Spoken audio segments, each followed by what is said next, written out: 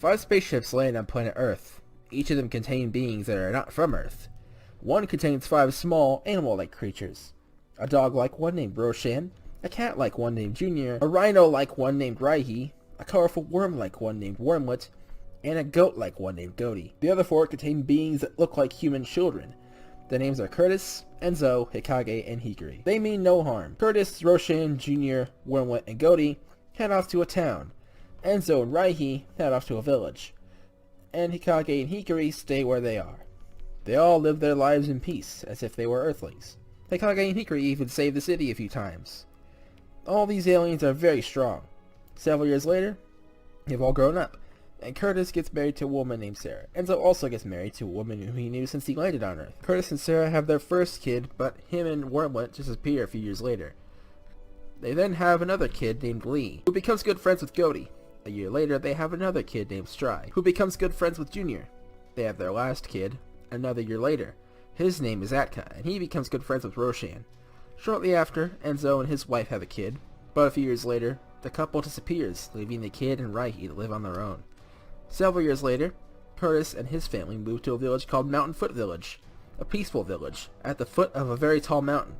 The mountain is rumored to hide many secrets, but no one who's ever hiked it has left there alive, so no one knows for sure.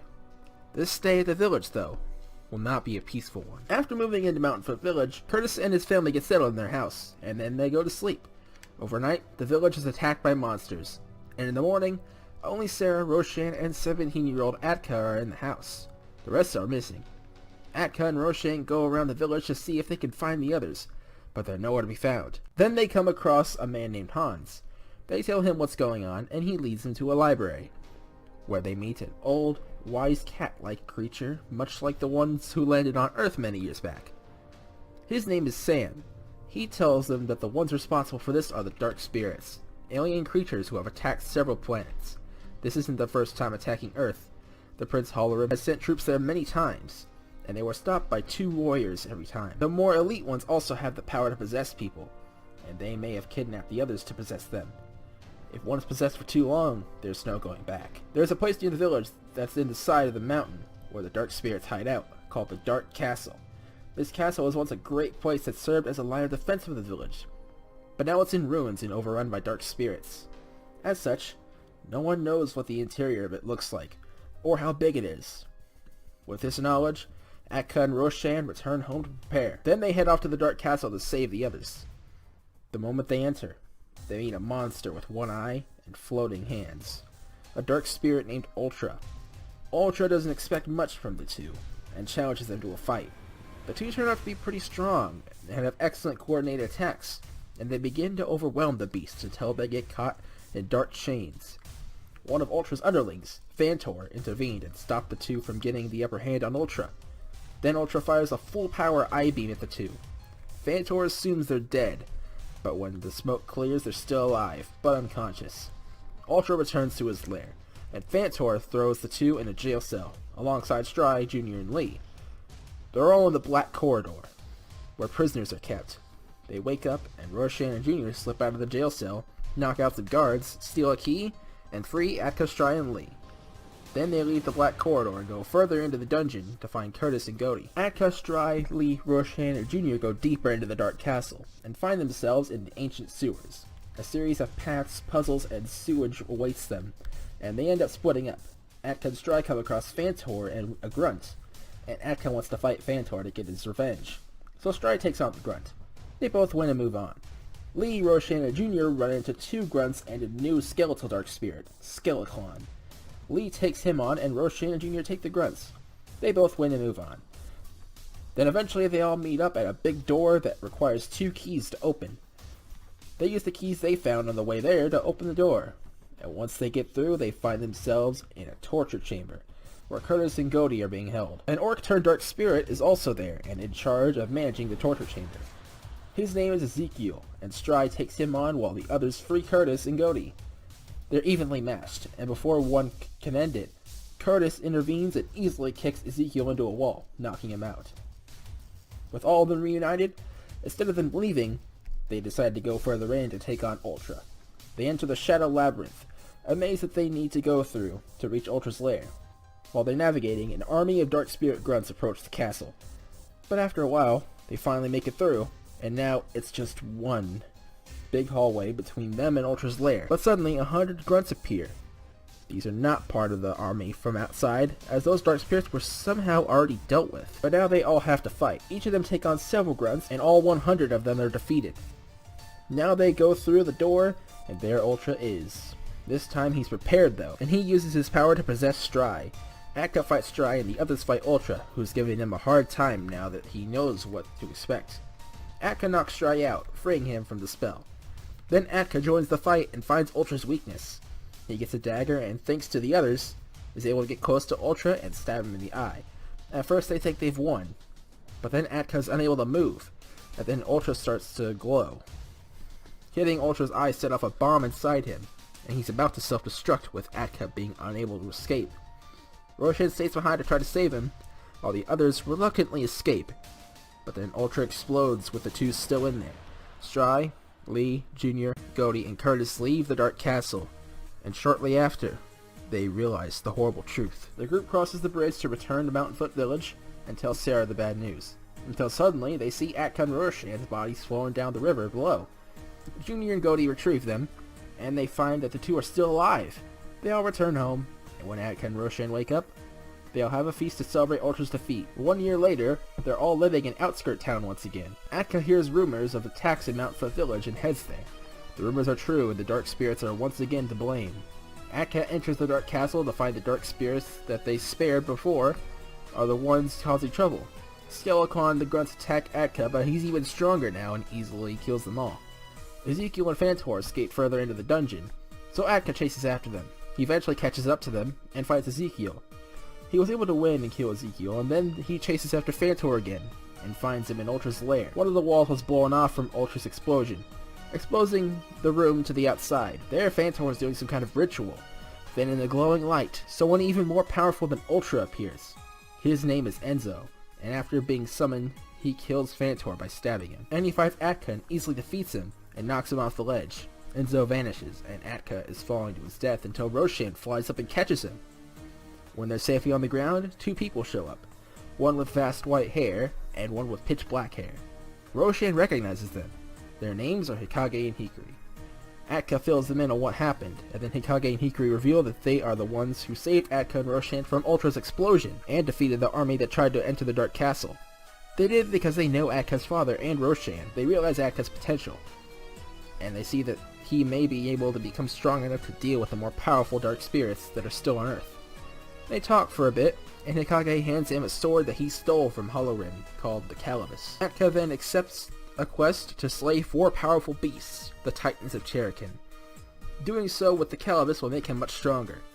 There is a rumored 5th Titan that is a dragon, but its existence has never been proven. Atka leaves on his own to a village near Mount Cherry to get to the first beast, Infernobra. Roshan goes with Hikage and Hikari back to Outskirt Town to go train with Junior, Goaty, Stry, Curtis, and Lee. Once Atka arrives, Infernobra is coming down the volcano, ready to attack the village. The battle is about to begin, and Atka wields the Calibus, ready to slay the beast. Infernobra unleashes its fire breath toward the village, but Atka stops it with the swing of his sword. Now the fight begins, and after a tough struggle, Atka slays the beast and throws it into the volcano, and stays the night at the village. The next day he sets out to Raz Sea, where the giant carnivorous electric eel Morphelius resides. The beast kills any sea creature it spots, anything from a plankton to a blue whale. It even makes the fearsome kraken run away in fear. Because of this beast, the people of a nearby village can't catch any fish in the sea, so Atka takes a boat out to sea and brings out the beast. He can't go into the water because if he does, the beast's electric attacks will kill him, so he has to stay on the boat. Once it emerges and lets out some electricity, Atka throws a sword at the beast, which shocks it to death. He gets his sword back and takes the carcass to the village. It's enough to feed the whole village for a long time. He sets off for Pineapple Desert, where the 3rd Titan, Megascale, lies. It's the skeleton of a giant beast brought to life by the dark spirits, and it viciously attacks any who dare cross the desert. After a tough fight, Atka is able to cut apart all the bones with the Calibus. He reaches the end of the desert and stays the night at the closest town. The next day he heads off to Grape Forest, where the final Titan, Gigarachnid resides. It's a giant spider that crawls through the forest and catches bugs, animals, and travelers alike in its webs, then eats them. Atka gets caught in the web, but thanks to his sword he's able to escape before the spider gets to him. But now the battle begins. With how agile the spider is, this proves to be his toughest battle yet, but he's able to win after he cuts the spider's legs. Now all 4 Titans of Cherokee are dead, and Atka's much stronger than before. He returns to outskirt town and stays the night there. The next day he realizes that everyone got special training with Hikage and Hikari to control and sense energy, skills that the two have known for years, and decided to teach the family since they know some of them and want to be close friends and allies with them, because they never talk to people, and more importantly, the growing threat of the dark spirits. Atka asks them for the same training, and he gets it. Now they've all mastered the abilities of sensing energy and energy control, and all of them, especially Atka and his father Curtis, are very strong. Hikage and Hikari let Atka keep the Calibus as a reward for his efforts. The next day, the castle of the royal family in the country's capital, Cherokee City, has been attacked. Atka, Stride, Lee, Curtis, Hikage, Hikari, Roshan Jr., and Gody all head to the castle and ask to speak to the king. They're allowed in, and King Jerry tells them exactly what happened. A few dark spirits attacked the castle, and once they left, several guards as well as his son Kevin went missing. His daughter Alexis saw where they went, but they can't just send anybody there. Atka offers to go alone, but Curtis says that he at least has to take someone with him, no matter how strong he is, so Roshan tags along. The two go out to the courtyard while the rest of them stay to guard the castle. They meet Princess Alexis, and she leads them to the nearby cave where the dark spirits went.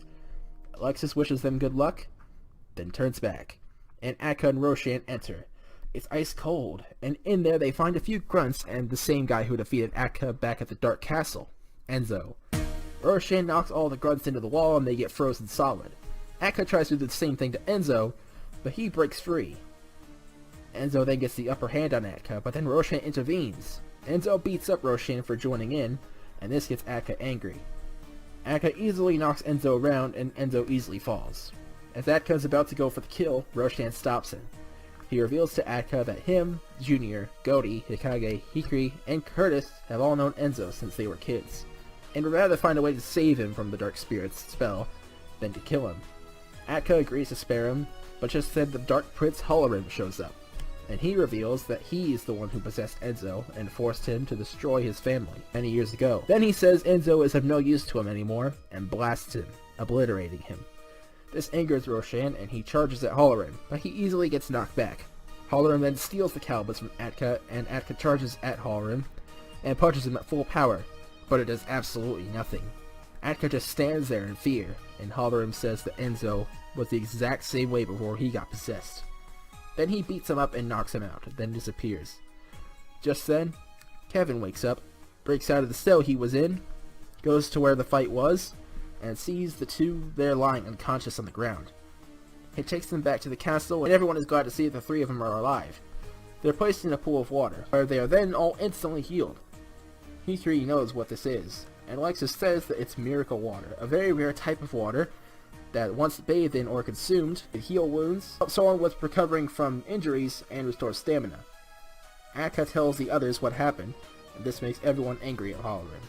Gody says he may have went to the Forest of Death, which isn't too far from the city. Now that everyone knows where Holorim may be, the king allows them to stay in the castle as long as they need to in order to train for the battle ahead. The whole group alongside Alexis and Kevin train for 7 days. Then all 11 of them head to the Forest of Death, which has many split paths, and is easy to get lost in. They all split up, and Atka, Hikage, and Hikari all make it to the center of the forest where Holorim is. All 3 of them angrily charge at Holorim and put up a decent fight before getting beaten down. Roshan arrives to try and help, but he gets beaten down as well.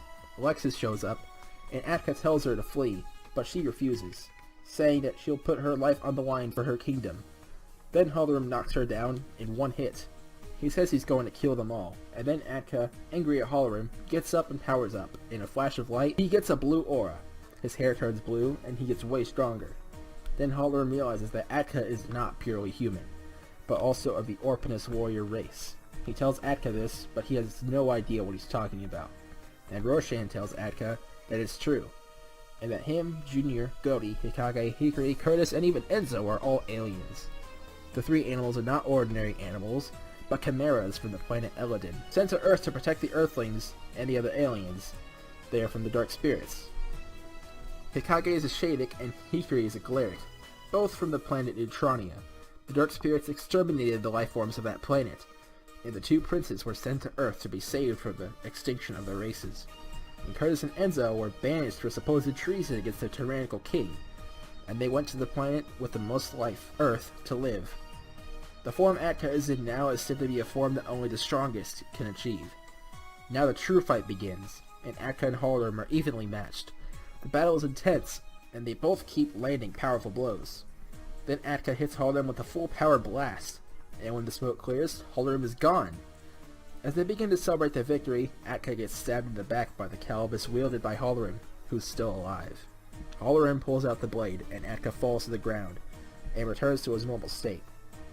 Hollowrim then begins to beat up the brutally wounded Atka. Just then, someone blasts his way into the center of the forest. Curtis had sensed that his son's energy was dropping like a stone, and he got sick of navigating the maze and just blasted his way to the center of the forest. He sees Hollowrim beating Atka and angrily charges at him, but Hollowrim slashes Curtis in the chest, and he falls to the ground. Then Hikage and Hikari get furious, and Hikari charges at Hollowrim and begins to fight him, while Hikage just stands in shock. Then he hears a voice from the other side. It's Enzo. He tells Hikage, his friend, how much of a monster Hollowrim truly is, and that he needs to die. He says that Hollowrim will only continue to cause pain like he did to Enzo and his family, if he's not defeated now. He doesn't want anyone else to know the torment he experienced. This motivates Hikage to join the fight, and together, the two beat down Hollowrim and take back the Calibus. Hollowrim sees the look in their eyes, the fire of vengeance in them. This terrifies the now powerless Hollowrim, and he begs for mercy, but he doesn't get any. Hikage strikes the sword down into Hollowrim's chest at full power, and with that, Hollowrim is dead. Hollowrim and the Calibus turn into stone, and with him gone, everyone returns to the castle. Everyone who joined the fight gets healed, and then everyone eats a feast with the king as thanks for stopping Hollowrim. Everyone returns home. Half a year later, Alexis heads to Outskirt Town to tell Atka and the others of a new problem. Strange portals are appearing in the sky. People acting strange, and a giant monster is running rampant around Cherokee Fields. Curtis, Hikage, and Hikari go to deal with the portals. Junior, Goldie, and Kevin keep an eye on the civilians. And Atka, Stride, Lee, Roshan, and Alexis go to encounter the Dark Beast. Atka transforms and goes to take on the beast alone. He easily wipes the floor with the beast, but Lee ends up getting the finishing blow, which Atka is not okay with. Alexis and Roshan then go up to congratulate them on killing the beast, but then a portal opens up where the Dark Beast died. Stride and Lee escape its pull, but Alexis gets pulled in, and Atka and Roshan get pulled in as well when they try to save her. The portal closes in behind them, so Stride and Lee can't follow them. They go to the others to tell them what happened. Atka, Alexis, and Roshan end up in what's seemingly a different world. Everything is red and on fire, there's lava, and it's very hot. Someone teleports in front of them. He's a wizard among the Dark Spirits, named Monanzo. He's the one who's been causing the recent events. Atka transforms and begins to fight Monanzo. Back on Earth, 1,000 grunts appear through the portals. Stride, Lee, Curtis, Hikage, Hikari, Junior, Goldie, and Kevin have to fight them all. A massive amount of grunts is overwhelming the Alliance, and things seem grim until Curtis, Lee, and Stride finally all unlock the same transformation that Atka did against Hollowrim. Now they quickly turn the tables, and the grunts now don't stand a chance. Back in the other world, during the fight, Monanzo reveals that they are in a different dimension, called the Forsaken Dale. Although Monanzo is only about as strong as Enzo was, he's still giving the powered-up Atka a hard time because of the heat in the Forsaken Dale. But Roshan isn't affected by the heat, so he joins in the fight and Monanzo is quickly overwhelmed. Then Monanzo fires a full power blast towards Alexis, but Atka jumps in front of her and knocks it away. When the blast explodes, a portal opens up.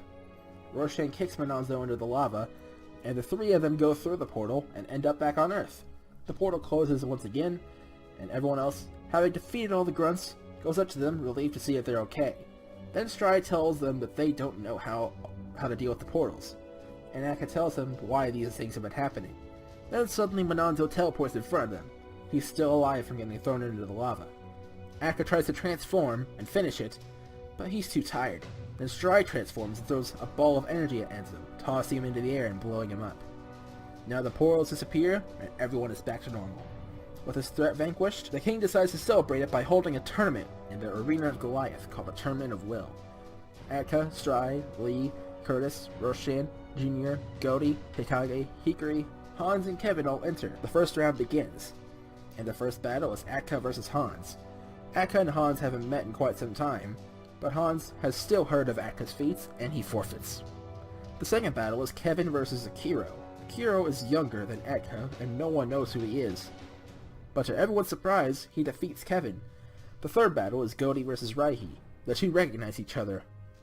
They met several years ago, when they both left with different people. Raihi is now with Akiro though. Godi wins the fight. The fourth battle is Stry versus Hikage. Stry is no match at first, but once he transforms, he wins the fight. The fifth battle is Curtis versus Gear. Curtis knocks Gear off in a single hit without even trying. This loss makes Gear kinda angry, but he leaves. The sixth battle is Roshan versus Junior. It was a very even fight, but Junior won. The last battle of the first round is Hikari versus Lee. Lee was able to win in the close match after transforming. Now, the second round begins. The first battle of the second round begins, and it's Atka versus Akiro. Atka stays in his normal form in the fight, and during the battle, Akiro proves to be almost as strong as him. Atka feels that he has potential. Once Akiro seems to be knocked unconscious by Atka, he gets back up, looking very angry and powerful. And suddenly, he unlocks the same transformation that the others did. He's half Orphanist, just like Atka and his brothers. And he's the son of Enzo. Many years ago, Halloran showed up at their house and possessed Enzo, and he had Enzo kill his wife. Right as this happened, Akiro and Raihi escaped, and have since lived alone in the wilderness. Akiro felt horribly defeated then, and he transformed here because the taste of defeat reminded him of that day. He charges at Atka at full power, and Atka has to transform in order to stop his attack. They have an intense battle, but Atka wins in the end. Akiro thanks him for the tough match, and the second battle begins. It's Godi versus Stry. Stry won the fight. The last battle of the second round is Junior versus Lee. Lee won the fight. Since there were an odd number of fighters this round, Curtis moves on to the third round without a fight. The first battle of the third round is Atka versus Stry. In yet another close match, Atka wins the fight. The last battle of the third round is Lee versus Curtis, and Curtis wins easily. Now the final round begins, and it's Atka versus Curtis. They both prepare to fight, but then the statue of the arena, Goliath, gets surrounded by the power of the dark spirits and awakens. It attacks the two fighters, and the tournament is called off so they can fight. Atka and Curtis are having trouble against Goliath's defenses, and even transformed they aren't doing well. Stry and Lee join in as well, but they don't make much of a difference even with all four of them transformed. Then Akiro, who's watching from the spectator seats, finds Goliath's weakness and jumps down to help the others. He transforms and tells the others his weakness, which is the core that's exposed in his torso area. Then all five of them fire a full-power blast there, and they're able to obliterate Goliath. As thanks for their courage, all five of them are awarded the prize money for the tournament. $1 million. Hikage and Hikari regret not joining the fight. With all that said and done, everyone returns home, and Akiro and Raihi leave to go train. But little do they know, a new threat looms right over their heads. In outer space, a space station that some scientists among the Dark Spirits work in is there. They're the ones responsible for what happened to Goliath. They used something called the Dark Cannon, but this project failed, and now a new one is being developed. It is Project Goo. Half a year after the tournament of Will, in the Dark Space Station, the scientists have nearly completed Project Goo. It is a pink creature made of several clays and creature parts from several planets. Because of this, he can stretch his body in any way, as well as regenerate any lost part of his body. He's given the powers of a Dark Spirit Elite, as well as the ability to absorb other life forms, to get stronger. However, Goo gets an aggressive nature, and kills the scientists before they can complete their work on his abilities. He also destroys the space station, which also destroys most of him. The rest of his body falls to the earth, and when he lands, he regenerates, and finds himself in the middle of Great Forest. Since he was given the powers of an elite dark spirit, he knows how to fly, sense energy, and control energy. So he senses a strong power that is nearby, and he flies over to him. It's Junior, training alone in the Straw Mountain Range. He confronts Junior, and Junior is easily defeated and absorbed. Goo, now even stronger, heads over to Atka, who is visiting Great Village. Kevin and Alexis are also there. Goo confronts Atka and challenges him to a fight. Even when he's transformed, Atka doesn't stand a chance. Goo tells him that he absorbed Junior to gain more power. This makes Atka furious, but he still doesn't have a chance against Goo's overwhelming power. When Atka's backed into a corner, Alexis suddenly comes out of nowhere and kicks Goo in the head, sending him flying, since he was off guard. Atka responds by blasting Goo at full power, blowing half his body off. They think they've won, but then Goo regenerates, to their surprise. Alexis says they can beat Goo if they team up, but Atka tells her that it won't work, and that Goo hasn't even used his full power yet. Goo then tells them everything about him and the space station, and Atka insists that he fights Goo alone and that Alexis and Kevin escape. The two then reluctantly flee, after Atka told them once again, and Alexis tells Atka to win. Alexis wanted to stay by Atka's side, but she has faith in him. Then Goo starts beating up Atka until he's knocked back into his base form and on the ground. Goo has won, and he prepares to absorb Atka. Just then, Goo explodes into a million pieces, and out comes Junior. Goo's absorption ability was flawed due to him escaping before he was complete, and due to this, he couldn't keep a hold of Junior or his power. Goo regenerates once more, and he's now much weaker than when he had Junior. Junior still can't fight Goo though, so he takes an unconscious Atka and flies away, with Goo chasing after them. Junior is flying through the straw mountains with Atka, trying to get away from Goo, but Goo is closing in. When Goo gets very close, Junior speeds up and goes around a mountain. He loses Goo and hides in a cave. Goo starts searching the mountains, and when Junior feels him getting close, he goes deeper into the cave. Goo gets tired of searching and starts blasting the mountains. Blocks collapse and Junior and Atka get trapped in the cave, forcing Junior to blast his way out of the cave.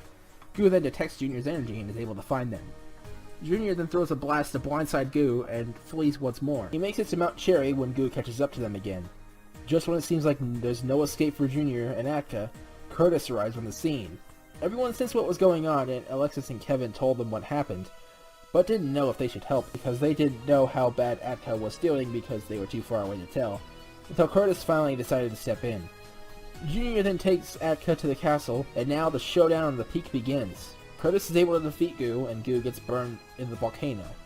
With Goo dead and the space station destroyed, there are no more threats near Earth. However, back on their home planet, Planet Dark, some Growth who survived hid away in the Dark Castle, and others return to their king, the Dark Lord Zin, and tell them that all their troops that were sent to Earth were killed, including his own son Halloran. This angers the king, but then he decides to make his other son the new prince. He has a young prodigy who has just come of age. His name is Spirit. He's sent to Earth and arrives in 10 days. He attacks the castle and easily gets past the guards, as well as Alexis, Kevin, and the Queen. He takes King Jerry, knocks him out, and is about to leave until Atka shows up. Atka tries to stop him, but he gets knocked down in one hit. He tells Atka that if he wants to save everyone, he has to return to the Dark Castle and find him in a new chamber. Then he leaves. Everyone gets healed and Atka, Alexis, and Kevin go to the Dark Castle. Roshan meets them there, and tells them that everyone else is seriously injured. On his way to the castle, Spirit injured all the other fighters who could help, so only these 4 can join the fight. They enter the Dark Castle and go to the ancient sewers, where they notice a new path behind bars that they never went down before. Atka bends the bars and they go down the new path. They find themselves in a new part of the dungeon, called the Catacombs of Despair. This place is a scary maze that's home to many zombies. They get through there and enter another new section, called the Cistern of Spirits. It is just as terrifying and confusing to navigate as the previous place, and they also have to solve puzzles and use warp tiles. But they make it through and meet Spirit at last. Spirit is sitting on a throne with a cage containing King Jerry behind him. They're in Spirit's lair, a giant room with stained glass windows, and it's on the highest floor of the castle. Atka transforms and he says he'll fight Spirit alone. As he's fighting, Alexis begins to wonder why Atka always wants to fight alone. She realizes it's not for a strategy or to protect them, but for his warrior's pride. As one of a warrior race, he would much rather fight his battles alone, and the same goes with Stride, Lee, Curtis, and Akiro. She realizes how dedicated he is to fighting. He fights to test his limits and to protect his levels at the same time, and she respects that. She begins to think even more highly of him now, as he's battling alone, and going toe-to-toe with a new Prince of Dark Spirits. Their intense battle continues, and Atka goes full power and hits Spirit with a furious combo. But then Spirit gets up without a scratch. He was holding back the whole time to see how strong Atka was, and he begins to see how the other Dark Spirits were defeated. He powers up and starts beating down Atka with no effort. He seemingly wins and knocks Atka back into his base form, and then he starts talking bad about the ones who he defeated even more easily. This makes Atka angry, and he gets back up and transforms once again. Spirit realizes that Atka could get even stronger through anger, and wants to see how far he can push him. He punches him in the gut and blasts his face, launching him into the wall. Then he shatters the window above Atka, and pieces of broken glass get all over him and cut him up. He's back in his base form once again, and bleeding a lot. Spirit begins to insult him, and Roshan has had enough. He charges at Spirit, but then he gets knocked away and through another window, covering him in broken glass and leaving him to fall to his death. Alexis then tries to run at Spirit, but then he fires a powerful blast her way. Kevin jumps in front of her and takes the hit, and when the smoke clears he falls to the ground. Alexis tells him to get up, but he can't. He tells him to run, and he dies. Alexis starts crying. Spirit has an evil smirk on his face, and Akka is angry. Angrier than he's ever been before. Angry at Spirit for killing his friend, injuring the others, and hurting his best friend. And angry at himself for being too weak to stop it. He powers up, and gets a new transformation through his fury. This form has red hair matching the color of the blood he shed. With his new power, he's able to match Spirit's power, and he tells Alexis to take her dad and leave. They leave and now the real fight begins. They're evenly matched, and the fight doesn't seem to be in anyone's favor. When Alexis exits the castle, she meets Hans and Sam. They're driving a carriage containing Roshan and everyone else who was injured by Spirit. Hans and Sam are helping because they were told to by Queen Annabelle, who was very quickly healed after Spirit's attack. Roshan had escaped Spirit's original attack before he went to Dark Castle, and before Roshan went there, he told the Queen about the attacks, and then she contacted the only allies who weren't attacked, Hans and Sam, and told them to bring the injured fighters to the castle to be healed. Roshan had survived being thrown out the window, but he was severely injured and got put in the carriage when Hans and Sam stopped by to make sure Akka and the others were safe. Alexis fills them in on what happened, puts her dad in the carriage, and she rides with him back to the castle, hoping Akka will win with his new power. The fight continues and Akka begins to get the upper hand. In a fit of rage, Spirit fires his strongest blast, the Spirit Cannon. It damages the building, but does virtually nothing to Akka. Spirit's running out of steam, but Akka's still going strong. Spirit realizes that he's out of options, and he decides to use his last resort. He would rather kill himself than die by Akka's hand, so he begins to self-destruct. Akka makes it to a lower floor, but he's still caught in the Great Blast. All but the first floor of the Dark Castle are destroyed in the blast, and Spirit is dead. Akka lies unconscious in the room where he fought Ultra. Alexis is able to sense his energy, and she leaves the carriage to go help him. She makes it there and carries him to the castle, where everyone except Akira and Raiki, who are never involved, is restored and waiting for them. Akka is given miracle water, but he's not completely restored. The king explains that Akka was so badly injured that miracle water alone can't restore him, and that a good amount of rest will heal the rest of his wounds. Alexis respects him even more for fighting so hard, but she lets him use her bed to recover. Akka's mom and Alexis take care of him while he gets better, and once he does a day later, they'll have a funeral for Kevin, who gave himself to save everyone. Afterwards, they have a party to celebrate their victory. After dinner, someone barges into the castle. She's a girl who's the same age as Stry and Kevin, and she knows who the king and Alexis are.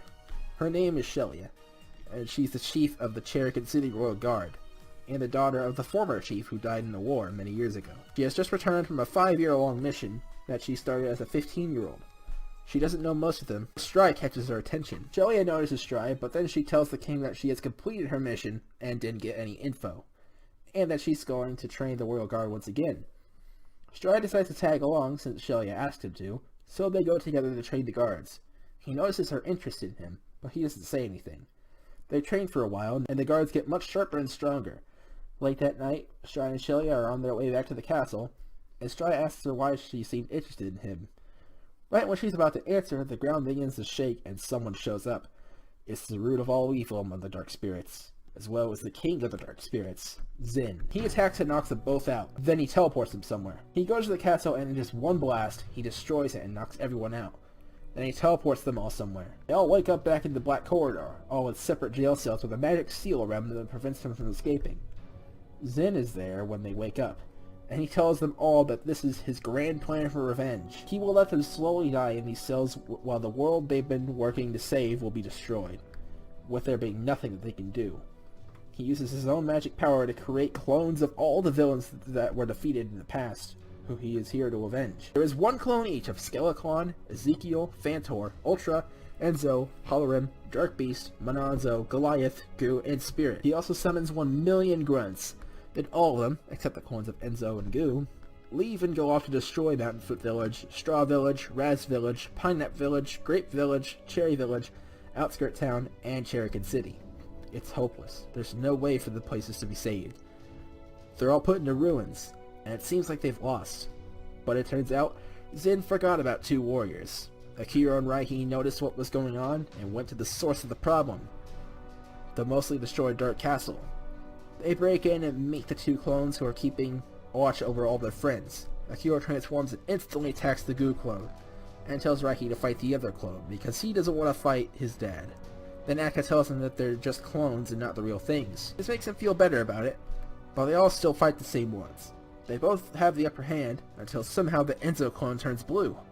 This is when they learn that these clones are not exact duplicates, but stronger versions of the original fighters. Raihi begins to have trouble against the clone, until Akira steps in and defeats him. Akira hesitates to finish him off, but then the Goo clone kills the Enzo clone for no reason. He didn't even attempt to absorb the clone, he just obliterated him. Now the two team up against the Goo clone, and they are able to win and destroy the clone. Now that the two clones that were keeping guard are gone, Akira destroys the seals in all the jail cells, and they escape. Now that they're all free and outside of the Dark Castle, they all decide to go to the various settlements that have been destroyed. Akira and Raihi go to Straw Village, Akka, Roshan, and Alexis go to Mountainfoot Village, Stry, Jr., and Shelia go to Cherokee City, Hans and Sam go to Raz Village, Curtis and Sarah go to Outskirt Town, Jerry and Annabelle go to Cherry Village, Lee and Goldie go to Pinat Village, and Hikage and Hikari go to Grape Village. Akira and Raihi are up against the clone of Hallward. Akka, Roshan, and Alexis are up against the clone of Goliath. Hans and Sam are up against the clones of Skelecon and Ezekiel. Jerry and Annabelle are up against the clone of Phantor. Stry, Jr., and Shelia are up against the clone of Ultra alongside 250,000 grunts. Curtis and Sarah are up against the clone of Dark Beast alongside 250,000 grunts. Lee and Goldie are up against the clone of Monanzo alongside 250,000 grunts. And Hikage and Hikari are up against the clone of Spirit alongside 250,000 grunts. All 8 of these battles begin, and the Alliance is now in a war against the darkness. Akka has Roshan go off to help the others while him and Alexis take on Goliath together. Akka plans to attack his weak point again, but this improved clone quickly grabs Alexis and holds her over his weak point, while crushing her, leaving Akka with seemingly nothing to do but watch. Then he turns red and hits Goliath's joint areas at full power. This tears them off, frees Alexis, and leaves Goliath's weak point open once again. He blasts it at full power and destroys the clone. At the same time, Akira and Raihi destroyed the Hallrim clone. Hans and Sam have just defeated the clone of Skelecon, but are having trouble against the improved Ezekiel clone. As things seem hopeless, Roshan steps in and easily destroys both clones.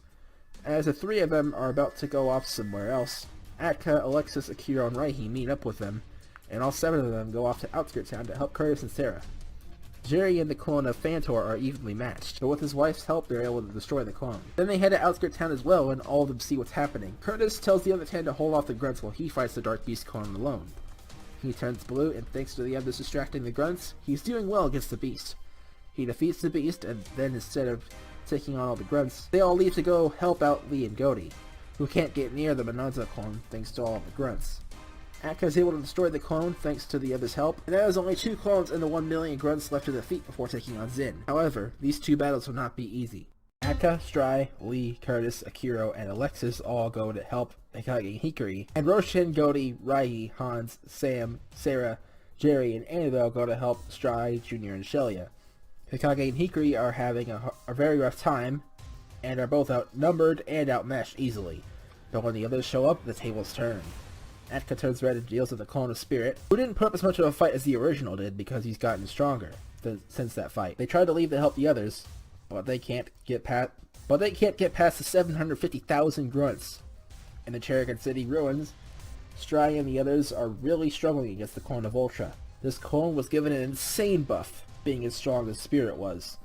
This is because Ultra was favored by Zin, because he's the one who found Earth Form and the one who conquered Dark Castle. Also, he's Zin's friend. With this power and the amount of grunts getting in the way, even all 11 of them put together don't stand a chance. Stry is knocked out of his blue form and Ultra is about to finish him off, until Shelia gets in the way and Ultra knocks her aside.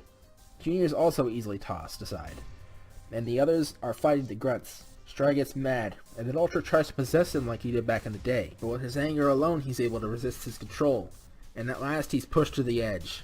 He powers up and transforms into the same red form that Akka got against Spirit, and at last the tables have turned. Stry is finally doing some damage, and this makes the Ultra clone angry. He fires a powerful laser towards the planet, but Stry's full power blast is able to easily push it back and obliterate the clone and all of the grunts. They go join the others, who have defeated 1,000 grunts so far, Just then, Zin arrives and congratulates them on their efforts. Then he demonstrates his power by killing the rest of the grunts, and he uses his magic to heal them. He says that he does not regret forgetting about Akira and Raihi because now he gets to kill them all himself.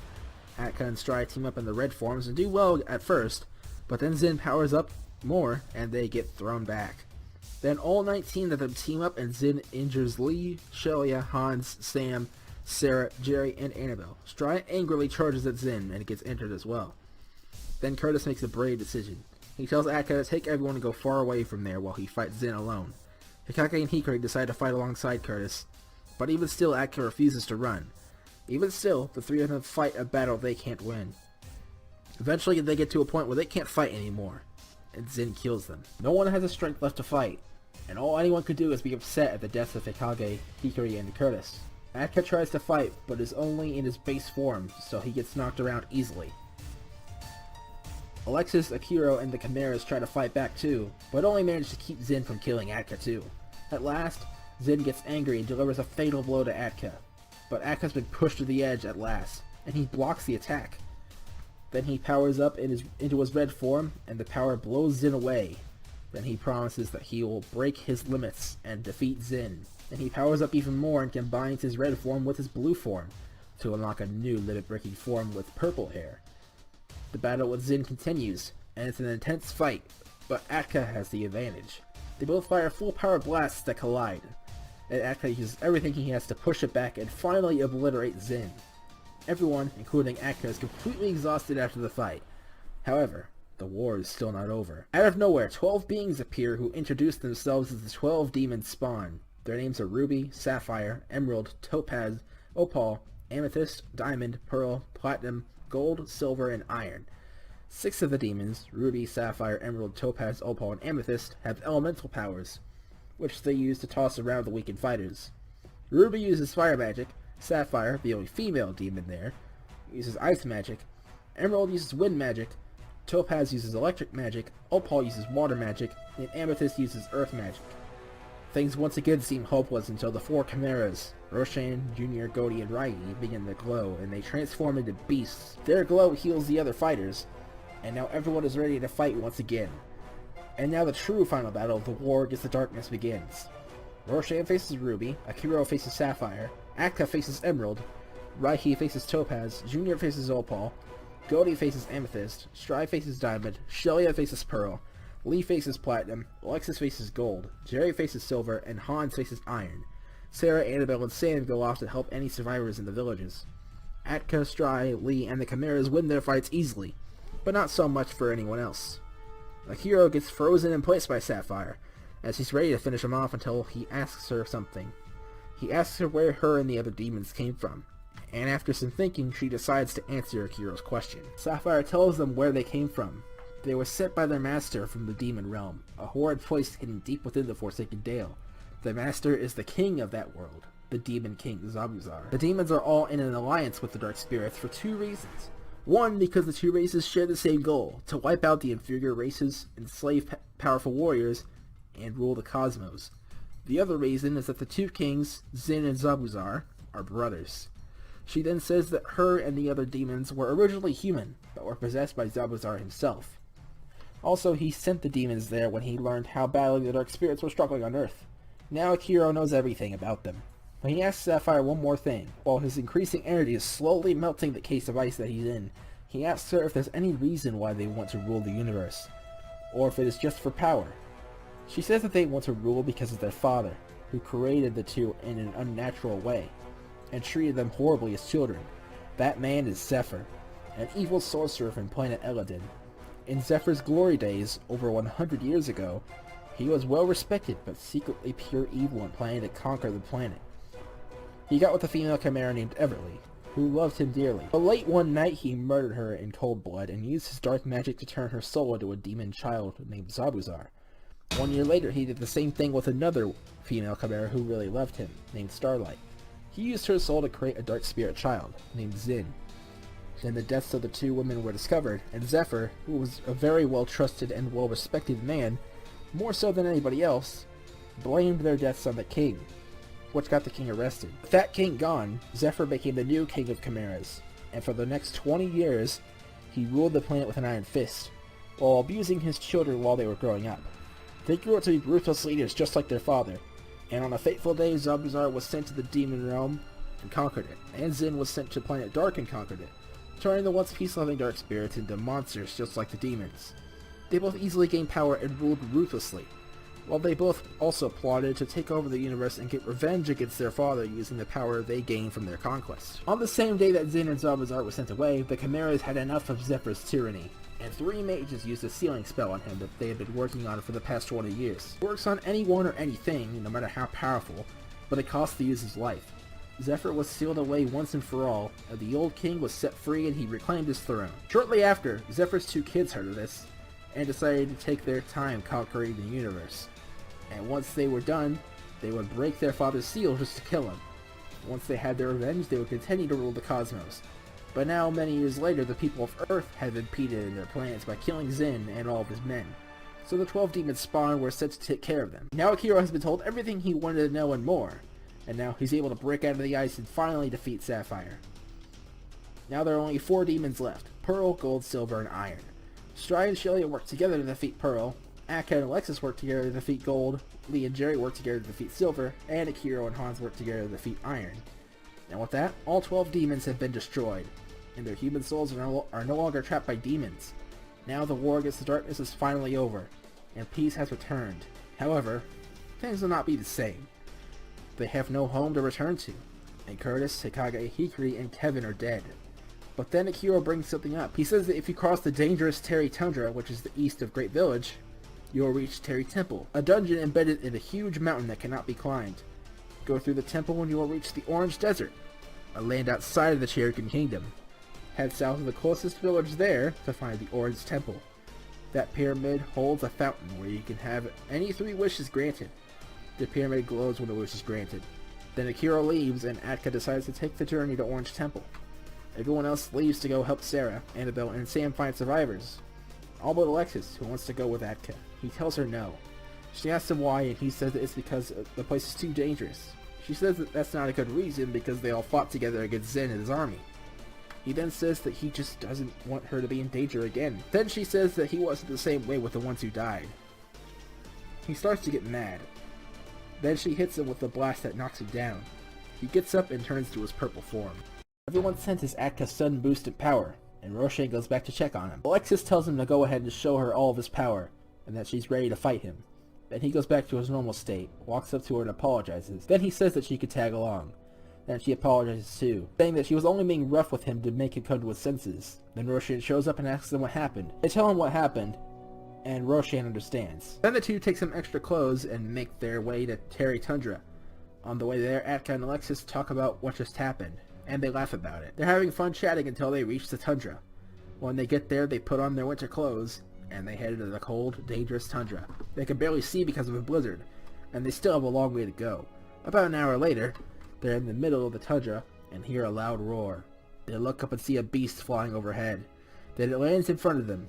It's a giant dragon that's as black as night. That's when Atka realizes that this is the 5th Titan of Cherokee that was thought to be just a legend, Shade Logia. The dragon is aggressive and it attacks Atka, and Atka has no choice but to fight it. But the dragon is incredibly strong. Even in his red form, Atka has trouble against the dragon's many attacks. He transforms again and the fight continues. The dragon still holds its own, but still struggles a bit until it takes to the skies. Atka then fires his strongest blast, and the beast counters it with a fire breath attack, which causes an explosion. Then the dragon dives down to the ground, and the crash sends Atka flying and he's knocked into his base form. Atka helps him back up, and then he turns into his purple form again, and then the two attack together. Their coordinated attacks are too much for Shade Logia, and then Atka knocks him to the ground and finishes him off. Now the 5th Titan, Shade Logia, is dead, but someone else has just arrived. He applauds them for the victory. Atka, back in his normal state, asks the mysterious man who he is, and then the man introduces himself. His name is Jay, and he is Atka's oldest brother, the one who ran away with Wormlet many years ago. This surprises Atka because he always thought that Lee was his oldest brother. He asks Jay why he ran away from home at a young age. He decides to tell Atka and Alexis about his early childhood. Jay says that it all began when he was 5 years old. Unlike humans, whose brains take a long time to mature, an Orbitus' brain fully matures at age 5. This is how Curtis knows a lot about his race despite being banished at age 5. and how Jay learns about his ancestry from a conversation that their parents were having. He learns that he is only half human, and that his other half is that of a vicious, brutal alien warrior race called the Orphanus. Jay then believes that he doesn't belong to the human world because he's a hybrid and has such a horrible ancestry. So him and his best friend, the Chimera Wormlet, ran away late at night, and went on to live in the wilderness and never be seen again, until now. Then Wormlet goes up to Atka and Alexis and introduces himself, and says that he wants Jay to live in society but can't convince him. He wants Atka to get Jay to leave the wild, even if it means fighting him. Atka agrees, and he tells Jay to come back to civilization. He refuses, saying he'll just be rejected by the world. Atka tells him that he's wrong because people accept him and the others. Then Alexis steps in and says that she proves it, and that she cares for and accepts Atka despite his ancestry because he's a good person. This confuses and angers Jay, because all his life he lived in the wild because he thought he'd be rejected by humans. And he turns blue and attacks Atka. Atka turns blue as well, and they're evenly matched. Jay believes that there won't be a clear winner, and Atka is impressed at his strength for him having only ever trained with Wormlet throughout his whole life. Then he points out to Jay that he can't sense energy, because if he could, he would know that this isn't the peak of Atka's power. Then he turns to his purple form. This surprises Jay and shows him that he has much further to go in his training.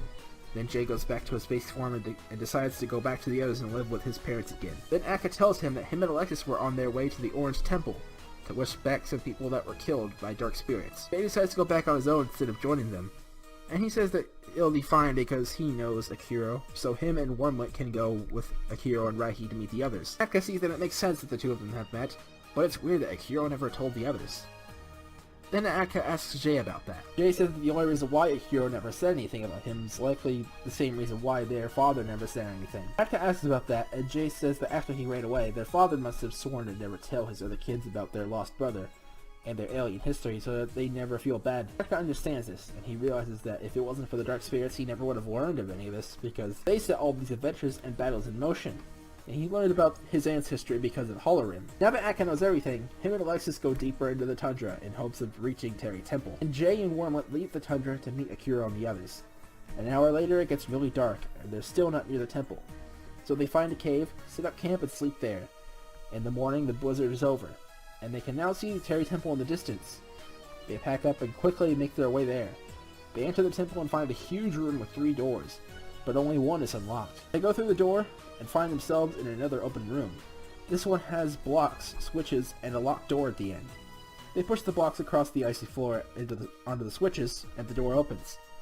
They enter another room. This one is a small corridor with 5 levers to the right. Atka pulls all 5 levers at once, and then they push back up and a big spider drops from the ceiling. Atka kills it, and they realize that they have to pull the levers in a certain order. Alexis tries pulling them in a certain order, but she gets it wrong, and a trapdoor opens beneath her. She starts to fall, but Atka catches her. She tries again, and this time she gets it right and the door opens. They enter another open room, and in this one they start on a platform with a torch to their left, and a set of platforms that they have to jump across with the bottomless pit below. Atka makes the first jump, and when Alexis falls, she almost falls until Atka catches her again. She goes back to the start and picks up the torch, which reveals an invisible bridge next to the platforms. She crosses the bridge with the torch in hand and meets Atka at the end. The door ahead is covered in a block of ice. Alexis suggests that they melt it, but instead Atka shatters it.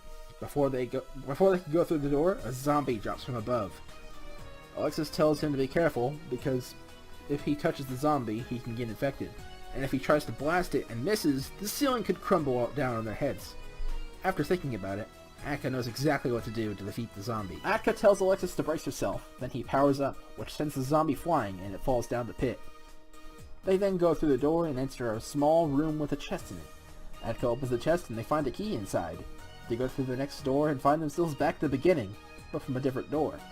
They then use the key on the only door that they haven't used, and they go through and enter a long hallway.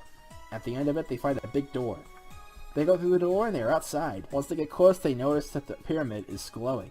Someone is making a wish. They rush to the temple, and Alexis drops her bag at the entrance right as they enter, but they're in such a rush that they don't realize it. They head to the fountain and see that a person has just had their first wish granted. He turns around and sees them, and he introduces himself as Jake, and someone appears behind Jake. It's the Dark Prince Spirit, resurrected by Jake's first wish. Jake and his brother Gerald are an evil duo who want power, and Jake decided that he can gain that power by becoming allies with who he believed was the strongest Dark Spirit. the Prince Spirit. Daryl wanted the land and is trying to gain power by other means. Their three cousins, John, Josh, and Joel, are also evil, but their whereabouts are unknown. Jake reveals his plan, and this angers Spirit. He says that he won't team up with a pathetic human, and he kills Jake and leaves. Atka and Alexis follow him outside, and Atka asks Spirit what he's going to do. Spirit is hesitant at first. Then he says that he will rule the world. Atka notices that he seems unsure. He asks him about it, but then Spirit gets mad and challenges him to a fight. Atka powers up to red and they begin fighting. That's when Alexis realizes that she dropped her bag. She looks around and sees some thieves running away with it. She quickly catches up to them and forces them to return it. Then Atka returns to his purple form and easily defeats Spirit. Then he once again asks Spirit why he was unsure about wanting to rule the world. Spirit says that he was only evil because of his father, and that if it was up to him, he wouldn't cause trouble. Atka is surprised by this at first, but then he remembers that he once heard that dark spirits were once peaceful before Zin took over. He then thinks about it, and then decides to give Spirit an offer. Alexis arrives just in time to hear this. Atka tells Spirit that if he truly wants to be good, he can leave Earth, go back to his home world, and lead his people towards being good once again. Spirit agrees, saying that despite his actions, part of him always wanted that. Alexis questions it, but Atka assures her that it's a good idea. Then Spirit apologizes for killing Kevin, and swears that he will only fight for good reasons from now on. This surprises Alexis because she thought that Spirit was pure evil like the others. Then Spirit asks about his father, and Atka says that he's dead. Spirit's glad, and he says that he won't be reviving any of his family members, because they'll just try to stop him. He then tells Atka that when he returns to Planet Dark, he will train hard to get stronger, then come back to Earth later for them to have a rematch on good terms. Then he flies away, and makes his way to the spaceship that his father used to get to Earth. Then he flies it back to Planet Dark. Then Atka and Alexis enter Or's temple once again, and make their two wishes. Their first wish is to fix everything that Zin and his army destroyed. Their second wish is to revive everyone who was killed by Zin and his army. Now all the villages, as well as outskirt town and Cherokee City, are as good as new, and all the people populating those places who died wake up in their homes. Also Hikage, Hikari, and Curtis wake up in a field, and Kevin wakes up inside the Dark Castle. Then all four of them quickly return to Cherokee City to meet the others. Everyone is happy now that everything's fixed. Atka and Alexis then run as fast as they can to return home, and they tell everyone everything that happened. Jay and Wenma are there too, and they already met with everyone. Everyone has a party complete with a feast to celebrate their winning the war, and this time nothing happens right after. At the end of the day, everyone returns home and gets some good, well-deserved rest. The next day, Akira and Raihi decide to follow in Jay and Wenma's footsteps and stop living in the wilderness. Using the prize money they earned from the Tournament of Will, they buy a house in Great Village. Everyone now lives peacefully. Atka, Stry, Lee, Curtis, Sarah, Roshan, Jr., Goldie, Jay, and Wormlet live together in Outskirt Town. Hans and Sam live together in Mount Foot Village. Hikage and Hikari share a house in Cherry Village. Jerry, Kevin, Annabelle, and Alexis live together in Cherokee Castle. Akira and Raihi live together in Great Village. Shelia lives alone in Cherokee City. And Spirit has become a good king on his own world. However, trouble still brews somewhere nearby. After about a week of peace, an explosion goes off on the Ice Cave, where Enzo was killed. Jerry orders his troops, who were trained by Stry and Shelia, to investigate. And Alexis goes to Outskirt Town to get the person who she trusts the most, Atka, because she feels that this situation could be dire. Atka and Roshan head to the cave, and the soldiers come out saying that there was nothing in there. Atka and Roshan go into a deeper part of the cave where Kevin was imprisoned before, and they find an indent in the wall. Atka breaks down the wall, and they discover a giant chamber which is empty. There is a giant hatch above them, but it won't open. So they go through a metal door up ahead and end up outside. Then they see a giant airship on the ground, with a cannon on the front. Someone is piloting the ship, getting it ready for takeoff. They notice Atka and Roshan and the ship takes off before they can board it. But then Roshan picks up Atka and they fly onto the ship.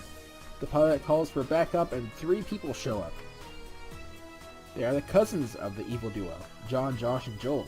They perform weird poses and call themselves the Power Squad, a group of powerful fighters who serve the almighty Gear.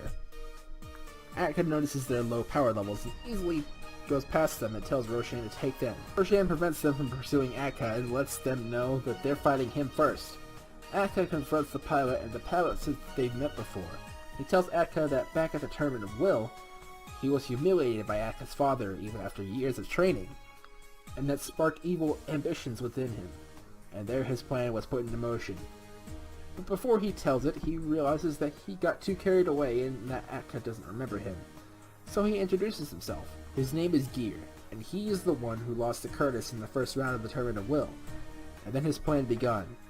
He took the long journey to the Orange Temple and made a wish to make himself immensely more powerful. Then he realized that he had 2 more wishes. So he used one of them to become very rich, and he used the other to become immune to the forces of nature. So the journey back to the mainland was a swift one. His wishes were made a while before the others, so the fountain had regained its power when Atka and Jacob made wishes. After the fountain was used, it loses its power and regains it in a year or so. Gear made sure to reset the traps and locks in Terry Temple on his way back so no one from the mainland could easily get a wish. Because Gear's wishes were simple, the fountain would only take 6 months to recharge. Once Gear returned to the mainland, it was when the Alliance was pursuing Spirit. He went through Cherokee City, and 3 people tried to mug him. He realizes that they have intentions of world domination, just like he does. So he shows them his power, and they submit, and he decides to recruit them. They are the same people who Roshan has now just defeated. They helped him with his plans by doing things that he couldn't easily do alone. During the time they spent their time training while planning the next move. And after Zin was defeated, they learned about the ultimate weapon from a book in the Ruined Mountainfoot Library. An airship hidden away by Cherokee's first king many years ago, after a war near the castle due to its destructive power. Once the places were restored by the wish, the Power Squad did more research and led Gear to the Ice Cave, where upon destroying a wall in the deepest part of the cave, they discovered the chamber where the weapon was hidden. The Power Squad sealed the hole back up, and the 4 examined the ship. It had run completely out of power, so Gear used his own energy to fuel the ship and its cannon. He would be the pilot, and the others would fire the cannon and keep watch. The weapon has the power to destroy an entire city in a single blast, and Gear plans to destroy everything and rebuild the world in his own image and rule it. And he's incapable of destroying everything on his own, which is why he needed the weapon. They opened the hatch with a remote that was found on the ship and took it outside, and then landed once again to plan their route from the other side of the mountains, where no one could see them. And then Atka and Roshan showed up, and here they are now. The Power Squad is out of commission, so things won't be so easy for Gear as it is. He plans to destroy Cherokee City first to get revenge on the ones who laughed at his loss, and next he plans to destroy Outskirt Town to get revenge against the one who defeated him. They are now above Cherokee City, and Gear challenges Atka to a fight. He needs to defeat them so he can fire the cannon. Gear gives Atka some trouble. He's forced to go all the way to his purple form. They're around the same strength, but Atka is stronger and he knocks Gear off the ship. Gear falls onto a hay bale and he's knocked out. Atka is tired from the intense fight, so he takes the ship back down behind the mountains. And Atka and Roshan then destroy the airship so no one can ever use his power for evil again. They take the Power Squad to the castle, and Jerry has the 3 of them taken to the dungeon. Then Atka goes and finds Gear, who wakes up and no longer has any motivation, so Gear decides to turn himself in, and he's taken to the dungeon as well. With them rested, there's once again no more threats to peace. 1 year passes, and everyone is enjoying life. Stride and Shelly are very close now, and Stride's even in love with her. One day, he tells Junior, and Junior gets him ready to ask her out. Stride is ready. He goes to her house. Just then, she asks him out instead. This leaves him shook, but of course he says yes. That night, they go on a date, and they're now dating. Stride and Junior move in with her, and Stride and Shelly share a room, and Junior finally gets his own room, and everyone's peaceful lives continue. They wake up the next day and see that all their friends and family are making their way to the castle, so they follow. Jerry had called everyone there for a meeting. There has been a murder last night, and a witness claimed that the killer was a demonic entity. So Jerry wants them all to stay put at the castle and then search the city at night to see if he returns. That night, everyone splits up and searches the city. Akiro confronts a hooded man and asks him who he is. Then the man quickly gets behind Akiro and breaks his neck. Raihi saw this and quickly flies to him. Then the man removes his hood and reveals his identity. He's the Demon King, Zabuzar. Then Zabuzar disappears, and Raihi quickly takes Akiro back to the castle to get healed. Then everyone else is called back to the castle. Akiro will be in the chamber for a while since he nearly died. And when everyone else shows up, Raihi tells them what happened and who's behind this. Then Zabuzar shows up at the castle entrance and tells them to meet him in the Cherokee fields or he'll destroy everything. Then he leaves. Everyone is in shock. Atka says he'll go alone and everyone else quickly disagrees, especially Curtis, who says that if anyone went alone it should be him since he's the strongest. Then Atka explains why he wants to do this. He says that Zabuzar may be expecting them to all show up and then send troops to the city. So he wants to go alone so everyone else can stay and protect the city. Having the strongest there means they have a better chance of the city being protected, especially since Akiro is out of commission. Curtis understands, but he says that he'll tag in if things get dire. Also, Alexis wants to go with, and Atka says he's fine with it as long as she doesn't get hurt too bad, and she promises that she won't. The two of them head to Cherokee Fields, and everyone else alongside the city's royal guards stand guard outside the city. When they arrive, Zabazar says he expected this. He knew that they'd keep the city guarded and only send one warrior, but he goes along with it anyway, and he sends his army of demons toward the Cherokee City. Everyone there sees them and they get ready for a big fight. There are at least 500,000 demons. Atka and Alexis get ready to fight as well, because this Demon King's power is off the charts. Atka begins fighting the Demon King, and he's quickly overwhelmed in his base, blue and red forms. He goes into his purple form, but even then he's barely holding his own. Zabazar begins to overwhelm Atka, even when he uses his strongest moves. Alexis tries to interfere, but Zabazar blasts the ground in front of her. He's preventing her from stepping in. Atka starts to lose, and he's taking a beating. He gets knocked into a wall, and then Zabazar throws a giant blast at him, capable of destroying the planet.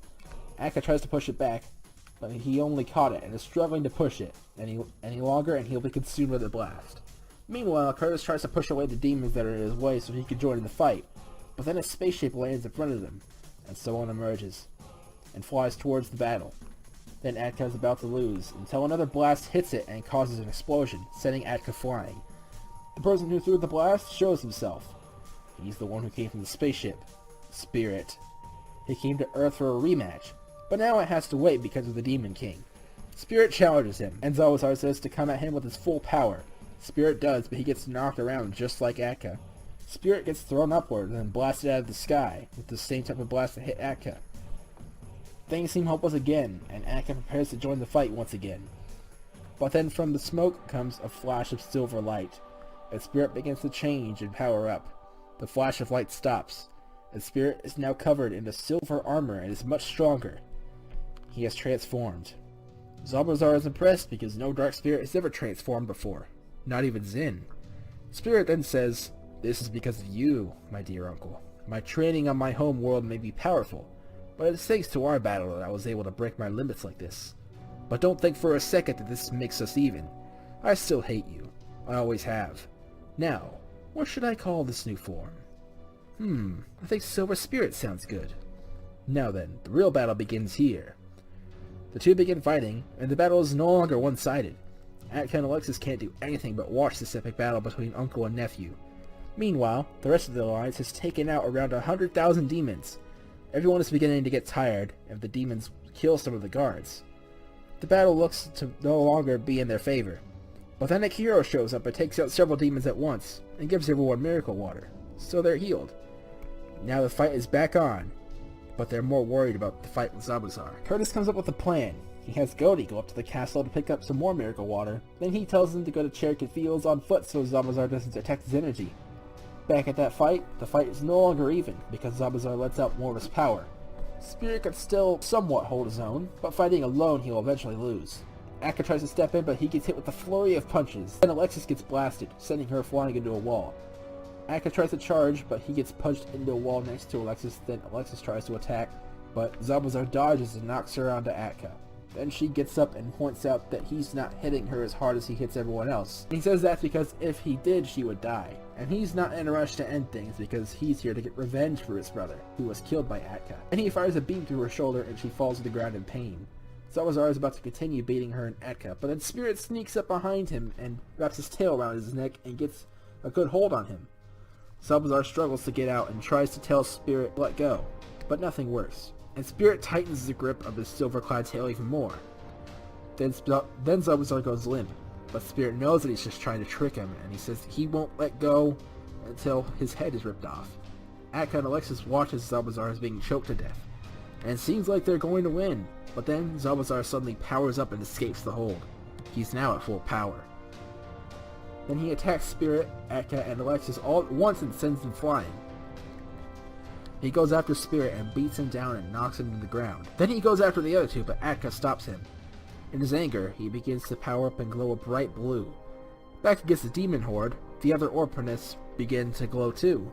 Stride glows a bright red, Curtis glows a bright green, Lee glows a bright white, Akiro glows a bright orange, and Jay glows a bright purple.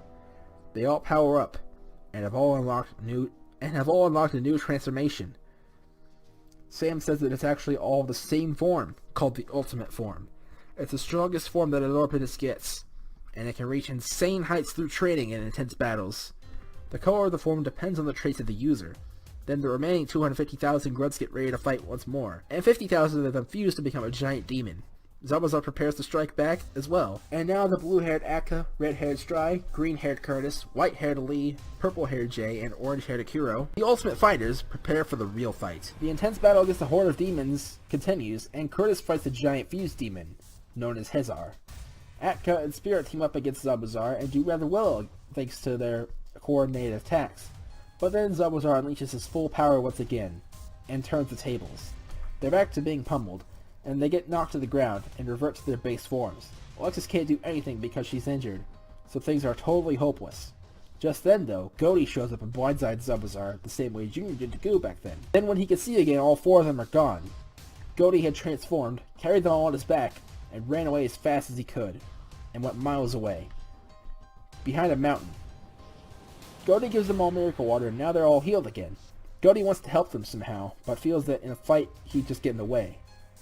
Then he has an idea. He'll teach them a sacred technique, known only by the Chimeras, the Soul Link. When two fighters with equal power use it, they will temporarily merge into a much more powerful fighter. Atka and Spirit are evenly matched in their new forms, so it would work perfectly. Spirit refuses to do it, however, and Atka tries to convince him to do it, saying that he doesn't like it either, but it's the only way to win. Spirit sees that it's the only way, and reluctantly agrees. While Zabuzar is angrily searching for them, Goaty begins to teach them this technique. Curtis has just defeated Hezar, and now everyone is ready to finish fighting this horde of 200,000 demons. Now Atka and Spirit know how the Soul Link works, and they try it. They begin to glow, and Goaty senses some immense power. Then the glow stops, and the two of them are still separate. Goaty is shocked because they both did the move perfectly. Spirit tries to blame it on Atka, but Goaty says that's not it. Spirit thinks he's being blamed, but then Goaty says that something else is at play. Then Atka remembers something that his father once told him. An Orphanus cannot use techniques made by chimeras because Orphanus cannot use magic, so they cannot fuse. But they still got stronger, so they prepare to go back to the fight. Just then, a blast hits Goaty. Zabuzar has found them. Alexis tries to get Goaty to get up, but he won't. She checks for a heartbeat, but there is none. He's dead. The two angrily charge at Zabuzar, and now another epic battle begins. After a while, the two try another coordinated attack, but he counters it and uses his most devastating combo, the Demon Rush. The two are hurt bad after it, and they can barely stay in their strongest forms. Alexis rushes in, but gets beaten as well, and now all three of them can barely stand. Then Atka has an idea. He needs Spirit and Alexis to help pull it off, though. Atka is going to use a technique that Hikari taught him, called the Lifelight. The other two need to distract Zabuzar while he charges the beam. The attack is so powerful that it can erase anything, but it can also kill the user. When Alexis learned of this, she tried to stop him from using it. But no matter what she did, he already made up his mind, and this is the only way to win. Atka says that he doesn't like it either, but he'll happily give anything to protect his friends and family, their future, and Alexis' smile. Alexis realizes that there's nothing she can do, so she accepts it and goes to distract Zabuzar. The Spirit does the same. Every time she charges into battle, she gets beaten down and only doesn't die because Spirit intervenes. Alexis is severely injured, but is still on her feet because she wants Atka to win. Spirit has had enough of saving her, so he tells her to stay back. Then he fights alone, and they both knock each other down to the ground. Then Atka fires his attack at Zabuzar, and it completely obliterates him. Then Atka falls to the ground and dies. Alexis collapses, and she goes unconscious. Spirit is the last man standing. He realizes that Atka did what he did in their first fight, except that it worked this time. Then he takes Alexis back to the others, who have now defeated the entire demon horde, and he tells them what happened. Then Roshan takes her to the healing chamber, but she's so badly injured that she can't fully heal, just like how Atka was when he was injured by Spirit. Alexis won't wake up either, but she is still alive. Roshan tells everyone that, and then Spirit tells everyone that he will go to the Orange Temple and wish Atka and Goaty back to life. Then he leaves. He knows how to fly, and he goes fast, so he makes it there in half an hour. Then he makes his first wish, to revive everyone who was killed by the demons. He senses Goaty's energy again now, but not Atka's. That's when he realizes that the wish didn't bring back Atka, because Atka died from his own attack. So he basically wasted a wish by not wording it correctly. But it doesn't matter to him because he wouldn't know what to do with 3 wishes anyway. Then he uses his second wish to bring Atka back to life. Spirit thinks about what his third wish could be. Then he decides on one. He wishes for the people on his home world to all live good lives, and for his kingdom to prosper. With all three wishes granted, he meets up with Atka and Goti in the fields, and he tells them what happened since they died, and what's going on now. Then he leaves and returns to Planet Dark, saying that they'll have their rematch some other day, and Atka and Goti head back to the castle. Alexis finally wakes up, but she's still injured. Annabelle and Sarah then take her to her room, and Shelia, Kevin, Jerry, and Roshan follow. Everyone else waits in the main hall for the others to return. Just then, Atka and Goti show up, and they tell the others that Spirit already left. Then Atka goes to Alexis' room and sees that she's hurt. He goes up to her room and then asks what happened. At first she's surprised, but then Atka explains that what happened, and she understands. But then Alexis starts crying, and Atka asks what's wrong. Then she apologizes, and says that she can't call herself the princess anymore because she broke a promise to him. He has no idea what she's talking about, but then she tells him that she promised him that she wouldn't get hurt too bad, but now she's in the same state that Atka was in after getting hurt by Spirit. Then Atka tells her that doesn't matter, because she was fighting for everyone. He tells her that if it wasn't for her bravery, they all would have lost to Zabuzar, so a broken promise doesn't matter. Then he tells her that he loves her. Alexis continues crying, but now it's tears of joy. For the next 24 hours, Atka takes care of Alexis as she did for him when he was injured. Now at last she has recovered. She gets out of bed and gives Atka a hug. They're now together just like Stry and Shelia. Meanwhile, Spirit has just returned to Planet Dark to find that it's more peaceful than ever. But he doesn't want to leave his home world unguarded again, so he gathers 9 potent warriors and begins to train them. They are Magi, Brack, Shay, Hiberno, Stecco, Pitch, Nindis, Dar, and Grey. 3 years pass and everything goes well for everyone. Spirit's trained warriors have become very strong, and are now the kingdom's royal guards. Atka now lives with Alexis in the castle, and Roshan lives there too, sleeping in the main hall. Everyone else's lives went on the same way. But one day, something out of the ordinary happens for the first time in 3 years. Someone crash lands in the castle courtyard, and Kevin goes to investigate. He finds a young girl, about his age, in a witch's outfit, on the ground next to a broken broom. He helps her up and asks her if she's okay. She says she is, then she acts surprised to see Kevin. She starts to get nervous, and then Kevin asks her who she is. She manages to calm down, then she tells him.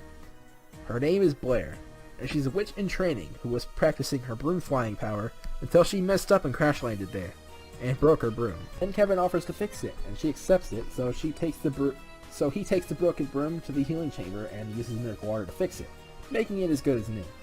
He hands it back to her, and she's surprised. She goes up to fly back home, then she asks if he can go with to make sure she gets back home safely, and he does. He gets on the broom with her and first asks if it's fine to have the extra weight on there, and she says it is. Then she flies to her house, which is a nice looking house in the middle of Cherrican Woods. Once they get there, a man is waiting there, and he walks up to Blair and pushes her to the ground, and Kevin asks what's going on. Then Blair tells him. The man's name is Gerald. He's the brother of Jake and the cousin of the guys in the Power Squad, and he is evil just like them. But he seeks power in a different way. Unlike his siblings who want to assist a super powerful being in world domination, he wants to be the leader and have all the power of himself. One day he met Blair on the streets of Cherrican City and realized that she could use magic, so he decided to be nice to her at first, and they quickly became friends. Then he decided to equip a badge that he made, which made him immune to magic, so that she couldn't do anything whenever he would eventually turn on her. They soon got closer, and he became her boyfriend and moved in with her, and that's when it happened. He started to become abusive so he could force her to learn more powerful spells. He wanted to use her magic power to take over the world, and he didn't care how much she suffered. It was only Blair and her mother Claire around. They couldn't hurt him, and they're in the middle of the woods, so there was no way that he could be stopped. This makes Kevin angry, and he stands up to Gerald. Gerald acts confident and is ready to fight Kevin, but then he gets sent flying from one punch by Kevin. And he hits a tree and his badge falls off. He's surprised by Kevin's power, and desperately tries to get his badge back on, but then he falls to the ground. Blair hit him with a paralysis spell. Gerald's plans have been thwarted at last thanks to the young Prince Kevin. Gerald is angry at the two for stopping him, but he can't move, so there's nothing he can do now. He now knows how Blair felt while he lived with her. Just then, Atka shows up and asks Kevin what happened. Kevin tells him everything, and Atka decides to take Gerald to the dungeon. With Gerald arrested for his crimes, Blair and Claire could finally live in peace once again, and Blair can once again enhance her magic abilities at her own pace. Kevin asks Blair why it's just them two around anyway, and he also asks when and how she met Gerald. She hesitated at first, but then she answers. Blair tells Kevin that her dad did originally live with them, but he left home many years ago to train and hasn't come back since. She says that she wishes he was still there because he would have protected them. The last time they heard of him, he was in a tournament, but after that he disappeared again and hasn't been heard from since. Kevin said Kevin was in that same tournament, the Tournament of Will, so Kevin asks her for his name to see if he will remember. Blair doesn't remember, so she asks her mom. She says that the man's name is Gear. Kevin's surprised to hear that name, and Blair notices it and asks him if he knows her dad. He says that they've never met, but he's seen him fight, and that after the last time he saw him, he disappeared again. Kevin doesn't want them to know about Gear's crimes, so he doesn't tell them. Then he asks her again about Gerald, and she says that she first met him a year and a half ago in Cherokee City, when she was on her way out of the grocery store and she bumped into him. They chatted for a bit and they got along well. This is also when he sensed that she had magic power. Half a year later they started dating, and that's when things started going bad. Until now, that is. It went on for a year until Kevin saved her, and that wouldn't have even happened if it hadn't been for her courage and that accident on the broom ride. Now that Kevin knows all of this, he's about to leave until Blair asks him to stay the night so he can protect them in case any other bad people show up. He decides that he will, but then says that he'll have to tell his father first. But then Roshan, who heard the whole conversation, reveals himself and tells Kevin that he'll let the king know what he's been up to. Then he can tell that part of Kevin a bit skeptical about the idea of staying the night at a stranger's house, so he reassures him that there's nothing to worry about. Chimeras are very good at sensing deception, and he sees no ill intent within them. Then he also says that he can't say the same for Gerald, who had plans to rule the world and have complete control of everything within his grasp. He can't tell why him or any of his siblings are evil, though. As far as he knows, they just are for the heck of it. He says it's a good thing that them two and Atka apprehended him quickly. Then he leaves and goes back to the castle. The three of them have dinner together. Then later they go to bed. Kevin sleeps in the guest room.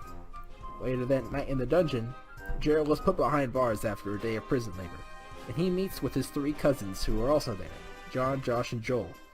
Gear is also there, and all five of them are in different jail cells. The four siblings talk about how their plans failed, that they all plan to work together for a new plan once they're free. Then Gerald brings up Blair, and this made Gear mad, and he started to unleash his power for the first time in over 4 years. He was ready to kill Gerald after learning that he hurt his daughter, but then the guard walks in and stops him, saying that he wouldn't want to cause any trouble now that he's free to go. They're all confused. No one expected him to be set free. No one else is being let go, just him. The guard takes him to the entrance, and two others are there, Jerry and Spirit. Spirit is the one who bailed them out, because he also heard Blair's conversation with Kevin, and wanted the family to be reunited, because he doesn't want others to have a bad family like he did. Jerry is also there to give the final say as king, and Spirit's also gonna be sure that Gear doesn't go on a rampage. After talking with them, Gear promises that he won't do anything bad anymore. He says that meditation in prison has helped him get rid of his evil intentions as well as becoming much stronger. Then he says that after hearing what Gerald said, he really misses his family again and will return to them immediately. Goaty, who was watching them, assures him that Gear is telling the truth, because like all other chimeras, he could tell if someone was lying. Jerry then declares that Gear is free to go. Then him and Goaty return to their homes. The guard returns to his post. Gear asks who Spirit is, and why and how he bailed him. Spirit properly introduces himself, and Gear asks him if he's evil, but Spirit says that his race doesn't do bad things anymore. Then he tells him why he did this, and that the bail costed a lot of gems from Planet Dark. Then Spirit says that to make up for what he did, Gear has to not only do what he told the king, but also that the two of them have to spar later. Gear agrees with his terms, and he walks back to his house in Cherokee Woods. Spirit returns to his spaceship and goes back to his world. Early in the morning, the three of them wake up, and Blair offers to make Kevin breakfast. Kevin decides to stay for breakfast, but he goes to sit outside. While he's out there, he sees someone walking toward the house. It's Gear. He asks Kevin what he's doing at his daughter's house, and Kevin tells him what happened. Then Kevin asks him how he got there, and Gear tells him that Spirit bailed him out. Kevin's surprised to hear that, but then he asks Gear why he's there. Then Gear gives him the full story, including the fact that he's changed his ways and plans to be there for his family from now on. Then he thanks Kevin for protecting them from Gerald. Just then, Blair steps outside to tell Kevin that breakfast is ready. Then she sees Gear. Then she sees her father for the first time in years. She stands there crying, and then she asks if it's really him. He says it is, and she runs up to him. Blair begins to hug her dad, and then Claire comes out, and is happy to see Gear there. It's her first time seeing him in years. He's happy to see them again too, and once they stop hugging, he promises them that he'll never leave them again. He apologizes to them for leaving, saying that he regrets leaving them. Then Claire tells him that there's no need to apologize, because they'll always love him. He says that he wishes he didn't waste those years of his life doing dumb things instead of spending time with his loving family, but they forgive him. Kevin is happy for them, and says that he's gonna leave, because he wants them to have their moment. Blair asks him about breakfast, but he says that he'd rather them spend time together as a family because they haven't in years. Blair tells him that he could be part of it, and she realized that she just showed her feelings for him by saying that. Then she started blushing. Gear and Claire begin to laugh, then Gear tells Kevin they don't mind him staying for breakfast. While they eat, Gear opens up about when he planned to take over the world, and when he got put in jail once his plans were stopped by Atka. They were surprised to hear it, but he finishes by saying that it happened because of his loss in the tournament, and that he cleared those dark thoughts and increased his power through meditation. They still forgive him, and so does Kevin. Then Blair asks who's stronger between Kevin and Gear, and Kevin says that it's Gear by a landslide because Atka is one of the strongest fighters he knows, and back when those two fought they went toe to toe. Her and Claire are impressed because they didn't expect him to be that strong. And he's also gotten even stronger since. They ask how he's gotten so strong since he's now far stronger than any ordinary human. He tells them that he wished for immense power at the fountain in the Orange Temple many years ago. But since then he has made this power his own and increased it through training and meditation. Now all of them know his full story, and they're done with breakfast. Kevin is about to leave, but then Blair offers to take him home. He takes her up on that offer, and they both fly on the broom back to the castle. They land in the courtyard, and then Kevin asks her about what she told him earlier. Then she admits that she likes him. No girl has ever confessed to him before, so it takes him by surprise. And he asks her why, and she tells him. Blair has always admired Kevin and really started to like him since she met him in person, and he saved her. Kevin likes Blair because the time he spent with her helped him see that she was his type. Also, he admires her magic power and her bravery. He tells her this, and then they go to see Jerry. He's heard of Blair already thanks to what happened the night before, but he wasn't expecting this. He approves of her though, like he did with Atka for Alexis. Kevin decides that he'll move in with Blair. Blair heads back home and Kevin decides to stay one last night in the castle.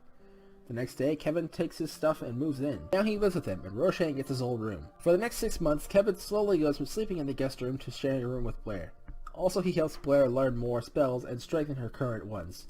And he'll occasionally explore the woods, either for fun or to gather ingredients for potions that Claire makes. Because of this, he knows every corner of the woods now. He would also visit the others at the castle every other day, and also he would train with Gear.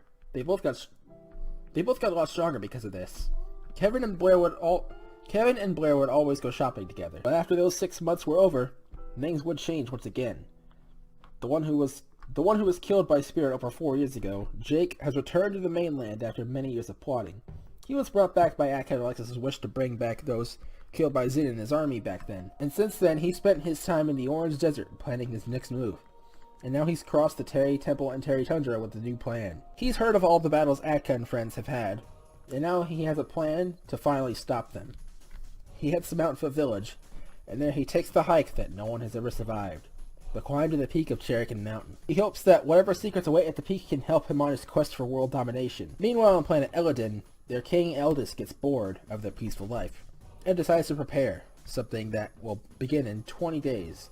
And it is something that he believes will impact people across the galaxy. He heads to the unpopulated dwarf planet Pluto, and begins to build an arena using his power, complete with spectator seats and a throne for him to sit and watch. In a few hours, the arena was complete.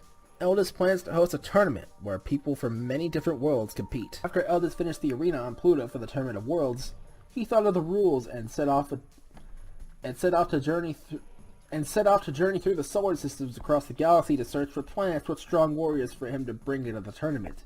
Meanwhile, Jake has made it to the peak of Cherrican Mountain alive, and there he finds a pedestal and on it rests a book called The Secrets of the Universe. While reading it, he learns about the demonic king Zephyr and the history of all the problems he's caused. He also learns about the sacred techniques known only by the Chimeras, such as the Soul Link. With this knowledge, his new plan is about to be put into motion. Just then, he finds a stone tablet with a peculiar pattern on it on the ground. He steps on it, and he gets teleported to a strange room with a lever in front of him. He pulls it, and the wall in front of him collapses, and there he finds that he's inside the Orange Temple, which is exactly where he wanted to go. There he makes his first wish, to gain the power of flight. Then his second wish, to revive the two evil kings, Zin and Zabuzar. They are brought to the fountain, and they're both surprised to be resurrected. They greet each other, then turn to see Jake, standing there calmly. He tells them that he is the one who resurrected them, and that he can help them defeat the ones who defeated them in the past, as well as their father Zephyr. They're surprised that he knows about Zephyr, and he tells them that he's done some research and knows everything they need to know for universal domination, but will only tell them if they team up. They agree to team up, so he tells them everything that's happened since they died. And he teaches them the Soul Link, the technique that they will use to fight the others. The fusion is temporary, but they don't want it to be, because defusing the middle fight would spell their end. So they use the final wish to make their upcoming fusion permanent. They leave and fly off to Cherokee Fields where they wait for the Alliance to go to them. Just then, everyone senses their dark energy, including Spirit, who was already heading to Earth to see the results of his training by sparring with someone there. Atka, Stry, Lee, Jay, Curtis, Akiro, Alexis, Kevin, Blair, Gear, and Spirit all show up to see the two resurrected kings alongside Jake in front of him. Spirit asks how Jake could be alive because he killed him. Then he says that Atka and Alexis' wish brought him back and he's been plotting ever since. And now he's put his plan into action by reviving these two evil kings. Spirit asks him what his plan is, but he says he won't tell, and then tells Zabuzar and Zin to use their technique. They perform the Soul Link and they successfully fuse and gain incredible power. They call the new fusion Zabuzin. Now they have become a new warrior with immense power. Although they're stuck this way now, they have no regrets. While everyone is shocked by their overwhelming power, and Atka and Spirit are shocked that they knew the Soul Link, Zabuzin pushes Jake down to the ground. Jake is injured and confused, but Zabuzin says that he would never side with a pathetic human, and that he was just using him to get the information that he needed out of him. Then he obliterates him with a powerful blast. Atka asks him how he can betray someone who helped him so much, and he replies by saying, "Because, Atka, I am pure evil. I am malice incarnate. As I'm sure you know now, thanks to my demons, I am the creation of an evil Chimera wizard, born from the souls of Chimera women that he killed. Now I have been reborn, and I am at my strongest yet. I dare say I'm strong enough to break my father's Zephyr's seal and kill him, which is my main goal. But first I shall use my new powers to kill you all and destroy this planet, so bring it on." Then Atka turns into his ultimate form and charges. Spirit charges in as well in his silver form. Everyone else sits back and waits for when their help is needed. While they're fighting, Spirit says that they both have something in common. They both hate their dads. Then Zabuzin starts to beat them up. And everyone else except Alexis, Kevin, and Gear and Blair step in. Then Gear tells Kevin to go back home to Claire because things are gonna get hectic. Then he leaves. Gear tells Blair to get a spell ready. Then she uses a paralysis spell on Zabuzin, and Gear charges, but then he instantly breaks out of the spell. Then Alexis fires the volley of blasts from the sidelines to distract Zabuzin, and Gear hits him in the face. Then he gets really mad and releases so much power that it creates an explosive wave that hits everyone. And now they're all on the ground, injured, and they don't have much power left. Then the fused demon goes up to the person who killed both people that make up his fusion before, Atka. He picks him up by the collar of his shirt, and he's going to have Atka be the first one that he tortures and kills to get revenge. Just then, his energy starts to leak out of his body and he can't control it anymore, and he's in pain. Then Godi shows up and asks what happened. Stride tells him, and then Godi sees that Zabuzin should have defused by now, but he hasn't. Then he realizes that they did something to make their fusion permanent, which was a terrible idea. The reason why a fusion normally wears off is because the body can't handle its power for long. It normally goes away right before anything bad happens, but since they wish for the fusion to become permanent, they're now suffering the consequences. Their power has become unstable, and soon they will explode, destroying themselves and everything around them. Zabuza heard what Goaty told the others, so now he knows that he will explode since he can't defuse. Then he tells the others that he has accepted his fate because now he'll take them and the entire planet down with him. Now it all seems hopeless, like all is lost. But just then Curtis gets up and powers up to his ultimate form. Zabuza tells him there's no way to fight it, and Goaty says that he's right. But then Curtis just smirks and says that he's not gonna fight. Then he turns around and looks at his sons. They tell him that he's proud of them, and that he's found the one way that he can save Earth, and that he'll see them soon. Before they can say anything, Curtis runs up to Zabuza, gets him in a hold, and jumps up as high as he can. Atka realizes that he's going to sacrifice himself, but then Akira yells out to him that if he dies, he can't be brought back again by the Fountain of Wishes. Then he tells him to get away quickly. Curtis does an upward throw to kick combo to get some distance, then he thrusts himself downward, but Zabuza catches up to him. Then Curtis fires a full power blast to push him away, but the blast did nothing. It didn't even push the monster back. Then he manages to get close again and he explodes. The initial attack hit Curtis point blank and knocked him to the ground. And the full explosion was so massive that it hit everyone and totally consumed Cherokee Fields. Zabuza and Zin died from the explosion, and this time they were dead for good. No one else is dead, but they're all injured. Atka and the others can barely stand, but Curtis is unable to. He's been mortally wounded and can barely speak. He calls Atka to him, and Atka runs up to him in tears. He tells Atka that he's sorry for being reckless, and to tell his mom that he loves her. Atka tells him that he'll find a way to bring him back, but then he says that it's okay. And then he says that this is goodbye forever. Then he dies. Atka is sad and angry that he yells and powers up to his ultimate form. He yells out to the dead demon that if he left behind a corpse he'd tear it to pieces. He's angrier than he's ever been before. Through his anger, his ultimate form becomes a lot stronger. Alexis tries to calm him down, but even her best efforts are in vain. Then his injuries get to him, and he falls unconscious. Then everyone else shows up, and they take everyone back to the castle to heal. Curtis's body is buried in the Cherokee royal family's graveyard, and everyone else is healed up completely. Sarah is devastated, but she doesn't want to mourn because she knows that he wouldn't want that. Then Atka tells her what Curtis told him, and that although it shouldn't have been him to give his life, in the end, they're all still alive because of him. Then everyone goes back home, except for Spirit, who's still at the castle. 2 weeks pass, and then someone arrives at the castle entrance. It's the Chimera King, Eldis. He's been traveling across the galaxy and has recruited 3 planets for the tournament so far, and now he's on Earth in hopes of gathering more warriors. Atka, Alexis, Spirit, Stry, Shelia, Roshan, and Junior show up to see who their new visitor is, and Goaty, Raiki, and Wormlet go out to see as well. The king introduces himself, and then Roshan and Junior remember him. He then tells them all about the Tournament of Worlds, and tells them where it will take place. Just then the other 3 Chimeras arrive, and they're caught up on what's going on. Everyone except Shelia and Spirit say that they'll enter the tournament. Then Eldis asks the 5 Chimeras if they could fight for Elodin instead of Earth, and they agree to. Then he asks Spirit and Shelia if they'll participate. Shelia says no, and Spirit decides to enter. However, he'll bring his planet Dark into the mix instead of fighting for Earth. Now that they've all decided, Eldis can continue what he was saying. Since he got 3 planets in here, the total of planets being represented is now 6, which was his goal. Now the tournament can finally begin. It takes place on Pluto in 1 day. The rules are if you fall out of the ring, you get KO'd, forfeit the match, or kill your opponent, you will be removed from the tournament. Also, there is no time limit to the matches. Flying isn't allowed, weapons aren't allowed, healing items or abilities can't be used during a battle, no outside interference is allowed, and there will be a preliminary round and a series of exhibition matches prior to the tournament. And the last rule is that each planet must have 10 warriors representing them in the tournament. No more, no less. With all that said, Eldis leaves with the 5 Chimeras to planet Elodin to get their remaining warriors, and to prepare for the tournament. Shelia goes back home, and now the other 4 have to decide what their next move is.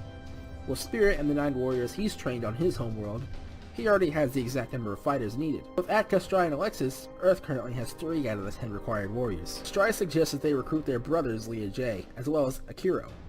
That will bring their total to 6. Then Alexis tells them to bring Kevin as well, and Spirit steps in and says that if they're recruiting Kevin, they should get gear as well. He's very strong, and the Spirit still wants to fight him, so it'd be perfect. So if they get those 2 as well, their total will be up to 8.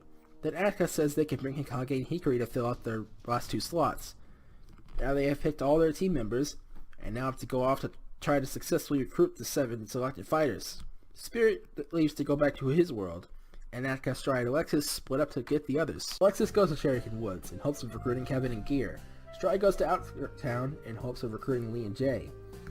Atka goes to Great Village in hopes of recruiting Akiro, and after that he'll head to Cherry Village in hopes of recruiting Hikage and Hikari. Alexis makes it to the house and sees Blair, and then she asks for Kevin and Gear, but Blair says they're not home. She says they're out doing some early training. Then she offers for Alexis to stay for coffee while she waits for them, and she accepts. Meanwhile, Stry has just made it to his mom's house, and he asks her if Lee and Jay are home. She says that Jay is there, but he just missed Lee, who left there for the city. She says he found a letter on his window from a girl named Michelle, telling him to meet her in the city, so he left after breakfast. Stry goes inside to talk to Jay about the tournament, and Jay accepts the offer without hesitation. Shortly after, they head to Cherokee City to find Lee. Meanwhile, Kevin and Gear are back, and Alexis tells them about the tournament. Kevin sees that there will be no better opportunity to see the fruits of his training with Gear, so he accepts. However, Gear declines, saying that he needs to stay by his wife and daughter's side to protect them. Normally he doesn't mind leaving them for a short amount of time, but this tournament will last a long time, so he can't afford to leave them. Then Alexis tells him that Spirit is the one who suggested that they bring him, because he wants to fight him. After some thinking, he says that he will go, but only if someone stays there in this place. She has no idea who to bring. Kevin suggested that they get one of the Chimeras to do it, but they're all on planet Eldin. All except Sam. That's what she was, is they can get Hans and Sam to stay there during the tournament. She gets out her cell phone and calls Atka, who has just arrived at Great Village. She tells him to get Hans and Sam to Gear's house to stay with Blair and Claire, because otherwise Gear won't enter. Atka says he'll send him that way after he gets Akiro. Then they end the call. Atka visits Akiro and tells him about the tournament, and Akiro agrees to enter. With that, Akiro goes to Cherokee City, and Atka heads to the Mountainfoot Village to get Hans and Sam. Meanwhile, Stry and Jay found Lee, who was meeting a woman named Michelle, who is his age, in a grocery store. They decide to stay hidden and see how things play out. It turns out that this girl isn't a stranger, but someone who he's known for a long time, but never gotten to really talk to since she works at that store. And he's a frequent customer there. She fell in love with him over the years, and now she's found out where he lives and arranged this meeting to confess to him. She said that she would secretly watch him whenever she was off work, and that's how she found this out. Then she confesses to him. Lee isn't sure how to feel about it, and then Stry steps in and talks to him. Then Lee decides to accept it after saying that she's not a bad person, and he realizes that he loves her too. And then Stry and Jay ask him to enter the tournament, and he agrees to. Then Akira arrives, and the four of them head to Cherokee Castle, the place where they agree to meet and wait for the tournament. Now Atka has made it to Mountainfoot Village, but when he goes to see Hans and Sam, they're not around. He asks the villagers, and they say that the two entered the Dark Castle to study the structure and see if it holds any secrets now that it's cleared of monsters. Then Atka calls Stry and tells him to recruit Hikage and Hikari since he won't have time to. Then Stry says that they will, and ends the call. Atka enters the Dark Castle once more in search of Hans and Sam. Stry sends Lee and Jay to get the others. He says bye to Michelle, who was there with them. And then they decide that Lee will move in with her too, so Michelle says that she will leave now to get his stuff moved in. They both promise to do well for each other. Then Lee and Jay leave, and Michelle has a conversation with Stry and the King, and she's officially welcomed into the Alliance. Then she leaves. Meanwhile, Atka has reached the room where they fought Ultra, and there he sees Sam. He asks him where Hans is, and Sam says they split up to cover more ground in the dungeon. Then he tells Atka that they wanted to see if the Dark Spirits left behind any secrets there. Then Atka tells Sam what's going on. He agrees to help because he hasn't found anything there. So they go off to find Hans. They get to where he first fought Spirit, and they see a massive hole in the floor where he blew himself up. They look down and see a secret room, and Hans is there. They go down to see that he's discovered something peculiar. It looks like an abandoned secret lab of sorts, and there's a mural on the wall that has 3 symbols. One is a tree, one is a canyon, and one is a cloud. And they all surround a sword symbol. Hans believes this is saying that 3 certain locations hold the key to a secret weapon, developed by people from very far away, a long time ago. Hans writes down this info, and Sam spots a slightly burned folder which contains info on a project that seems recent. It's called Goo 2. The info in the folder seems to imply that it will improve on the failure that was Project Goo. This info on the supposed Goo 2 doesn't make sense to any of them. How could progress on such a thing have been made if the army of evil dark spirits was completely destroyed shortly after Goo's defeat? Hans takes the folder to look at it later, and the three of them find nothing else interesting, because the lab is mostly destroyed. Then Hans learns that nothing worth noting was found anywhere else in the dungeon from Sam. Then he asks Atka what he's doing there. Atka tells him exactly what he told Sam, and Hans agrees to help. They're both fine with not participating in the tournament because it's way out of their league. Hans is also still worried about that Goo 2 stuff, but Sam tells him that it won't be a problem if that's somehow still completed and it comes to Earth. With that, they leave the Dark Castle and head to Gear's house. While all that was happening, Lee and Jay made it to Hikage and Hikari's house and asked them to join the tournament. They said that they would, but only if they had a 2v2 sparring match, which they agreed to. The battle was intense even though it was just supposed to be a simple sparring match, and it ended in a tie, even though Lee and Jay were in their ultimate forms. It's clear that Hikage and Hikari have been training hard, and now they've joined the team. At the same time that Atka, Hans, and Sam made it to Gear's house, the four of them made it back to the castle.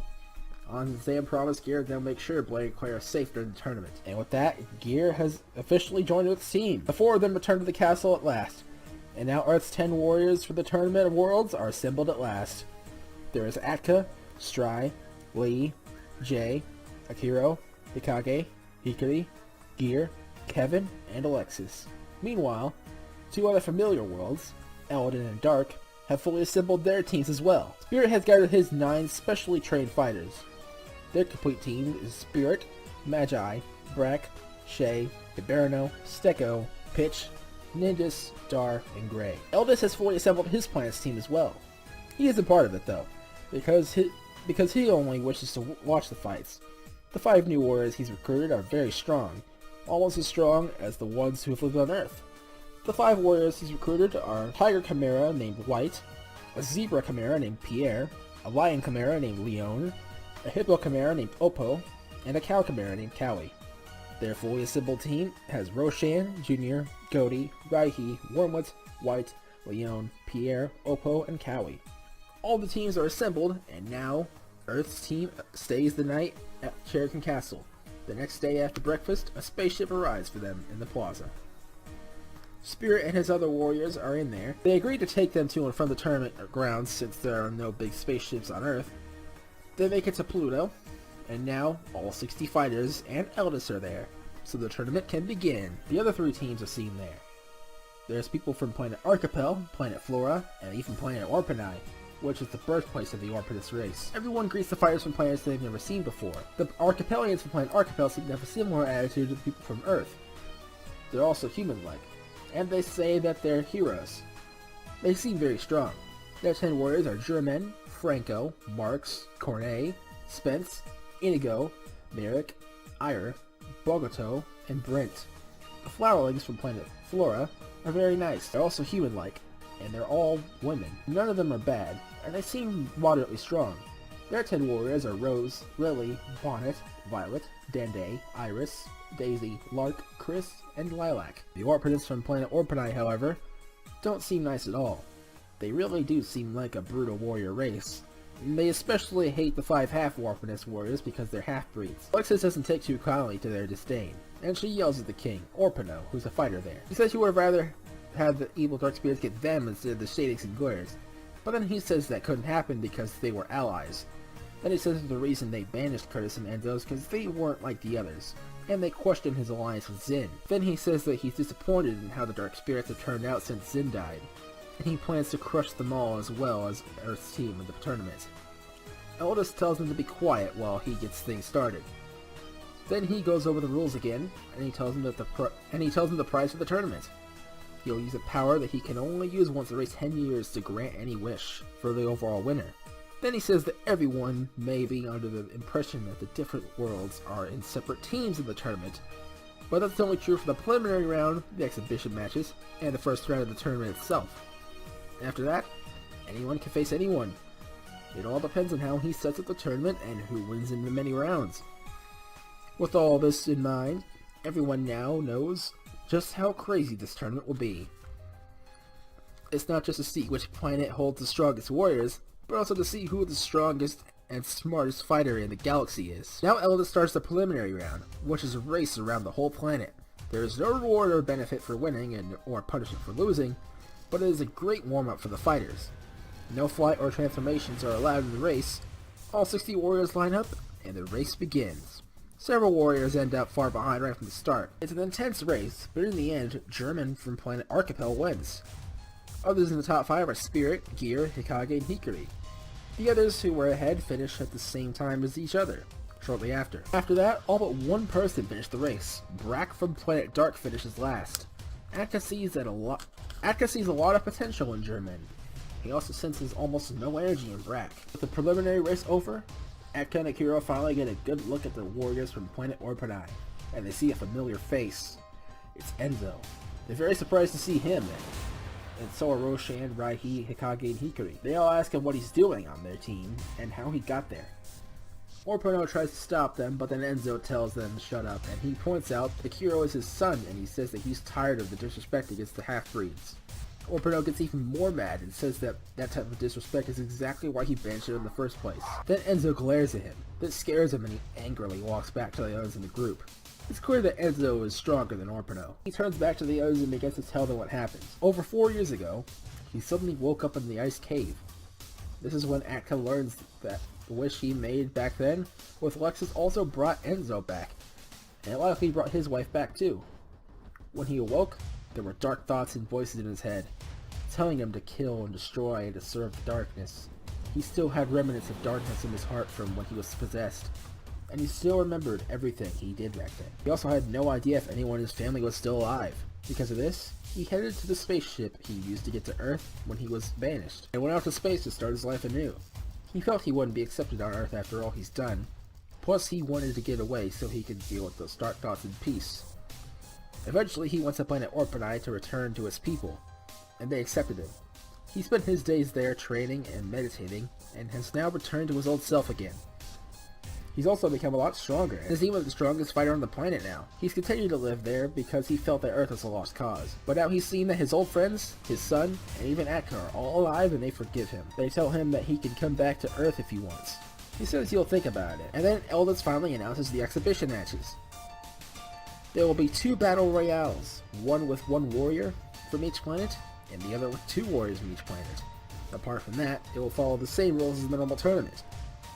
Now at last, the 10 warriors from planet Orpanai introduce themselves. They are Orpano, Enzo, Steven, Andy, Mike, Juan, Eric, Nate, Leo, and Don.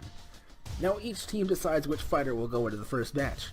Akira from Earth, Pierre from Eldin, Gray from Dark, Steven from Orpanai, Bogoto from Archipel, and Lark from Flora are all the warriors who will battle in this first exhibition match. Now this first battle begins, and they all begin fighting each other in the ring. Although it's a battle royale, everyone begins fighting one-on-one. Pierre and Lark fight against each other, Bogoto and Gray fight each other, and Akira and Steven fight each other. Steven and the other 9 fighters from Orpanai are able to turn blue to everyone's surprise, so Steven turns blue, and so does Akira. It's an even battle since Akira isn't going beyond the blue form, but he wins the fight. Enzo sees how far his son has come, and the other Orpanists begin to respect the half-breeds a bit more, but still don't want to admit it. Pierre and the other selected chimeras can also transform, like Roshan and the others. He transforms against Lark and easily defeats her. Bogoto and Gray are evenly matched, and are still fighting as Akira and Pierre challenge each other. At the exact same time, Akira defeats Pierre and Gray defeats Bogoto. Then the 2 fight. Gray unleashes his full power, and it turns out to be too much for Akira as he currently is. So he transforms into the red form, much to the surprise of everyone from Orpanai. The only ones on that world who went beyond the blue form are Orpano and Enzo. Enzo is proud of his son now, and the others respect the halflings even more now, but still refuse to show it. Akira defeats Gray and wins the first exhibition match. Now Eldis explains why he's doing these rounds prior to the tournament. It's for the fighters to get warmed up, and for everyone including himself to get a taste of what's to come in the actual tournament. Then Franco asks him what happens if someone wins and is too exhausted to fight later in the tournament, or if someone gets severely injured in the battles ahead. Eldis tells him that won't be a problem, because he has a supply of miracle water to restore the fighters when they're injured or exhausted.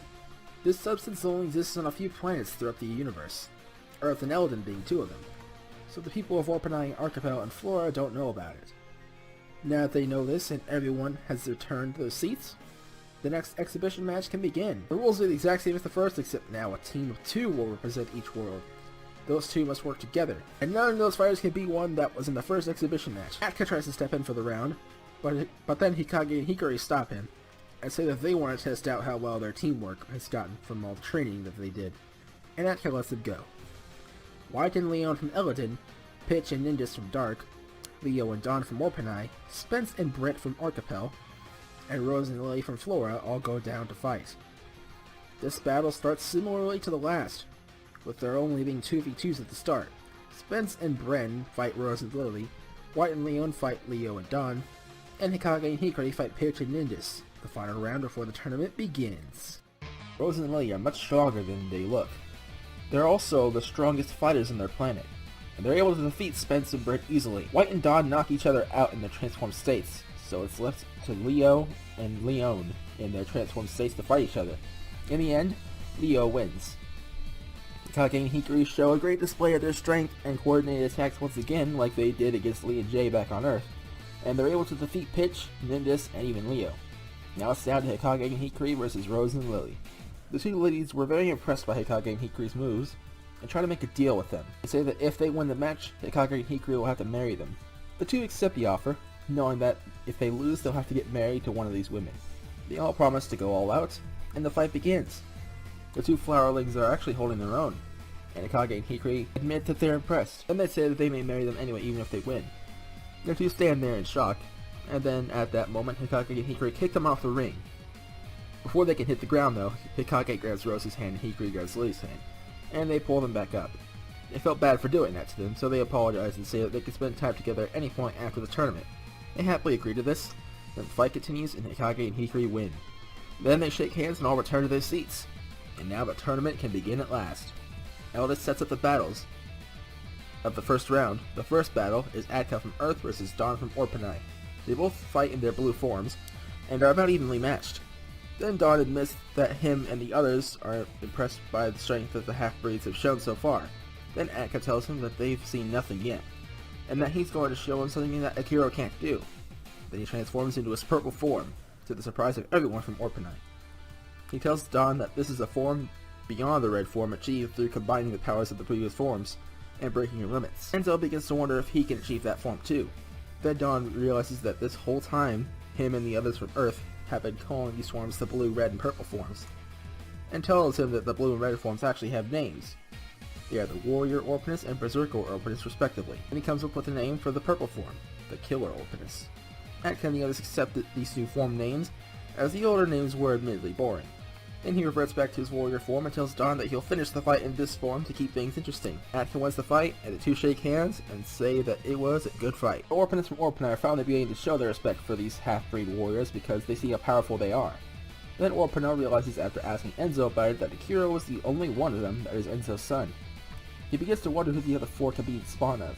Then Mike tells him that Curtis is the only other Orpanus he's banished. Then Orpanai asks Atka about Curtis, and now he knows for sure that Atka, Stride, Lee, and Jay are all Curtis' sons. He asks him why Curtis isn't fighting in the tournament. Then Atka tells him about how he was killed by the fusion of Zen and Zabuzar, and that Earth's Fountain can't bring him back because it already did once. Eldis realizes that the two kings used the Soul Link, but doesn't know how they would have learned it. The Soul Link wasn't created until after Zephyr's sealing, so he has no clue. Then he asks Atka, who has no idea, but figures it may have been from the Earthling who resurrected them. Then he knows, because there's only one way that a human could learn any Chimera technique without the help of one. The Secrets of the Universe book. This book was placed on the peak of Earth's Cherokee Mountain years before Curtis and the others arrived on Earth, by a Chimera who was rather young at the time, but ever since he placed the book there, he's lived in the village below and has now aged quite a bit. This Chimera is named Sam. Now that everyone has learned everything they need to know about this, Atka and Dawn return to their seats, with Atka moving on to the second round. Now the second battle begins, and it is German from Archipel versus Lilac from Flora. German wins this fight easily and moves on to round 2. Two more fights ensue. Dande from Flora versus Brent from Archipel, and Leo from Orpanai versus Cowie from Eladin. Dande and Cowie are the winners who move on to round 2. Next up is Akiro from Earth versus Franco from Archipel. First Akiro attacks in his base form, but Franco blocks it and tells him not to fool around and use the power he used in the exhibition. So he turns into his Berserker form, and the fight begins for real. Franco puts up a good fight. He's almost as strong as Akiro in this form, but in the end he loses and Akiro moves on to the second round. Stride, Lee, and Jay don't have such grand fights in the first round. After Akiro's fight, they all battle in succession. Stride fights Violet from Flora, Lee fights Andy from Orpano, and Jay fights Inigo from Archipel. They all win and move on to the second round. Stry won in his base form, Lee's fight went like Atka's, and Jay won in his warrior form. For the next few battles, things get interesting once again. Goaty fights Marks from Archipel, and Goaty has a tough time in this fight, even in his beast form. He has some unique techniques that have never been seen before. He moves very fast and uses a variety of moves to keep Goaty on edge. In the end though, Goaty finds his weakness and wins the fight, moving on to the second round. Next, Steven from Orpnai fights Magi from Dark. Magi easily wipes the floor with Steven and moves on to the second round. Next up is Alexis fighting Brack from Planet Dark, the one who finished last in the preliminary round, and seems very weak. They begin fighting and Alexis gets some good hits on him and knocks him to the edge. When it seems like she can win, suddenly Brack lunges forward and hits her very hard, knocking her across the ring. Everyone from Earth is shocked by this, because he did so much damage to her but despite not exerting any energy. Alexis continues to attack, but then he hits her again even harder. Then she tries to blast him off stage, but he just deflects it, and it begins to fly towards the spectator seats. Then a barrier appears in front of it and suppresses the blast. Eldest then tells him that it was his doing, and that he will always have a barrier up to make sure no one in the audience gets hit by a stray blast. Then Alexis decides to just stand there for a bit, and Brack does nothing no matter how long she stands there. Now she runs around the stage, and he still doesn't move at all. He doesn't even look at her. Then she tries throwing punches and kicks at him, but he doesn't even flinch. It's as if Brack wants her to hit him. Then she realizes what's going on. She sees now how Brack fights. He takes several hits, then hits back with power equal to the damage he took. He's not strong himself because he depends on his opponent's power to win fights. With her now knowing this, she decides to no longer attack him directly. She grabs his arms and throws him off the stage. She found his weakness, and used it to win the fight and move on to round 2. Next up, Orpino fights Kevin. Although Kevin tries his hardest, Orpino defeats Kevin without even transforming, and he moves on to the second round. Next up, Hikage fights Wormlet. Hikage makes sure to hold back against the transformed Wormlet to give the audience a good show, but in the end Hikage wins and moves on to the second round. Next up, Hikage fights Merrick from Archipel, and Hikage wins and moves on to round 2. Next up, Raihi fights Steko from Planet Dark. Despite Raihi going all out, he was no match for Steko's techniques. Steko moves on to round 2. Things aren't too interesting anymore for the rest of round 1. Junior fights Iberno from Dark, Roshan fights Nindis from Dark, Lily from Flora and Bogoto from Archipel fight, Eric from Orpnai and Dar from Dark fight, Chris from Flora and Gray from Dark fight, Oppo from Eladin and Pitch from Dark fight, Shay from Dark and Ire from Archipel fight, Rose fights Nate from Orpnai, Iris from Flora fights Leon from Eladin, Enzo fights White from Eladin, Daisy from Flora fights Pierre from Eladin, Lark from Flora fights Spence from Archipel, Cornet from Archipel fights Juan from Orpino, Gear fights Bonnet from Flora, and Spirit fights Mike from Orpnai. The only ones out of them who had any interesting techniques were the Dark Spirits.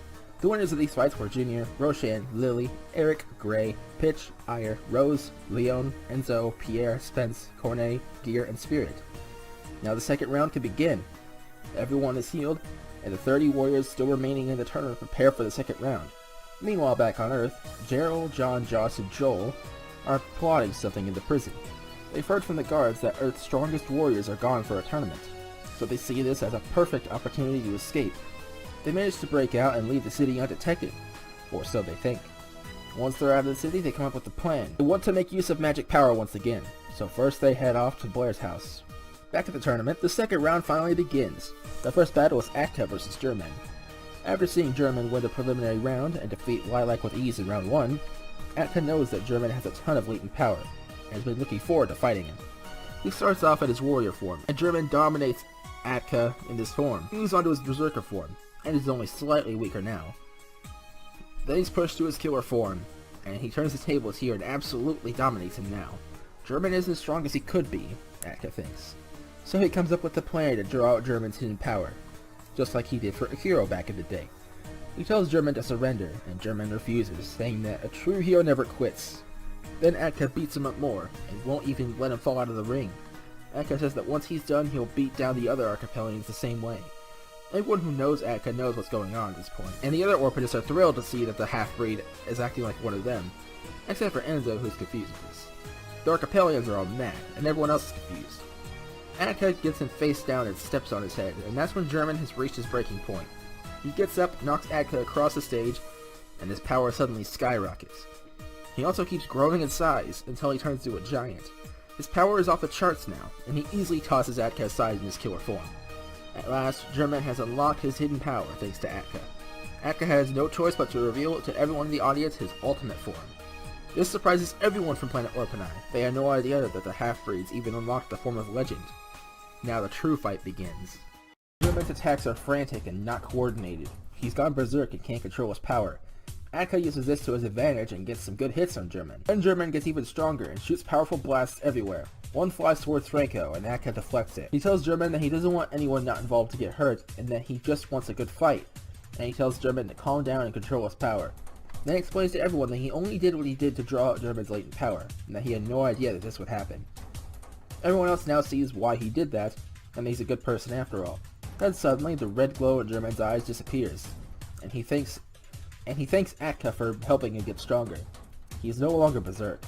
The fight continues, and it's pretty even, but Atka wins and moves on to the third round. Next up, Dande from Flora fights Cowie from Eladin, and Cowie wins and moves on to round 3. In the next 2 fights, people from Earth are fighting amongst each other. Akiro vs Stry, and Lee vs Jay.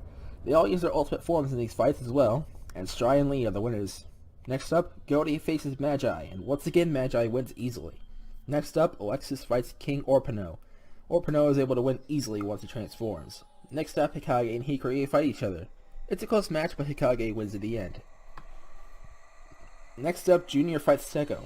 Junior found Sekko's weakness when watching Raiki's fight, so Junior is able to win. Next up, Roshan fights Lily. Much to Hikari's dismay, Roshan defeats her and moves on to round 3.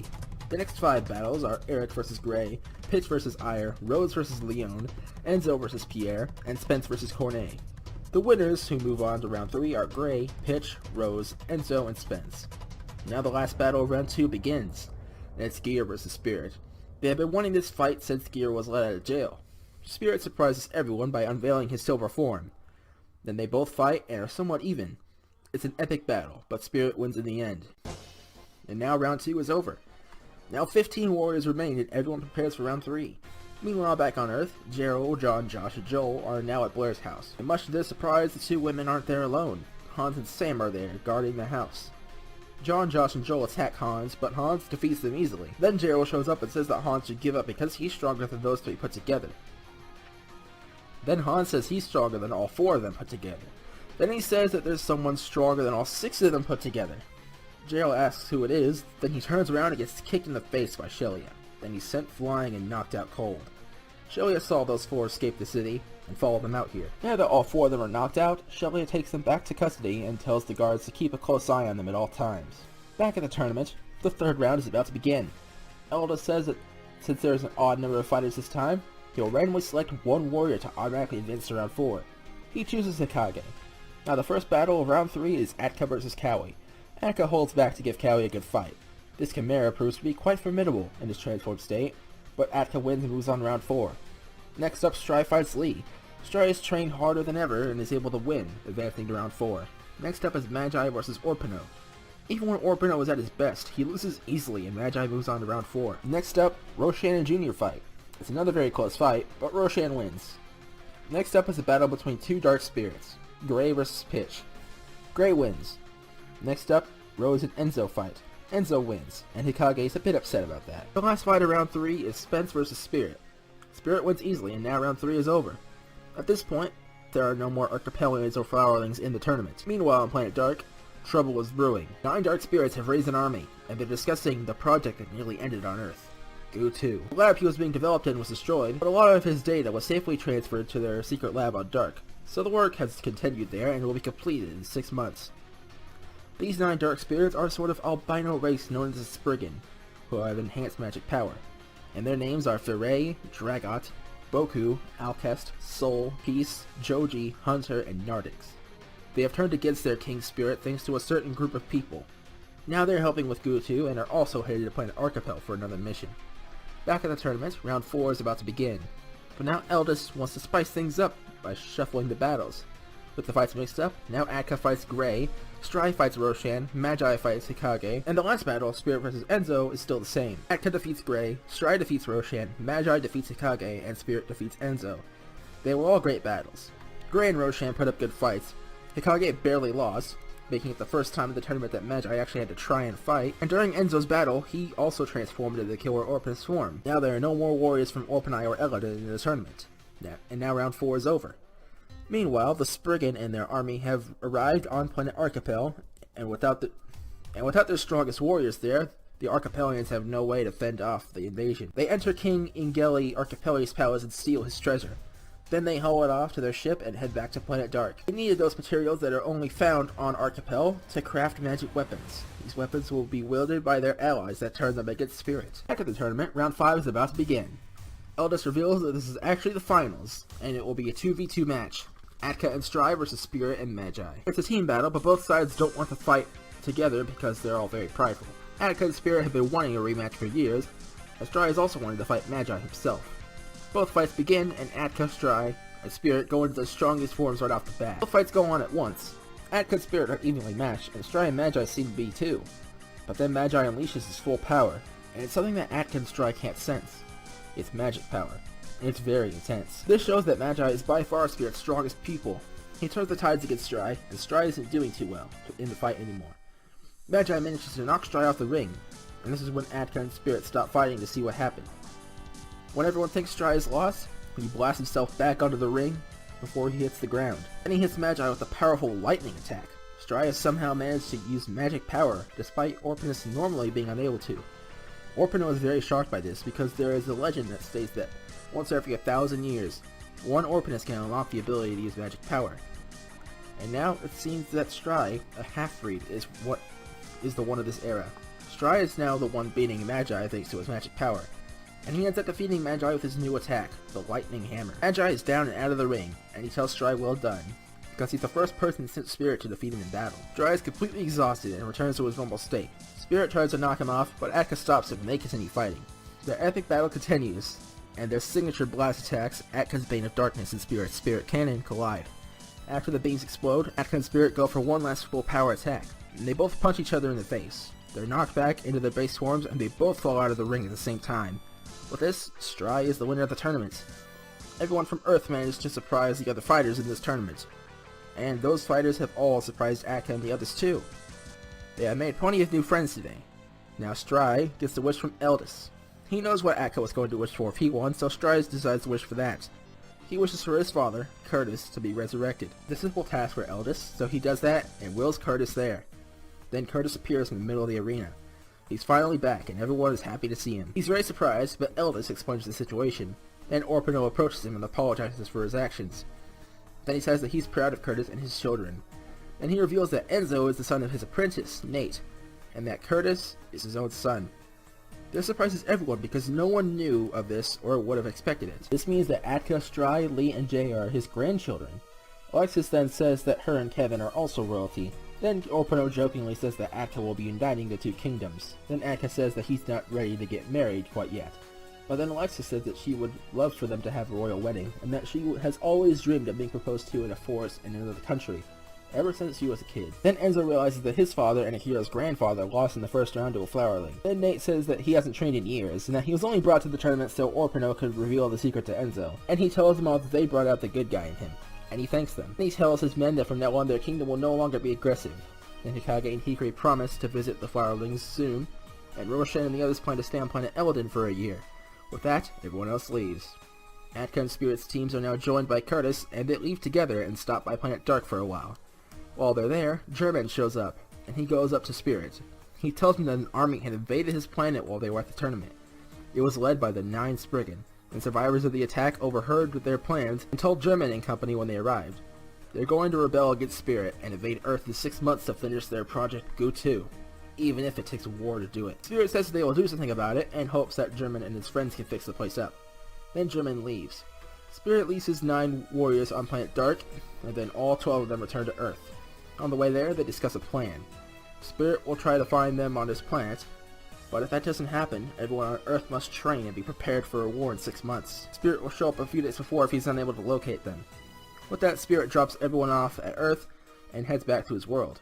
Gear and Kevin return home, and Hans and Sam head back to Mountain Foot Village, after being told about what might go down in 6 months. Akira wonders if he'll ever see his father again, because he just said that he'll return home and think about coming to Earth. He heads home. Hikage and Hikari head home too, and plan to train for 5 months, visit planet Flora, and then come back. Atka and Alexis return to the castle and relax. And Stry returns home and hears about what Shelia did. Lee goes to his new home with Michelle, and he gets relaxed there quickly. Stry tells Shelia that he won the tournament, and she's very proud of him. Atka, Alexis, Lee, Kevin, and Gear also tell the others about the tournament. Jay returns home, now alongside Curtis. Sarah's very happy to see him again because she never thought she would. Jay tells her about the tournament. 5 months pass, and Hikage and Hikari leave the planet and go to planet Flora. Everyone greets them, and they're treated like kings. Rose and Lily told everyone about them, and said great things about them. Rose and Lily are very popular, not only because they're the strongest fighters on the planet, but they're also both daughters of the planet's queen, Lotus. She tells Hikage and Hikari everything that Rose and Lily said about them. They said that Hikage and Hikari are brave, strong, kind, and compassionate young men who will fight and die for their friends, and that Hikage was Rose's future husband and that Hikari was Lily's future husband. They both thank them for their compliments, and Hikage asks why they have started such a big ceremony, and Lotus says that it's for their royal weddings. On planet Flora, female flowerlings choose their husbands and marry them right away, so Rose and Lily wanted to marry Hikage and Hikari right when they got here. Naturally, they're shocked by this because on Earth people tend to take things slowly. Then he asks if there's anything else about this that he needs to know, and she says that every couple goes on a 1-month-long honeymoon after marriage. Now the two know everything they need to know, and they trust the flowerlings. They decide to get married. A few days later, they all go off on their honeymoon. 1 month later, the honeymoon is over, and Hikage and Hikari are staying with their wives back in the royal palace. Outside of planet Flora, however, things aren't going so well. Spirit has contacted the Chimeras. He couldn't locate the Spriggan within 6 months. All 9 of them have very strong magic power, so Spirit will need all the help he can get, which is why he called them up. Roshan stations someone who they can easily contact at Eladin's Fountain of Wishes, and leaves everyone else in the city in case things go south. And he follows Spirit to Earth alone. Once Spirit enters the solar system Earth is in, he's able to contact all the Alliance on Earth. He tells them the news, and everyone says they're ready, except for Hikage and Hikari, who aren't there. They're still relaxing on planet Flora. Now they have to go to war without 2 of their best, which throws Spirit's plan completely off the rails. He says he'll land in front of the castle and wants everyone to meet him there. Spirit and Roshan arrive, and everyone else is there. They enter the castle to discuss their plans, but before they can talk, they hear an explosion. A soldier comes in and says that the city's northern watchtower has been taken down. Atka goes outside and stands on the city's wall. Then he sees the same airship that Gear once piloted. He tries to sense who's piloting it, and he feels some intense pressure greater than Magi's magic power. It's one of the Spriggan. Another blast fires towards the castle, and Atka stops it with his own blast. The ship gets destroyed after Atka wins the struggle, but the Spriggan was somehow able to get himself and all of his men off the ship. Strangely enough, his group is comprised of dark spirit grunts as well as humans.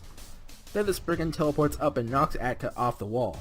Then he introduces himself. He's Dragot, the strongest Spriggan. His magic power is said to be only surpassed by the evil King Zephyr. He says that there are 10 Spriggan in all. He is one of them. 8 of them serve him, and the other is a traitor who refuses to help them. Magi. Then he says to stay out of his and Zeus's way, because their empire is unstoppable. Before Atka can ask who Zeus is, Dragot leaves. Then Atka goes back inside the castle, but before he can tell everyone what happened, someone wearing a royal outfit walks in. Jerry instantly recognizes him. He is King Zeus, leader of the country on the other side of the mountain, Zeuso. A long time ago, when Atka and all the other young adults there were very little, his Zeuso Empire declared war on the Cherokee Empire. It was a fierce war, and also the same one where Shelia's father was killed. This war spread across both countries, and is why most of the land of Zeuso is only wastelands now, and why there are no cities outside of the capital in Cherokee. There were many casualties on both sides, but Cherokee won because his army completely guarded the capital city by Jerry's order, and because of support from Curtis, Enzo, Hikage, and Hikari. In the end, the Zeuso army retreated and used the Fountain of Wishes to put a wall of massive mountains on the barrier between the two countries. The fountain exists on their territory, and they've recorded every time it was used by an outsider. Now Zeus and his army have returned. Zeus is the reason why those 9 Spriggan have betrayed Spirit in the first place, because he promised them unlimited power and eternal life if they killed Spirit and his friends. This is why they've continued on Project Goo and trained to vastly increase their magic power. Now they're going to start another war, the second Cherokee-Zeuso War. Then Sam steps in and tells the rest of the story. Zeus originally snuck into the country and passed himself off as a normal, kind citizen so he could learn about the land of Terrican and the kingdom's weaknesses. He lived far away from the capital, in the village of Mountainfoot. At the same time that he moved in, Sam had recently arrived on Earth, and had just come down the mountain after placing the Secrets of the Universe book up there. Sam couldn't leave the planet and had nowhere to go, and he was at a very young age at the time. So he had no idea what to do. Just then, Zeus found him and took him in, and he kept him healthy. Over the years, he met a woman, she fell in love with him, they got married, and they had a kid. That kid's name was Hans. When Hans was still a kid, Zeus revealed his true identity and started the war. During the war, Hans' mother was killed, and after the war, Zeus fled with his army, so Sam was left to raise Hans by himself. This is why Hans doesn't remember his parents. Hans is very angry at Zeus and says he'll never call him his father, to which Zeus replies that the feeling is mutual. Then he says that he planned to bring him to his country and take him under his wing, but he had no idea if he was still alive, so he didn't bother. Then Hans tries to punch Zeus, but a barrier appears around him. It's tied to the life force of all of his soldiers, so they have to be defeated for anyone to even lay a finger on him. Then he says that him and his entire army are stronger than ever thanks to the Fountain of Wishes, and the weapons provided by the Ninth Spriggan. Then Zeus says that he's going to negotiate with Jerry. Then the two disappear. Now everyone knows what they're up against. Zeus and his army, as well as the Ninth Spriggan and their rebellion, who are trying to unleash a new version of Goo. They discuss a new plan to deal with this threat, but first Hans tells him that he's found out the secret that the lab in the Dark Castle was mentioning. There's a temple in the Zuso region that holds an ultimate weapon developed by Zeus's ancestors, and is capable of destroying anything supposedly. This temple is in the ruined Zuso castle, and goes underground. You need a certain key to get in there, and the key's been split into 3 pieces. Those pieces are also in different temples throughout the land of Zuso. One temple is in a forest, another is in the sky, and the other is in the canyon. Hans suspects that the Spriggan may be after this weapon as well, since the Dark Spirits knew about it, so he suggests that 3 people get those key pieces before the Spriggan can. That's when Spirit devises his new plan. Him, Atka, and Gear will go to the 3 temples and prevent the Spriggan from taking the ultimate weapon. Stry, Lee, Curtis, Akiro, Jay, Roshan, and Alexis will spread out across the 2 kingdoms to find and defeat the more powerful enemies at Zeus' side.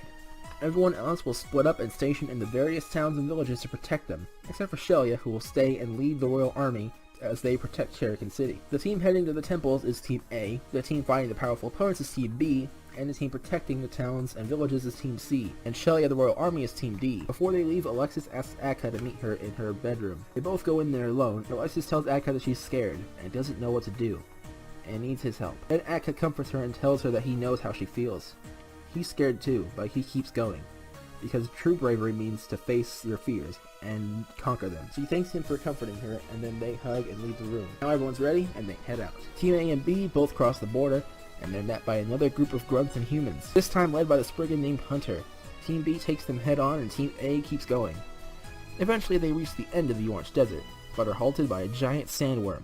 It's known as Zeusorm, one of the 5 titans of Zuso. They are able to defeat it easily with their teamwork, and they keep going. Once they reach Zuso Castle ruins, they run into another one of the 5 titans.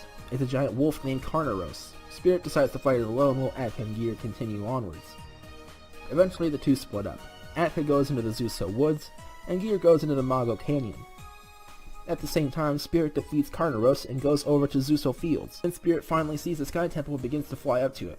While he's doing that, Gear's exploring the canyon, and Atka's exploring the forest. They're all interrupted by another of the 5 titans of Zuso.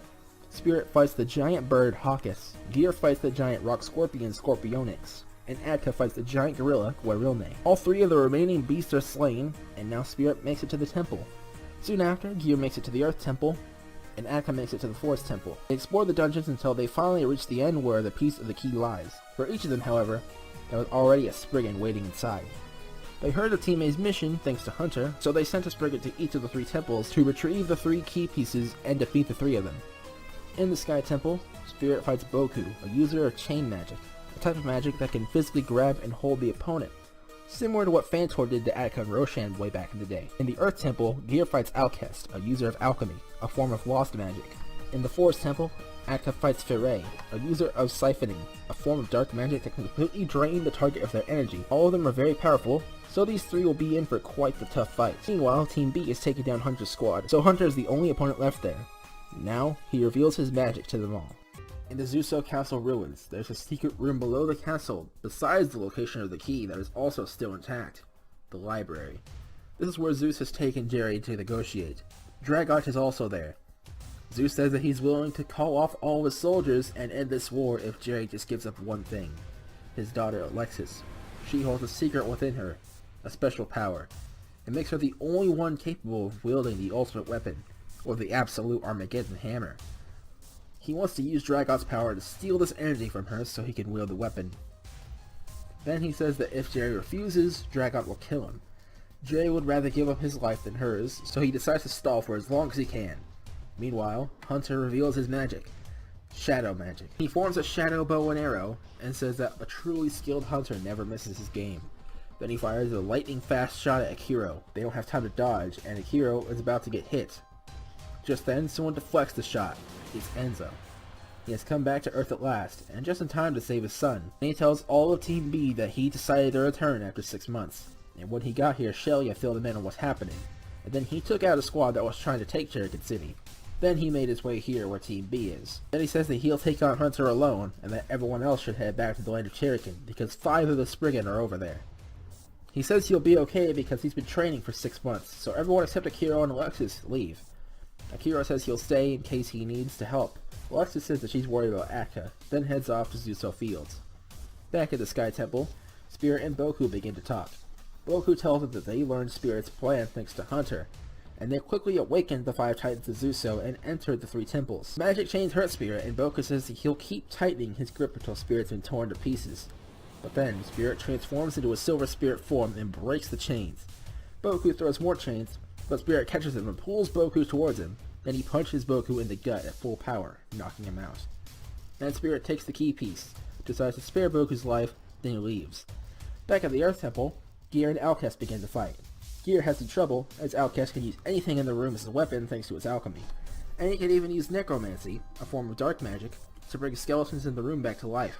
But in the end, Gear wins and takes the key piece, and leaves without killing his opponent. Meanwhile, back on planet Flora, Hikage and Hikari have just gotten back from their honeymoon with Rose Lily. Then Hikage realizes that while they were out with their sweethearts, their friends could be at war. Hikage and Hikari leave quickly after realizing this, and Rose and Lily go with them. Meanwhile, on planet Dark, Magi realizes what's going on, and he decides to go to Earth to stop his fellow Spriggan. Back on Earth, as Alexis makes it to Zuso Fields, Spirit and Gear return as well, but Akka isn't there. Gear tells her where he went, and she heads off to the Forest Temple to see if he's okay. In the Forest Temple, Atka and Foray begin to fight. At first, Atka has no trouble against her in his base form, and he gets cocky. He decides to take things easy, and he ends up getting hit with the full force of siphoning magic. His energy is completely drained, and he's powerless. She hangs him up on a wall, and she says she's going to torture him. She picks up a rusty blade and stabs him in the gut. She says that this is only the beginning. But then suddenly Alexis shows up, and knocks Foray into a wall. Both Atka and Foray are very surprised. And Foray fires more siphoning magic at Alexis. Atka tells her to dodge it, but she catches it, and she burns it away. Both Atka and Foray are shocked by this. It turns out that Alexis was doing some secret training with Blair in the past 6 months, and learned to wield fire magic. Atka may die soon from his wound, so Alexis vows to finish this fight within 5 minutes. Foray laughs at this statement, then Alexis ignites her own body and charges at him. This flaming tackle does a lot of damage. Then she follows it up with a barrage of fiery punches. Then she fires a full power blast infused with fire to finish her off. With that, Alexis applies Miracle Water to the wound, healing it and preventing Atka from catching a disease from that rusty blade. Then she burns off the chains that were bounding him to the wall.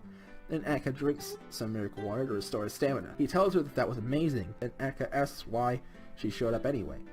And she said that she just had a bad feeling. Then he says he's glad she showed up, and that she was very brave just then. They spare Foray and take the key piece, then leave. They're back in Zuso Woods, and without any battles or monsters around, it's quite peaceful. That's when Atka decides to do something.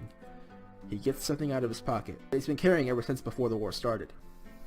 It's a diamond ring. He proposes to her here. He asks her if she'll marry him once this war is over. She starts crying because this is exactly the kind of place that she's been dreaming of being proposed to in, ever since she was a kid. A forest in a foreign country. Also, she loves diamonds. She says yes, then she thanks him, and they both leave and return to Zuso Fields. They meet up with Spirit and Gear and tell them everything that happened, except for the proposal. They want to keep that a secret until the war is over. Now they head to the Zuso Castle ruins and find the door that goes to Zuso Temple, where the absolute Armageddon hammer is said to lie. They try to form the keys together, but the pieces don't stick. Alexis tries to weld it together with her fire magic, but the key is magic-proof. They decide to look around for clues, and they find another door. They decide to open it and see what's inside, and they find the library. They enter, and there they find Zeus, Dragot, and Jerry. Alexis tries to approach her father, but he tells her to stay back. Then Zeus says that all 4 pieces of the puzzle are here. Teammate is confused by that. That Dragot tells him that the 4 pieces are the 3 key pieces and Alexis. Then he explains that she has a certain power within her that makes her capable of wielding the absolute Armageddon hammer, the ultimate weapon, which otherwise kills anyone who tries to wield it. Atka asks Zeus how he knows of all this, and he holds up the Secrets of the Universe book. Then he explains how he got it. He heard about the incident Jake caused 6 months ago because spies watched him, Zavgazar, and Zin in the Orange Temple. And during that fight, he took the book from himself by taking the teleporter there to go to the top of the Cherokee Mountain. For the past 6 months, he's been reading this book, and he's gone through every single page. Thus he knows every secret there is, including the secret about Alexis. And Dragot says that once they get a hold of her, he'll use his magic to steal that power from her, so he can wield the weapon himself. Atka says that's not going to happen. Then he charges at Dragot. Zeus stands in front of him, and he knocks him into the bookshelf. Then he starts attacking Dragot. Zeus is surprised that his barrier didn't work, and Spirit tells him that the B team must be tearing through their forces. Meanwhile in Cherokee City, they are. And they also haven't run into a single Spriggan yet. Then 4 powerful warriors show up. They're the strongest humans in the Zuso Royal Army, known as the 4 Disciples of Zeus. Their names are Horatio, Ragnarok, Crash, and Jake. Yes, Jake, the same one who's been killed by Spirit and Zabuza. He's been revived once more by Alcest's necromancy, and is stronger than ever. He joined Zeus and now is one of the 4 disciples. The 5 that are there, Stry, Lee, Jay, Curtis, and Roshan, plan to take them on. But then out of nowhere, 4 more warriors show up. But these ones aren't working for Zeus. It's Akage, Hikari, Rose, and Lily. They finally got to Earth, and now they're ready to fight these 4. They apologize for being late, and they explain why they were late. Meanwhile, in the Orange Desert, Enzo is in an intense battle. It's a struggle on both sides, but then Enzo reveals the true results of his 6 months of training. He transforms into his ultimate form, which he unlocked while training. His form has yellow hair. Now he has the upper hand against Hunter, and is able to easily stop his shadow magic and defeat him. Now Hiro and Enzo decide to return to the rest of Team B, and when they get to them, they're now ready to fight. Just then, Shelia calls Stry on his phone, and she says that 4 Spriggan are now on the move. One is heading towards Cherokee City, another is going to Outskirt Town, another is going to Mountfoot Village, and the other is going out to Grape Village. Stry ends the call and then heads to Cherokee City. Then Curtis goes to Outskirt Town, Lee goes to Mountfoot Village, and Jay goes to Grape Village. Now Akage is going to fight Horatio, Hikari will fight Ragnarok, Rose will fight Crash, and Lily will fight Jake. Jake decides to spice things up by using his power to will his 4 siblings here, Daryl, John, Josh, and Joel. Jake gives them power, and said that they must swear allegiance to Zeus. John, Josh, and Joel have no problem doing this, because they worked for Gear at one point. They decide to become Zeus's power squad, and they do the same poses from back in the airship incident a while back. Gerald doesn't want to be someone's underling, so he wants to refuse, but then Jake tells him that they can overthrow Zeus if they win. Then he accepts and joins their side. He teams up with the Power Squad to fight Roshan, Akira, and Enzo. Meanwhile, at the villages that aren't being attacked, Straw Village, Cherry Village, Raz Village, and Pineapple Village, Annabelle, Blair, Claire, and Michelle aren't being involved in this war at all, and they want to change that. They'll get into a call with each other, and Shelia updates them on what's going on. Now they really want to help, so they come up with a plan. Blair and Claire will go help Jay and Kevin in Great Village, and Michelle and Annabelle will go help Lee, Hans, and Sam at Mountainfoot Village, and the call and set out. Back in Cherokee Fields, Enzo and Akira swap places with Rose and Lily so things will be more fair. And now the fights begin. Meanwhile, back at the Zuso Castle Library, Atka keeps attacking Dragot but doing no damage as he's in his base form. Then Dragot blocks his next punch and says that they should take the fight elsewhere. Atka agrees to this and tells the others that he will fight Dragot alone, and that he wants them to take care of everything else involving this war, the ultimate weapon, and Gu 2. Then Atka and Dragot disappear, and they reappear in the Strong Mountains. This is where they'll fight one-on-one. Back in the library, Alexis is looking through the books and finds one on the absolute Armageddon hammer. She reads that once the 3 pieces of the key are gathered, you must go to another temple deep beneath the Banyan Ocean and unite them with a material only found there. Then the Zuso temple door can be opened. Then Spirit comes up with a new plan. He hands his key piece to Alexis, and then Gear does the same. He says that since she's the only one who can wield the weapon, she will be the one to get to it, and she'll also form the key at the Deep Sea Temple. She agrees to this, and she leaves. Then Spirit tells Gear to take Jerry and go to Team B, and then they leave and go to Great Village. At the halfway point, Jerry goes off on his own to Mountain Foot Village. Spirit stays in the library to speak with Zeus. He asks him why he targeted the Spriggan for his mission. He says that only a Spriggan can steal others' energy and transfer it anywhere, so he could use them to obtain the ultimate weapon for himself, and he also wants their Project Utu to be unleashed so he can be the most unstoppable force in the cosmos. Then Spirit demands him to tell him where Gu is being held, but Zeus just responds with a laugh. Spirit asks Zeus why he's laughing. Then Zeus snaps his fingers and suddenly Magi appears, and he's tied up and severely wounded. Spirit asks what the meaning of this is, and Zeus tells him that Magi traveled to Earth on his own, and ran into the 4 Spriggan that weren't involved in the war until recently: Sol, Peace, Joji, and Nardix. They ganged up on him, beat him up, and captured him. Now he has a new plan with Magi. He begins to drain Magi's magic power. Spirit tries to stop him, but he forms a new barrier. This one is on a 5-minute timer. That's how long Zeus needs for this experiment to be complete. Now all Spirit could do is watch, because even if he fired an attack that was strong enough to break the barrier, it would also cause the ceiling to collapse on them. That probably wouldn't hurt Spirit, but since Magi's wounded, it would kill him. Meanwhile, Alexis has made it to the shoreline of the Banyan Ocean. As she's about to get ready to dive in, a mob begins to charge her way. They know of Zeus' mission to capture Chariot's princess, and they want to do just that. She knocks them all out at once with her Blazing Inferno spell. Now she changes into her swimsuit and dives into the ocean with the key pieces in hand. Luckily she doesn't have to worry about getting air because of a water-breathing amulet she got from Blair. She reaches the deepest part of the ocean and finds the Deep Sea Temple shortly after. She enters the temple and begins to explore. Back at the library, every last ounce of Magi's magic power has been drained, and it manifests into a dark figure that looks just like Magi. It is a version of Magi created by this ritual that will follow Zeus' every command: Dark Magi. Zeus' barrier wears off, but then he tells Dark Magi to attack Spirit, and the two of them begin fighting. Meanwhile, many other fights begin at once. Akka and Dragot begin fighting in the Straw Mountains. Curtis and Sarah have met up in Outskirt Town, and they begin fighting the Spriggan Sol, a user of all kinds of dark magic and lost magic. Stry and Shelly are together in Chariot City, and they begin fighting the Spriggan Peace, a user of earth magic. Lee, Hans, Sam, Michelle, Annabelle, and Jerry have met up in Mountain Foot Village, and they begin fighting Joji, a user of offensive magic and time magic. Jay, Kevin, Blair, Claire, and Gear have met up in Great Village, and they begin fighting Nardix, a user of stealth magic. In Cherokee Fields, Hikage is fighting Horatio, one who can use magic to drastically increase his speed. Hikari is fighting Ragnarok, one who can use magic to drastically increase his defense. Enzo is fighting Crash, one who can use powerful explosion magic. Akira is fighting Drake, who can use the same abilities as the necromancer who revived him, Outcast. Roshan feels the magic power of the other 4, and he feels that Gerald's is significantly higher than the other 3, so he takes on Gerald alone and leaves John, Josh, and Joel to Rose and Lily.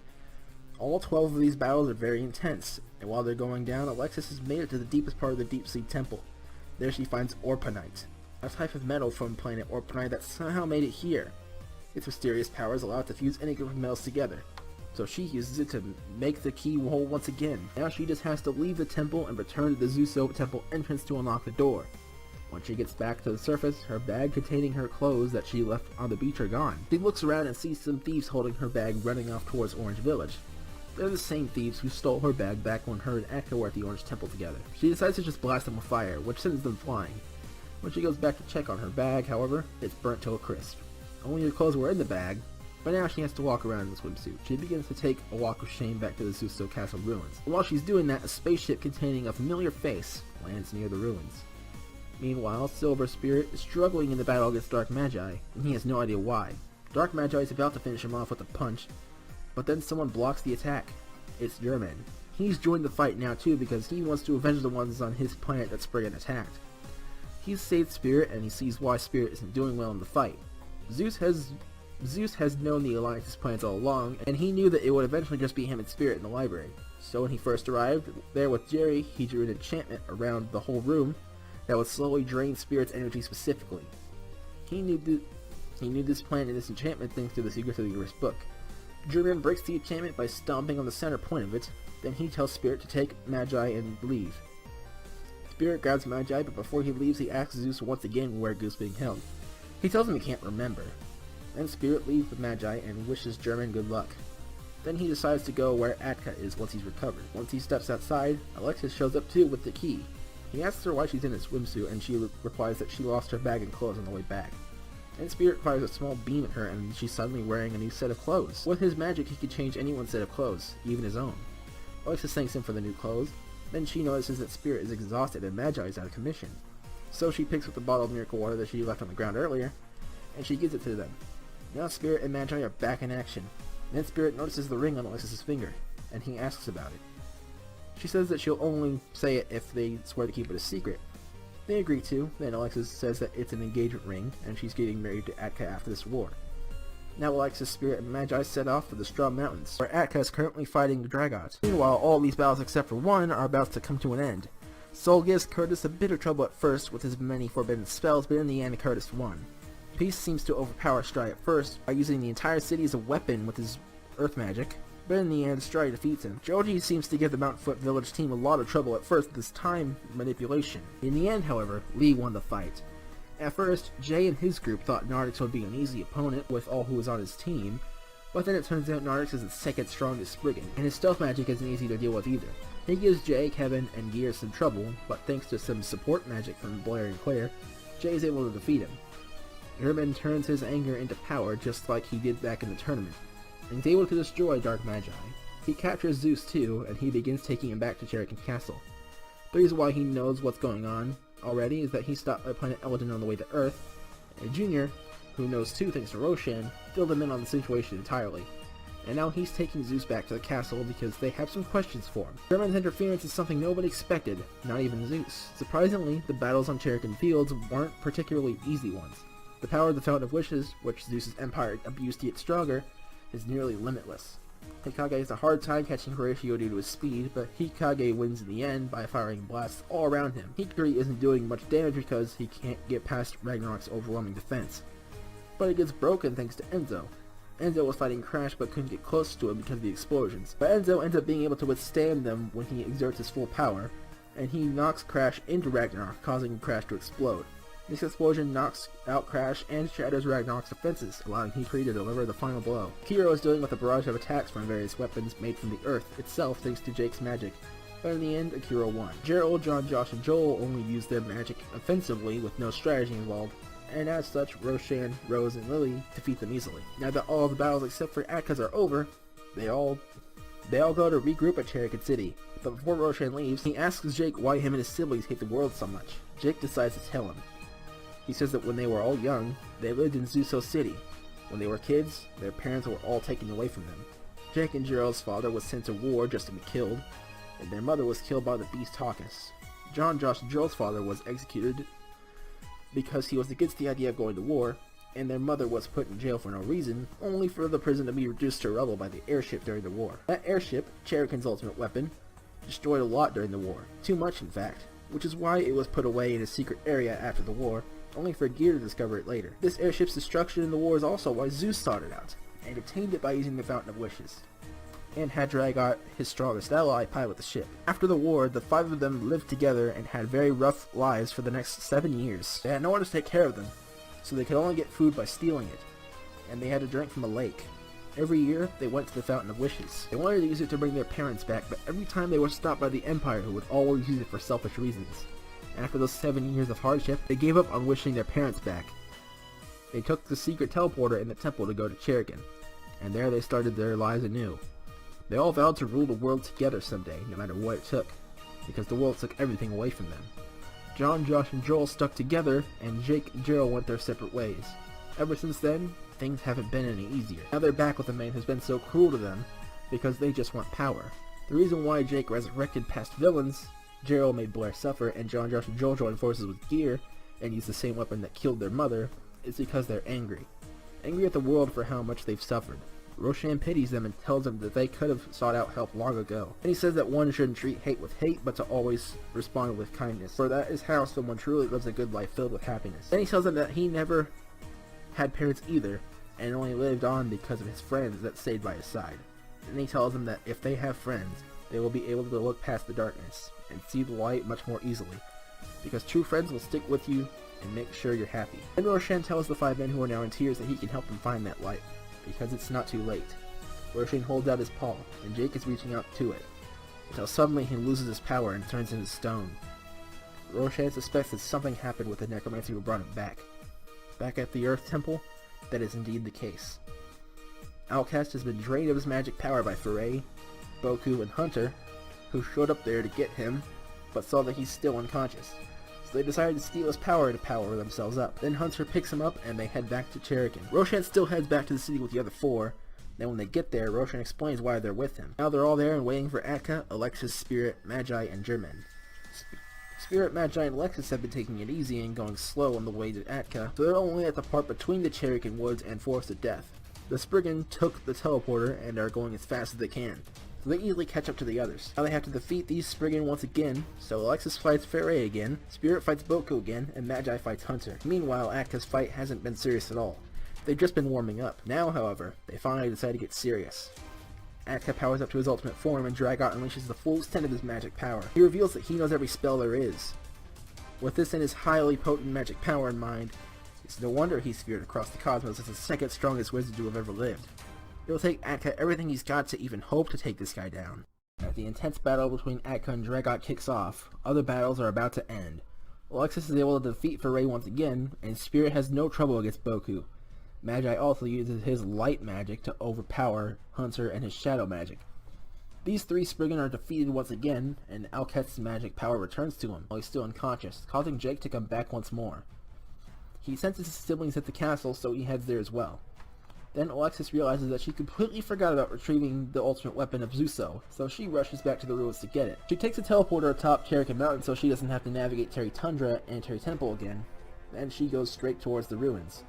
Meanwhile, German, with the now unconscious King Zeus, arrives at Cherokee Castle, where most of the alliance is waiting.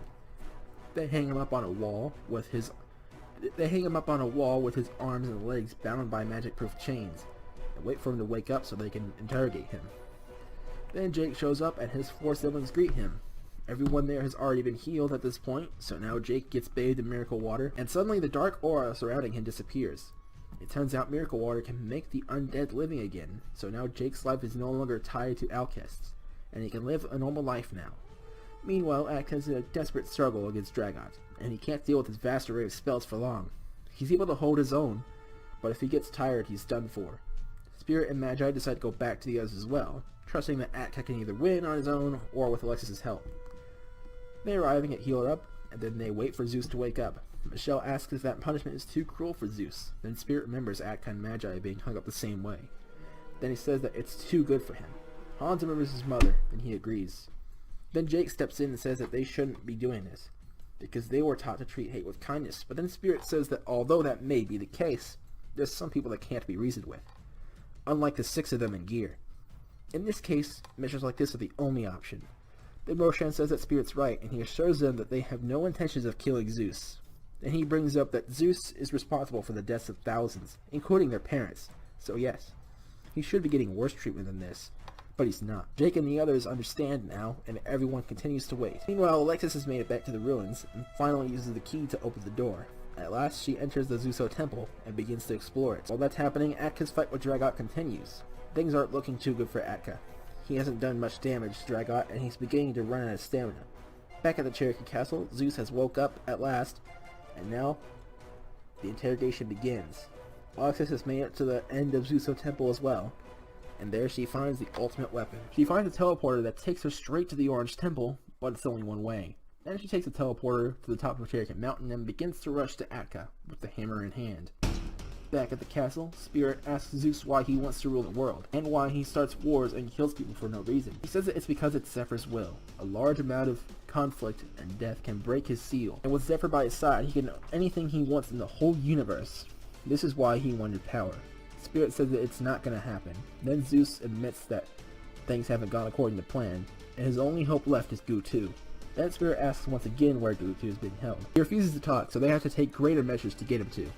Meanwhile, Atka's about to not have enough stamina to keep the ultimate form. He's about to lose. Just then, Alexis arrives with the ultimate weapon. She throws it to Atka, and Dragot tells him that only Alexis can wield the hammer and he'll die if he touches it. But when Atka catches it, nothing happens. Dragot is confused at this, then he gets hit by the full force of the hammer and sent flying through a mountain. Dragot gets back up from the attack and goes back over to them and asks what's happening. Then suddenly the hammer breaks while Atka's holding it. It's shattered into pieces, and Atka begins to absorb some sort of power. Both Atka and Dragot are very confused. Then Alexis explains what's going on. She says that the Secrets of the Universe book doesn't give all the details on this weapon, and that other things about it were on a mural in the temple. It is true that it's very powerful, and only people with the special energy can wield it, but as she learned in the temple, there's more to it than that. First of all, this energy can actually be shared with others through an act of true love. So Atka was able to hold the weapon thanks to what happened back at the forest. The next and final thing is that if the wielder uses the weapon's full power, it will shatter and then they will absorb its power. Everything that just happened was all part of Alexis' plan that she came up with after learning this info. Now that Atka has absorbed the power of the Absolute Armageddon Hammer, he is capable of using very powerful magic power, specifically ice magic. Now Alexis uses water magic to create a water tornado that holds Dragot in place. Then Atka uses ice magic to climb up the tornado and finish off Dragot with a double Ice Blade slash attack. Now Dragot is defeated at last. All 9 Spriggan, as well as all of their troops and Zeus's troops and disciples, have been defeated, with Zeus captured as well. Gu is the only potential threat left. Now Atka and Alexis return to the castle, and once they're there and healed up, the entire alliance is now together in one place again. Aside from some chimeras, the alliance even has 10 new members in German, Magi, Enzo, Rose, Lily, Jake, Gerald, John, Josh, and Joel. With everyone there, they once again ask Zeus about Gu2.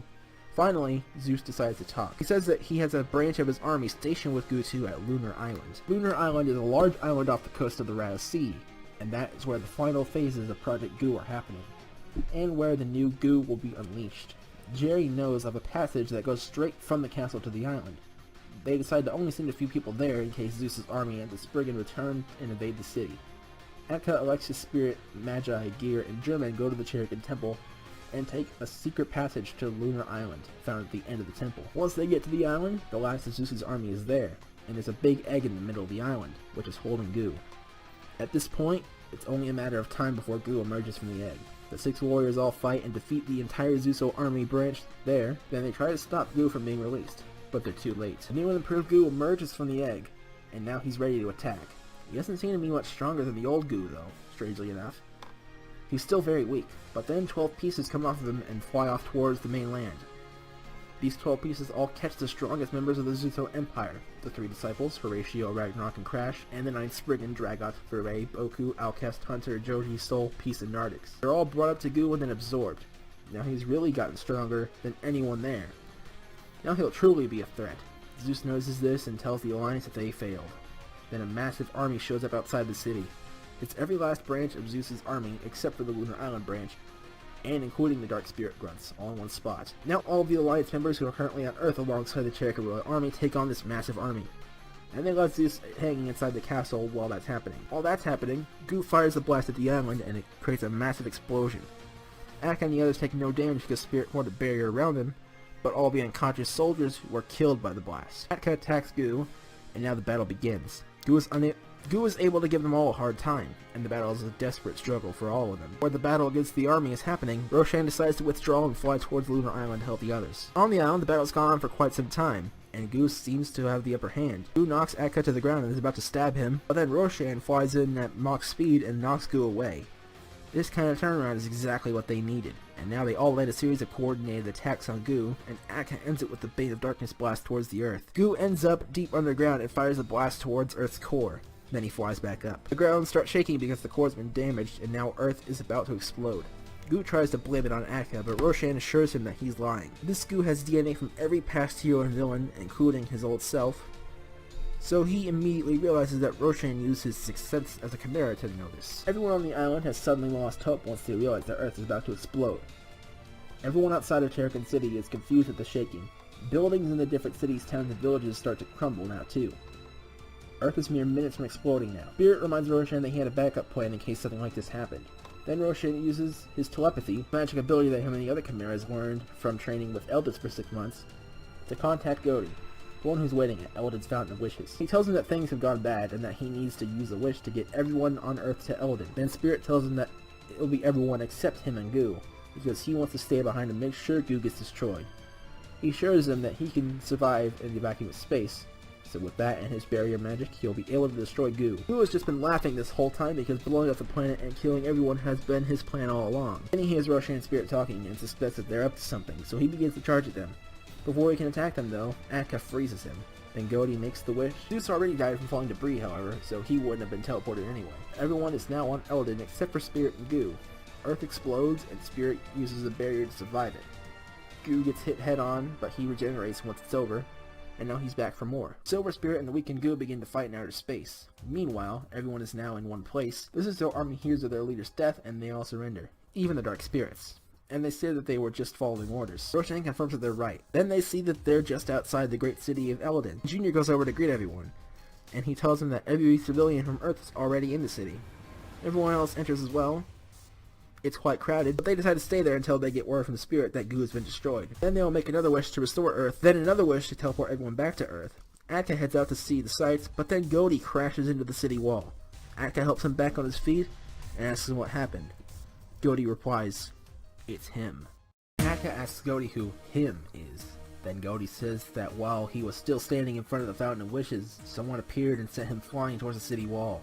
That someone is the ancient evil usurper king, Zephyr, second king of Elden, who was sealed away 100 years ago, and the cause of all the suffering across the cosmos for the past century.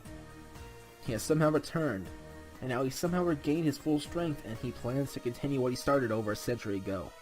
Atka then goes off to fight Zephyr on his own, despite Ghoti's protest. When Atka gets there, he sees Zephyr and feels his power, which is so intense that it has him trembling. Despite this, Atka unleashes his full power and his magic power, and Zephyr notices him, but doesn't recognize him.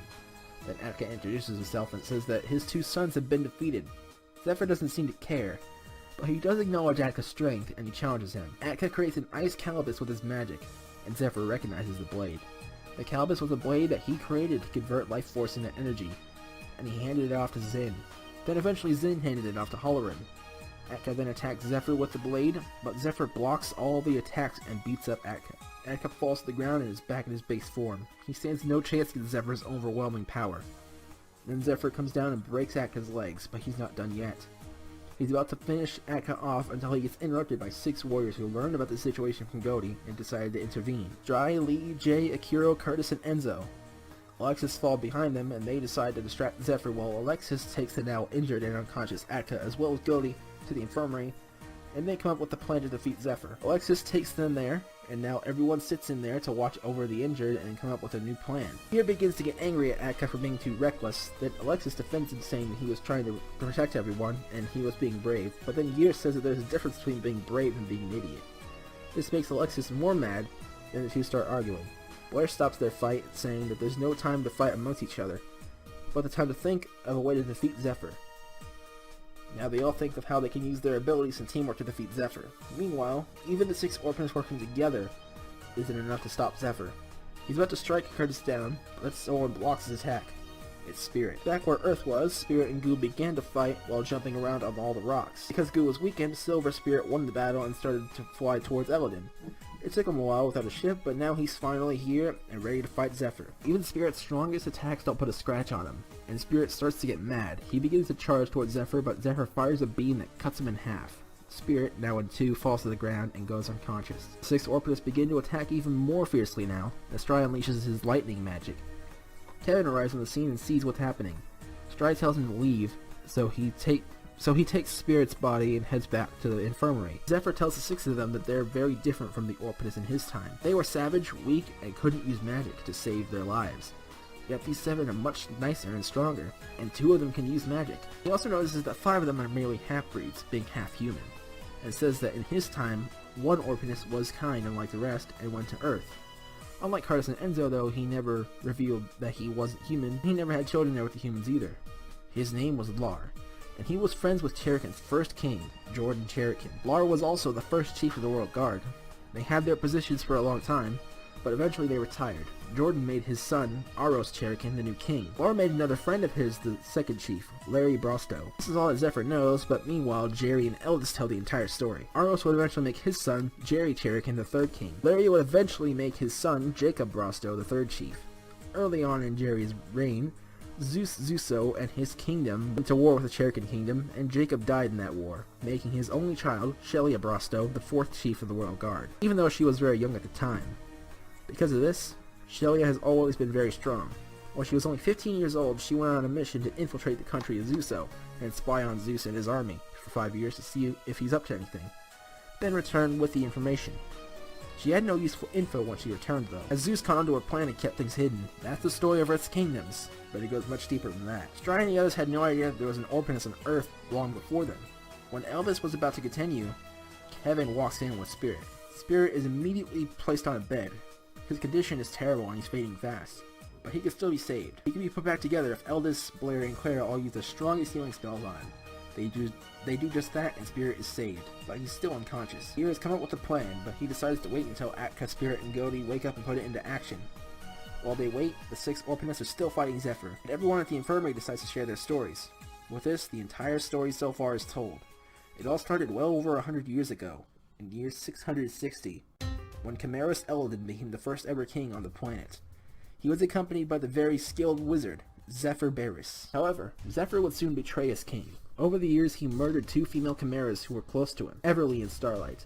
He then used their souls to create his 2 children, Zabuzar Barris and Zin Barris. Eventually, the deaths of these 2 ladies were discovered, and in year 666, using his magic, Zephyr had everyone believe that Chimerus killed them, so he was arrested, and Zephyr became the 2nd king of Eladin.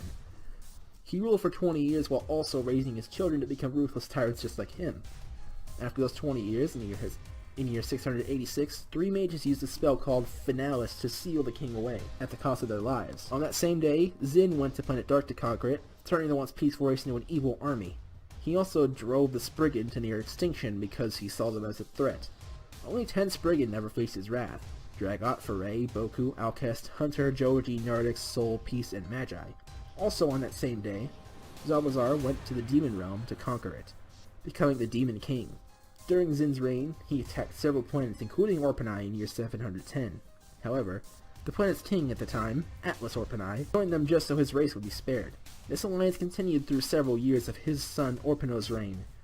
In year 726, several members of the alliance were born. Orpino, Orpini's son Curtis Orpini, and Nick Dren's son Enzo Dren were born. The Prince of the Shadix, Hikage Shade, and the Prince of the Glarics, Hikari Glare, were born.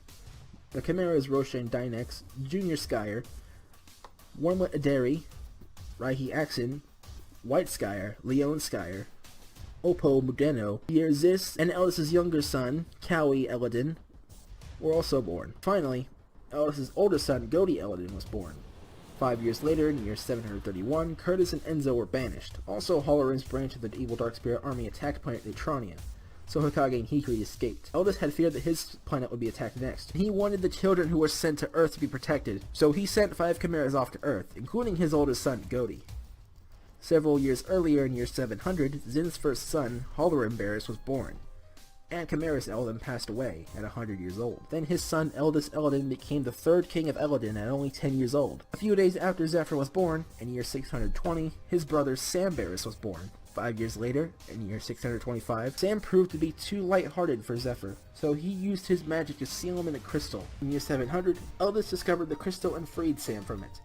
Then Eldis entrusted him with the secrets of the universe book and sent him to Earth to hide it. Once Sam did that, Zeus took him in and raised him. In year 740, Jacob Perks and John Heino were born. In year 741, Gerald Perks and Josh Heino were born. In year 742, Joel Heino was born. In year 730, Gear Martian and Zin's second son, Spirit Barris, were born. During year 742, when Curtis and Hokage, Hikari, and the Chimeras were teenagers trying to find a life, Zin sent 3 of his elite soldiers to conquer Earth and steal the secrets of the universe book. Hikage and Hikari stopped them though. Several other members of the Alliance were also born in year 726. They are Jerry Cherrikin, Annabelle Moran, Claire Enos, Sarah Serrano, Rose Flora, Lily Flora, and German Archipelago. The woman who was Enzo's wife, Mary Deno, was also born. So were the 12 warriors who fought Zabuzar's army and got turned into the 12 demon spawn. In year 743, there were a lot of marriages. Curtis married Sarah, Enzo married Mary, Gear married Claire, and Jerry married Annabelle. Jerry also became king shortly after. In the next year, year 744, Curtis and Sarah had their first kid, Jay Orpini. Hans was also born this year, and so are the 10 Spriggan that exist today. 3 years later, in year 747, Lee Orpanai and Michelle Yeri were born. In year 748, Stry Orpanai, Shelia Brostow, Kevin Cherrikin, and Blair Martian were born. In year 749, Atka Orpanai and Alexis Cherrikin were born. This is also the year where Jay and Wormlet ran away, and where Zawazar first arrived on Earth. The Royal Guard's 12 most powerful warriors, Ruby, Sapphire, Emerald, Topaz, Opal, Amethyst, Diamond, Pearl, Platinum, Gold, Silver, and Iron, take him on, but they got turned into demons and were taken away. After this, they were assumed to be dead. Then they'd soon become the 12 demons spawn. In year 750, Akiro Dren, Enzo and Mary's first and only kid, was born. On that same year, Zin secretly sent several more troops to Earth, including a space station in orbit to do experiments, and his most elite soldiers being Ultra, Monanzo, and his son Halloran. In year 751, the parents of Jake, Gerald, John, Josh, and Joel were killed. Also, this is when Zeus revealed himself and declared war on Cherrikin, starting the Cherrikin-Zuso War. Zeus was born in year 680 and went to Cherrikin in year 695, took Sam in year 700, got married in year 730, and had Hans in year 744 and started the war in year 751. His country lost the war, and he used the Fountain of Wishes to form a wall of mountains to make himself stronger and to grant himself eternal youth, which is how he never died of old age. In year 755, Halloran attacked Enzo's home, possessed Enzo, and had him kill his wife Mary. Then Akiro and Raihi ran away. Gear also left his family to train at this time. Halloran had attacked many homes, and Gear's reason for leaving was to be able to defeat Halloran. 3 years later, in year 758, Jake, Gerald, John, Josh, and Joel could no longer take living in Zuso and moved to Cherrikin. Then they separated and planned to rule the world. In year 763, Delia went to Zuso on her mission. In year 765, Hikage and Hikari stole the Calibus from Halloran to prevent him from getting any stronger. In year 766, Ultra was slain in the Dark Castle. A year later, in 767, a lot of things happened. The remnants of the Ultra branch of Zin's army was defeated in the Dark Castle by Atka. Atka also slayed 4 of the Titans of Cherrikin with the Calibus. Enzo was defeated by Atka and killed by Halloran. Halloran was killed by Hikage and Hikari by the Calibus, and the Calibus turned to stone along with Halloran then. Monanzo also put his portal plan into motion, but it was stopped by the Alliance, and Monanzo was killed by Stry. Then the Tournament of Will happened, and in it Gear, Akiro, and Raihi returned. Gear was defeated easily in the first round, and evil began to awaken in his heart, and he left again. Akiro and Raihi became part of the Alliance, and he worked with the other Orpanists to destroy Goliath and stop Project Dark Cannon. Near 768, Project Goo was stopped by Curtis. Then Gear returned now that it has been 6 months since his wishes for power, riches, and immunity to the forces of nature. He recruited the Power Squad and begun to plot. Spirit has also arrived and attacked the Alliance. Then he was defeated by Atka in the Dark Castle. During the ordeal with Goo, remnants of Zin's army split into 2 groups. One group reported back to Zin, and another went to a secret room in the Dark Castle to start on Project Goo 2. After Spirit's defeat, Shelia returns from her mission with no info. Then Zin arrives, imprisons everyone in the Alliance except Akiro Raihi, and begins to destroy the towns and villages. Alongside his clones of Villains Pass. Thanks to Akiro Raihi, everyone escapes their prison, and the war against the darkness begins. Although they suffered heavy losses, in Kevin already being dead from the ordeal with Spirit, and Zin killing Curtis, Hikage, and Hikari, they defeated the clones, Zin, and the 12 demons spawn, and with that they won the war. After this, Atka and Alexis went off to the Fountain of Wishes to fix the damages caused from the Spirit's attack and the war. On the way, Atka slayed the final of the 5 Titans of Cherrikin and found and recruited Jay and Wormlet. At the fountain, Jake revived Spirit, then Spirit killed Jake and Atka was able to recruit Spirit, then Spirit left to find Zin's spaceship. On his way there, he went to the Dark Castle and destroyed the lab that Goo 2 had been developed in. Atka made wishes to restore damages from the war and revive everyone killed by Zin and his army. Atka and Alexis returned out, and Gear and his power squad begin their plan with the airship, but Atka and Roshan stop it, and the 4 are arrested. In year 769, Zawazar arrives. He's killed, but Atka and Godi die in battle. Spirit wishes them back. In year 772, Kevin stops Gerald and gets him arrested. Then Gear is freed. Then Jake returns and revives Zin and Zawazar, then the 2 fuse. Fusion Zawazin kills Jake, then self-destructs, taking Curtis down with him. After this, Atka, Hans, and Sam discover Project Goo 2. Then Atka, Stry, Lee, Akiro, Jay, Gear, Alexis, Kevin, Hikage, and Hikari partake in the Tournament of Worlds, and Stry wins. During that, Gerald, John, Josh, and Joel are stopped again by Hans and Shelia, and the 9th Spriggan, who had just joined Zeus' side, attack Planet Archipel. At the end of the tournament, Curtis is revived. Later, Hikage marries Rose and Hikari marries Lily. In year 773, Zeus, alongside the 9 Spriggans, start the Second Cherokee-Zuso War. In it, the 5 Titans of Zuso were slain, Zeus dies, and the elite soldiers and the 9th Spriggan are stopped. Jake's revived and him and his siblings are recruited into the Alliance. Then Groot 2 emerges and destroys Earth. He's defeated by Spirit, and now, Zephyr has broken out of his seal. Now that the entire backstory that spans over 100 years has been told, everyone is ready to fight Zephyr. As soon as they get up, Atka, Spirit, and Goaty awaken. They all say they heard everything while they were unconscious. And they're all fired up and ready to get revenge. They still have injuries though, but a dose of Eldin's miracle water, which isn't so rare on this world, heals them right up. Now they all head out, except for Eldis, who stays behind to protect the city. Back at the fight with Zephyr, the others are nearly at their limit.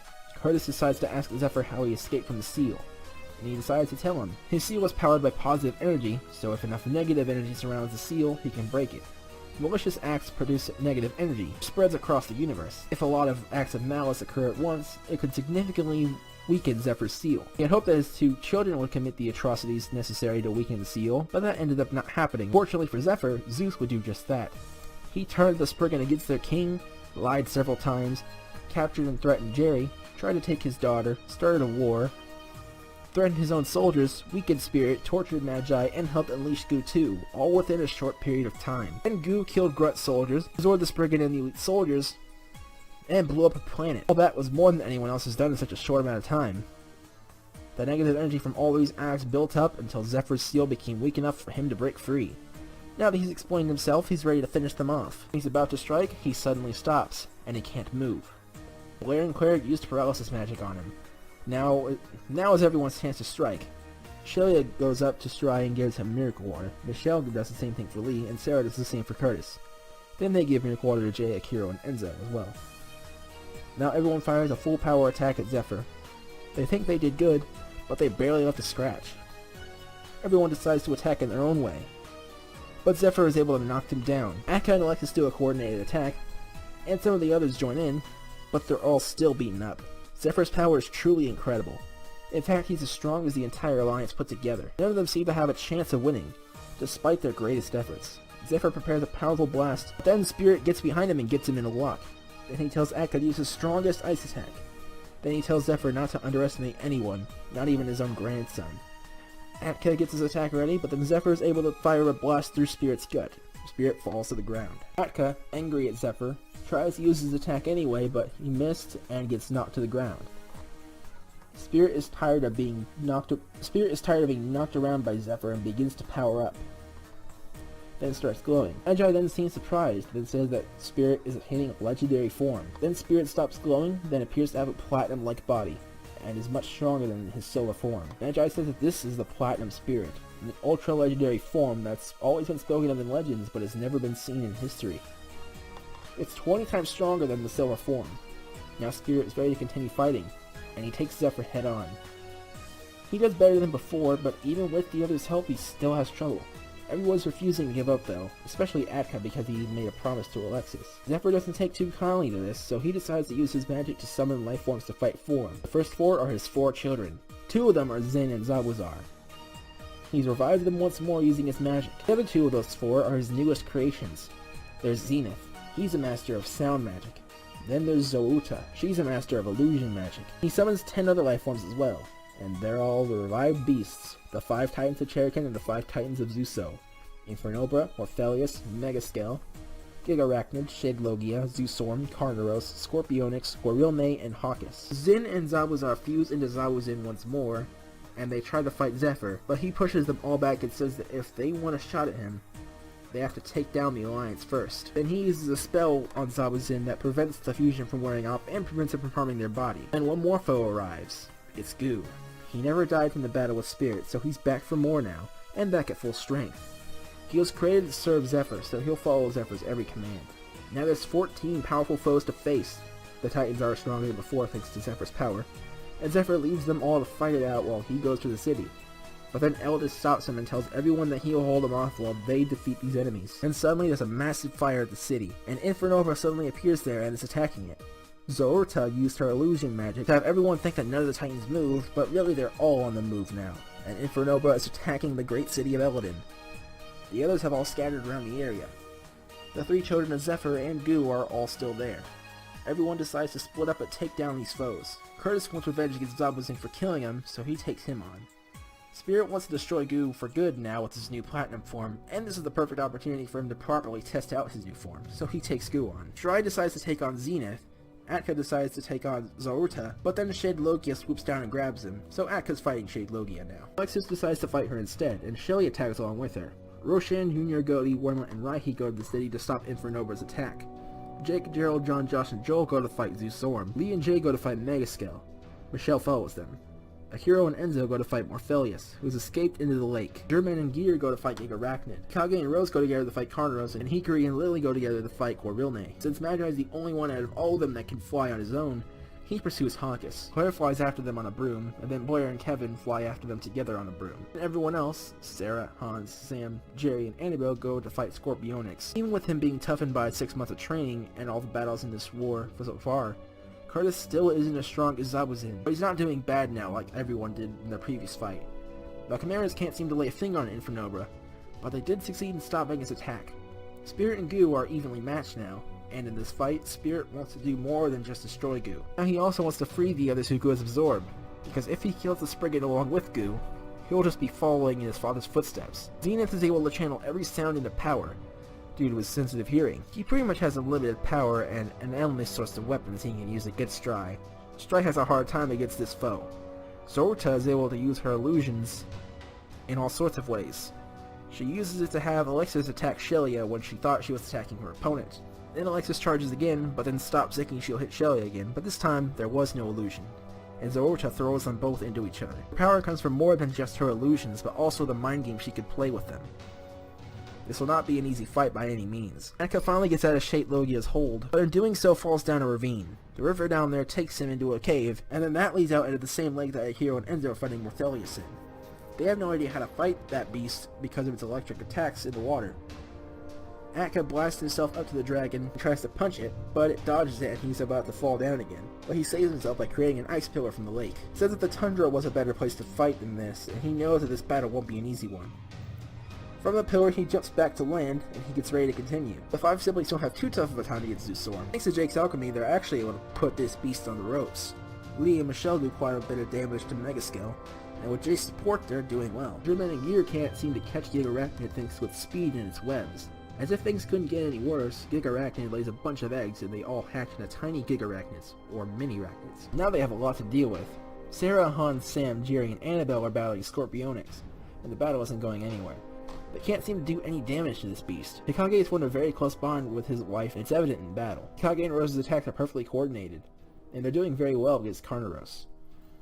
It's the same story with Hikari and his wife Lily against Gorilne. Magi, Claire, Blair, and Kevin have caught up with Hawkus, and now they attack.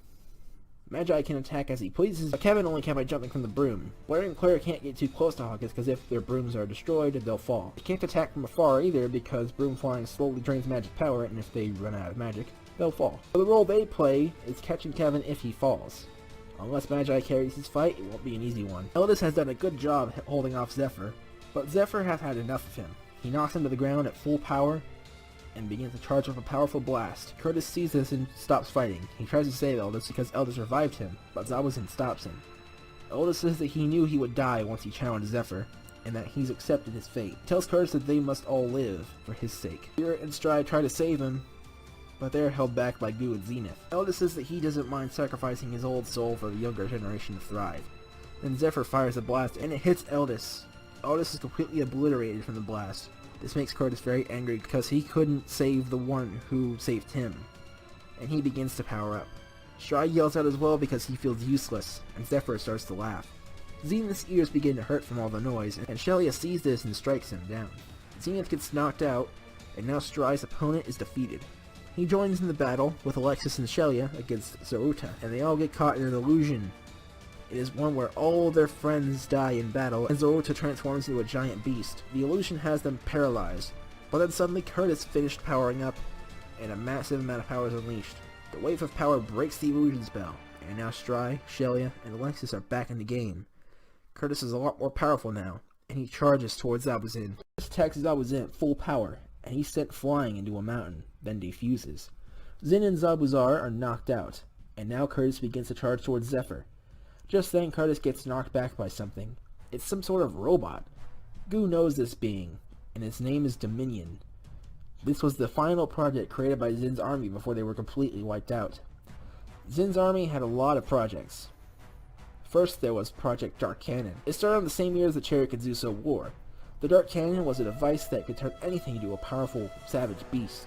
They tested it on 10 Earth creatures. A cobra snake was turned into Infernobra, an electric eel was turned into Morpheus, the skeletal remains of a sand beast was turned into Megaskel, a spider was turned into Gigarachnid, a lizard was turned into Shade Logia, a worm was turned into Zoosorm, a hawk was turned into Hawkus, a wolf was turned into Carnaros, a gorilla was turned into Gorilne, and a scorpion was turned into Scorpionix. The machine worked perfectly, but overusage caused it to break, so they had to make it again, this time perfecting it. While they were doing that, other researchers began work on Project Goo. 16 years later, the Dark Cannon was perfected, and they used it on a Dark Spirit Grunt, turning it into the Dark Beast. Then they combined the cannon with portals created by Monanzo to try to affect an entire city, but this plan failed. Then they used the Dark Cannon on the Goliath statue to turn it into a monster, but it was destroyed. Since the Dark Cannon project failed them so many times, they decided to scrap it completely and put all their efforts on Project Goo. 6 months later, Goo broke free and destroyed the space station, taking most of the researchers and all their work down with it.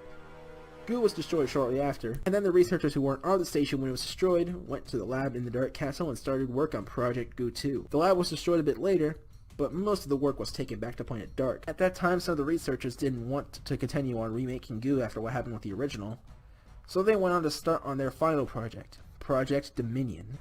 They built this robot to be their strongest creation yet, and make it to serve Zephyr. They built the exterior of it, then had a supercomputer do the rest of the work. Now it's complete and Dominion has made its way here.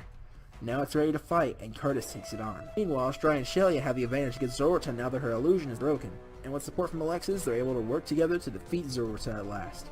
Back in the city, the other Chimeras who were at the tournament have arrived. Leon, White, Pierre, Oppo, and Cowie are here to help, and the 10 of them all fire full-power blasts at Infernobra and destroy him at last. The 5 siblings are finally able to immobilize and slay Zoosorm.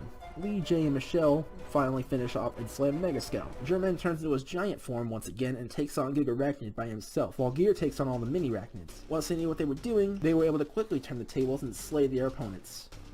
Hikage and Rose are able to slay Carnaros, and Hikari and Lily are able to slay Gorilne. Magi is able to easily take down and slay Hawkus thanks to Kevin distracting him. The battle with Scorpionix still isn't going well, but then Jay arrives after a while and slays the beast with ease. Atka is still fighting Shade Logia, but he can't find a hit on him. Then Shade Logia grabs Atka once again and tries to drag him into a pool of lava. Atka kicks him upward and escapes the hole before that can happen.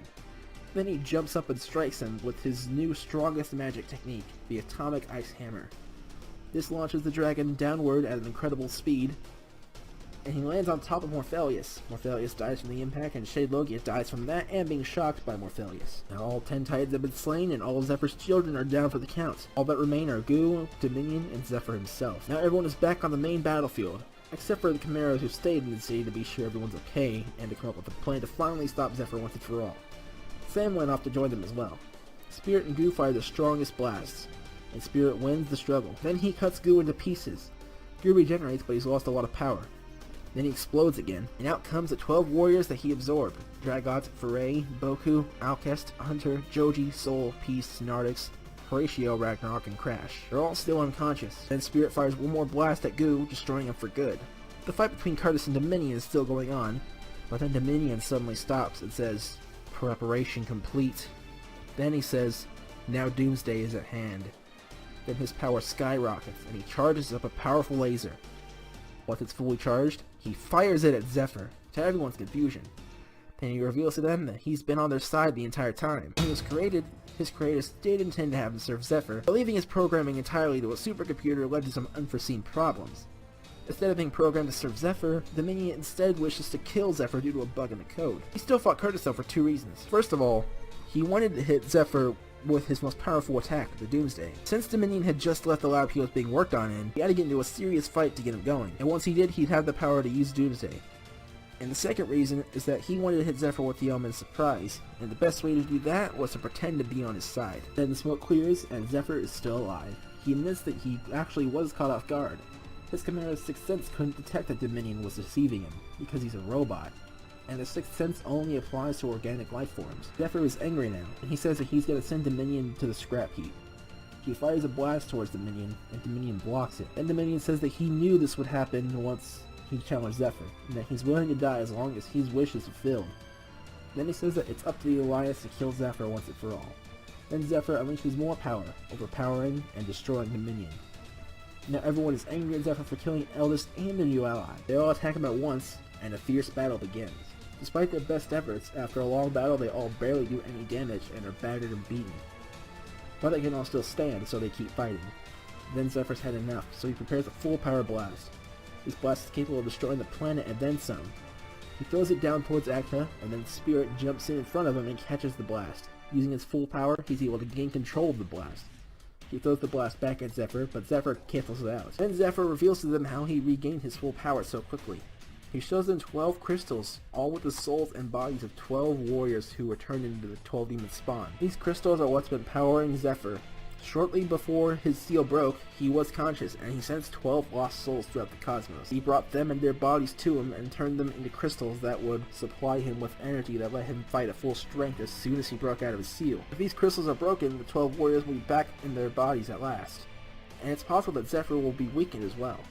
However, there's only two ways for the crystals to break. One way is for the one who created the spell to deactivate it, and the other way is to use a certain spell on it that only a few people in the entire cosmos know. DSK, or the Dark Surge Killer. It's a blast capable of destroying whatever the user aims at, no matter what it is, but it costs them some of their life force. It's similar to the Life Light in that way. Eldest knew this technique, but they don't know anyone else who does. Just then, the 9th Brigade and 3 elite soldiers get up, and they apologize for rebelling, and say that they were manipulated by Zeus. Then Dragot says that he knows the DSK spell. In fact, he knows every spell there is. So to make up for his rebellion, he wants to use the DSK spell to destroy those crystals. Then Spirit says that all is forgiven if he does this. So Dragot prepares himself, then begins to charge up the DSK spell. Zephyr isn't about to let this happen though, so he tries to attack Dragot, but then the other 11 warriors step in to fend him off. Ray, Boku, Alcest, Hunter, Soul, Peace, Joji, Nardik, Horatio, Ragnarok, and Crash all give everything they've got to distract Zephyr while Dragot prepares his attack. They manage to do it, and Dragot fires the Dark Surge Killer at the 12 crystals, destroying them and freeing the 12 at last. Zephyr also seems to be weakened, but only slightly. Meanwhile, Dragot is exhausted because using the DSK spell took some of his life force. This is why he never used it against Atka in their battle.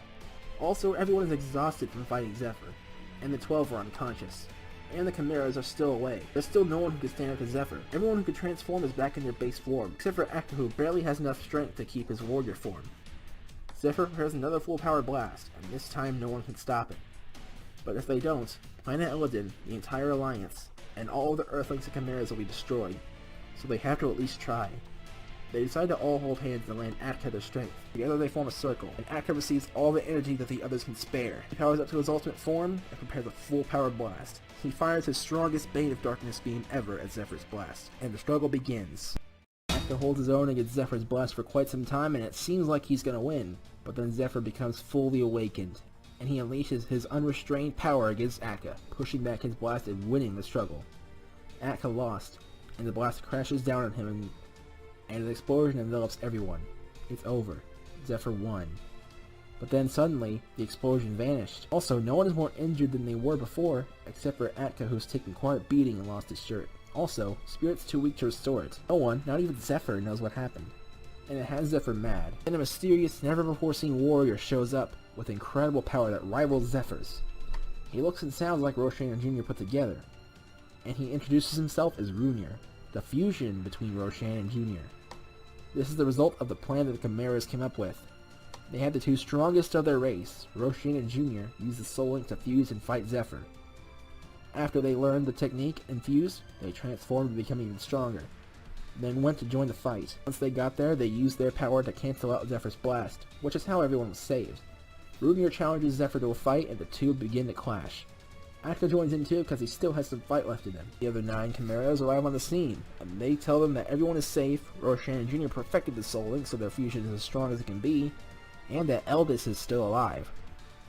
Although it seemed like Eldest was hit and vaporized by Zephyr's blast, he was actually teleported away by Callie at the last second. Although Eldest was willing to sacrifice himself, Callie wasn't about to let his father die, so he intervened. This is all good news for everyone. Hrungnir and Atka are able to get Zephyr on the ropes at last. He's hurt pretty bad, but he isn't going down without a fight. Everyone there decides to hit Zephyr with everything they've got. Lee, Jay, Curtis, Akiro, Endo, Sarah, Shelia, and Michelle all fire a Bane of Darkness blast. Spirit fires his Spirit Cannon blast.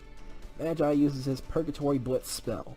Hans, Annabelle, Jerry, Kevin, and Gear all fire a Destruction Era blast. Blair and Claire both use their Wind Drill spell. Hikage and Rose both fire their Shadow Rage blast. Hikage and Lily both fire their Light Wrath blast. German fires his Mad blast. Crash uses his Explosion spell. Horatio and Ragnarok fire their strongest blasts. Jake, Gerald, John, Josh, and Joel work together to use their Rock Breaker spell. Alexis fires her Blazing Inferno spell. Foray uses her Focused Siphoning spell. Soul uses his Life Drain spell. Peace uses his Eladin Explosion spell. Nardix uses his Unforeseen Disastros spell. Boku uses his Orponite Chain spell. Joji uses his Time Forward spell. Outcast uses Alchemy to send Pillars of Rock into Zephyr. Hunter uses his Shadow Bow and Arrow spell. Dragot uses a weaker Dark Surge Killer spell. Shrai uses his Lightning Storm spell. Then Godi, Raihi, Wormlet, Sam, Kawi, Oppo, Pierre, Leo, and White work together to use a Giga Earth Collapse spell. Zephyr is very battered and beaten now, after taking all those attacks. He's bleeding now even, and this makes him very angry. Then Atka steps in and uses his Atomic Ice Hammer attack.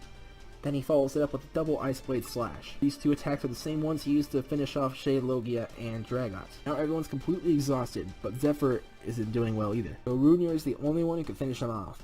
He grabs Zephyr by the neck and tells him to face Eldin's wrath. Then Zephyr gets shocked by Hrungnir's paw. Hrungnir lets go of him and fires his strongest blast at him. Once the smoke clears, Zephyr is down for the count. He's still not dead, but he's so wounded that he can't even move now. So anyone can finish him off now. Hrungnir defuses back into Roshan Jr. after all that. And now it's all over at last. Roshan Jr. decide to not finish the job because they now sense some guilt within Zephyr. Atka approaches Zephyr, then Zephyr says, "So, after everything I still failed. I see now how I lost. You all have a strong bond with each other, and you never keeled over no matter how overwhelming the foe was. The power of your trust and conviction, and your refusal to give in surpassed my lust for power. I give in. You all win. I'll die like this soon. So allow me to use one last spell to make this right." Then he begins to glow and he dies. After that, a lot of familiar faces showed up. Ultra, Phantor, Skelecon, Ezekiel, Monanzo, Holorim, and every Dark Spirit grunt that's ever died all show up. Not only that, but they have no recollection of their past wrongdoings. It seems Zephyr's spell resurrected them, while also wiping them of their bad memories, giving them all a second chance at life without his influence. His children, Zin, Zabwazar, Zenith, and Zoruta all wake up, and they also don't remember their wrongdoings. Not even the battles they just had. Zephyr's spell was also used on them. Spirit approaches them all and tells them that they still have a home on Planet Dark, but they'll all be under his rule. They'll all agree to live peacefully with the rest of the Dark Spirits from now on. Then Atka goes to Eladin's Fountain of Wishes, and he makes a wish to restore Earth to how it was before the Second Shariken-Zuso War started. Zin and the others begin to head to the city. Then Atka makes another wish to transport everyone on Eladin, except for those in the immediate area, back to their homes. So Zin and the others are teleported back to Planet Dark, and all the Earthlings who stayed in the city are teleported back to their homes on Earth. Only the Chimeras, the Alliance, the Spriggan, and the 12 are still there. Atka and the others want to tend to the 12 now, because who knows what condition they're in at this point. Kawi would teleport them all to the infirmary, but he's completely out of magic power at this point, so they'll have to carry them there. The Chimeras all carry the 11 men, leaving one of the others to carry the woman. Akiro decides to do it, so now they all head back to the infirmary, where Eldis awaits them. He really is still alive. They all receive miracle water, so they're all back to the full strength now. Spirit uses his magic to put new clothes on the 11 men, but before he can get to the woman, she wakes up. She is then understandably very confused, and Eldis tells her that someone saved her life, and that Spirit is going to give her new clothes. At first she doesn't want it, but then Spirit explains to her that it's just a magic spell that he's also used on Alexis and the 11 men who are still unconscious. Then she's fine with it, and relieved to see that the others are okay. Then she introduces them. Her name is Sapphire, and the others are her cousins, Ruby, Emerald, Topaz, Opal, Amethyst, Diamond, Pearl, Platinum, Gold, Silver, and Iron. All the Spriggan are also cousins, and Horatio, Ragnarok, and Crash are all Zeus's sons, making them Hans' brothers. Now Sapphire wants to know who saved her, so she can thank them, and they all say that Akiro carried her here. She looks over at him, who's right next to her, and she reaches out to hug him. Then Spirit zaps a blue outfit on her quickly. She thanks both Akiro and Spirit for their efforts. Then Sapphire notices Alexis' diamond ring and asks her who the lucky guy is, and that's when she reveals to everyone that her and Akka are engaged. Everyone's proud of them, and Jerry says that he'll arrange a royal wedding once they get home. Eldest is very surprised that what was originally just going to be a war between the Alliance and the Spriggan has led to all this. Zeus's army attacked, and Zephyr even came back. And now, as said by Jay, the Spriggan are now part of the Alliance. All their past enemies except for Zephyr, Zeus, and any artificial creations are good guys now, in fact. Then Sapphire's cousins all wake up and she explains the situation to them. Then everyone has a party to celebrate their victories of both the Second Chericazuso War and the war against Zephyr. After that, a giant spaceship is prepared for everyone to return home at last. Roshan, Jr., Goaty, Raihi, Wormlet, and Sam decide not to stay on Eldin, but to instead continue living on Earth. Eldest will miss Goaty, but he still has Cowie to inherit the throne. They first stop at planet Archipel to drop German off and say goodbye to him. He helps rebuild the places that the Spriggan destroyed. Then they stop at planet Flora. Rose and Lily decide to live on Earth, so they say goodbye to everyone there. Their other sister, Violet, will still be able to inherit the throne when the time comes. Then they stop by planet Orpani and visit everyone there. Then they stop at planet Dark to drop off the Spirit and the Spriggan, but Faray doesn't go with them. She decides to live the rest of her life on Earth. So with that, they say goodbye to Spirit and the others and head off to Earth. Now that all this is done, everyone takes a week to get situated. On the first full day back on Earth, Enzo finds someone who he never thought he'd see again. A woman who he married way back then, Mary. They're very happy to see each other again, and they once again start living with each other in Great Village. Akira and Raihi continue to live in Great Village too, and now Sapphire lives with them too. Jake, Gerald, John, Josh, and Joel finally decide to settle down, and they all live in separate homes in Raz Village. Hikage and Rose begin to share a home in Cherry Village. Hikari and Lily also share a home there. Jay and Wormlet, along with Faray, move off to Pineapple Village to live together. Faray had nowhere to go, and Jay was willing to take her in. Horatio, Ragnarok, and Crash decided to live in separate homes in Straw Village. Curtis and Sarah are now living alone together in Outskirt Town. Gear, Claire, Kevin, and Blair continue to live together in the Cherokee Woods. Hans and Sam continue to live in Mountainfoot Village. Ruby, Emerald, Topaz, Opal, Amethyst, Diamond, Pearl, Platinum, Gold, Silver, and Iron become members of the Cherokee City Royal Guard once again. And they all live in the guard barracks. Stry, Shelly, and Junior continue to live together in the city, and so do Lee, Michelle, and Goaty. Jerry, Annabelle, Atka, Alexis, and Roshan all continue to live together in the castle. On Planet Dark, Spirit continues to be king, and Zane, Zawazar, Zenith, Zorota, Holorim, Mananzo, Ultra, Phantor, Skelecon, Ezekiel, Dragoth, Boku, Outcast, Hunter, Soul, Peace, Joji, and Nardix all become top members of the Royal Guard alongside Magi, Brack, Shay, Hiberno, Stecco, Pitch, Nindis, Dar, and Grey. On planets Eldin, Flora, and Archipel, Cowie, Violet, and German, respectively, become the new rulers. On planet Orpani, things continue as they did after the Tournament of Worlds. Now a week has passed, and the royal wedding begins in a day, so everyone prepares to head to Cherokee City. While doing so, Hans meets a woman who is his age named Anna, and he falls in love with her, and she likes him too, but neither of them say anything. They do become good friends, though. On the day of the wedding, a lot of people gather. Everyone in the Alliance gets reserved seats in the front. Hans gets Anna a seat as well, and they sit together. Now Atka and Alexis are officially married, and all their friends and family congratulate them. Now Atka and Alexis are crowned the new king and queen of Cherokee. Now with all that over, everyone continues living their normal lives. A few days later, Anna moves in with Hans and Sam. Now a year passes, and times of peace continue. Throughout this year, Stry and Shelia get married. Lee and Michelle get married. Akira and Sapphire get married, Hans and Anna get married, Kevin and Blair get married, and Jay and Faray get married. Akira had proposed to Sapphire with the Sapphire ring, which she ended up loving. Jay and Faray had their wedding on Planet Dark, which was run by Spirit. Spirit had marked it as a special occasion because the first time that a Dark Spirit has ever married someone who's not also a Dark Spirit. A year later, Atka and Alexis get bored of being king and queen, so they turn over their positions to Kevin and Blair. Kevin and Blair move into the castle, and Atka, Alexis, and Roshan move into the outskirt town. Also on that same year, many kids are born. Atka and Alexis have a son named Al. Stry and Shelia have a son named Kyle. Lee and Michelle have a son named Jack. Jay and Faray have a son named Mistin, who is an Orpanus human dark spirit hybrid. Akira and Sapphire have a daughter named Sally. Hans and Anna have a daughter named Jenny. Hikage and Rose have a son named Darkin, who is a Shadic flowering hybrid. And Hikari and Lily have a daughter named Light, who is a Galaric flowering hybrid. Now no more threats strike the universe, and everyone is safe and can now live happy lives for the rest of their lives. This is the end of this long journey.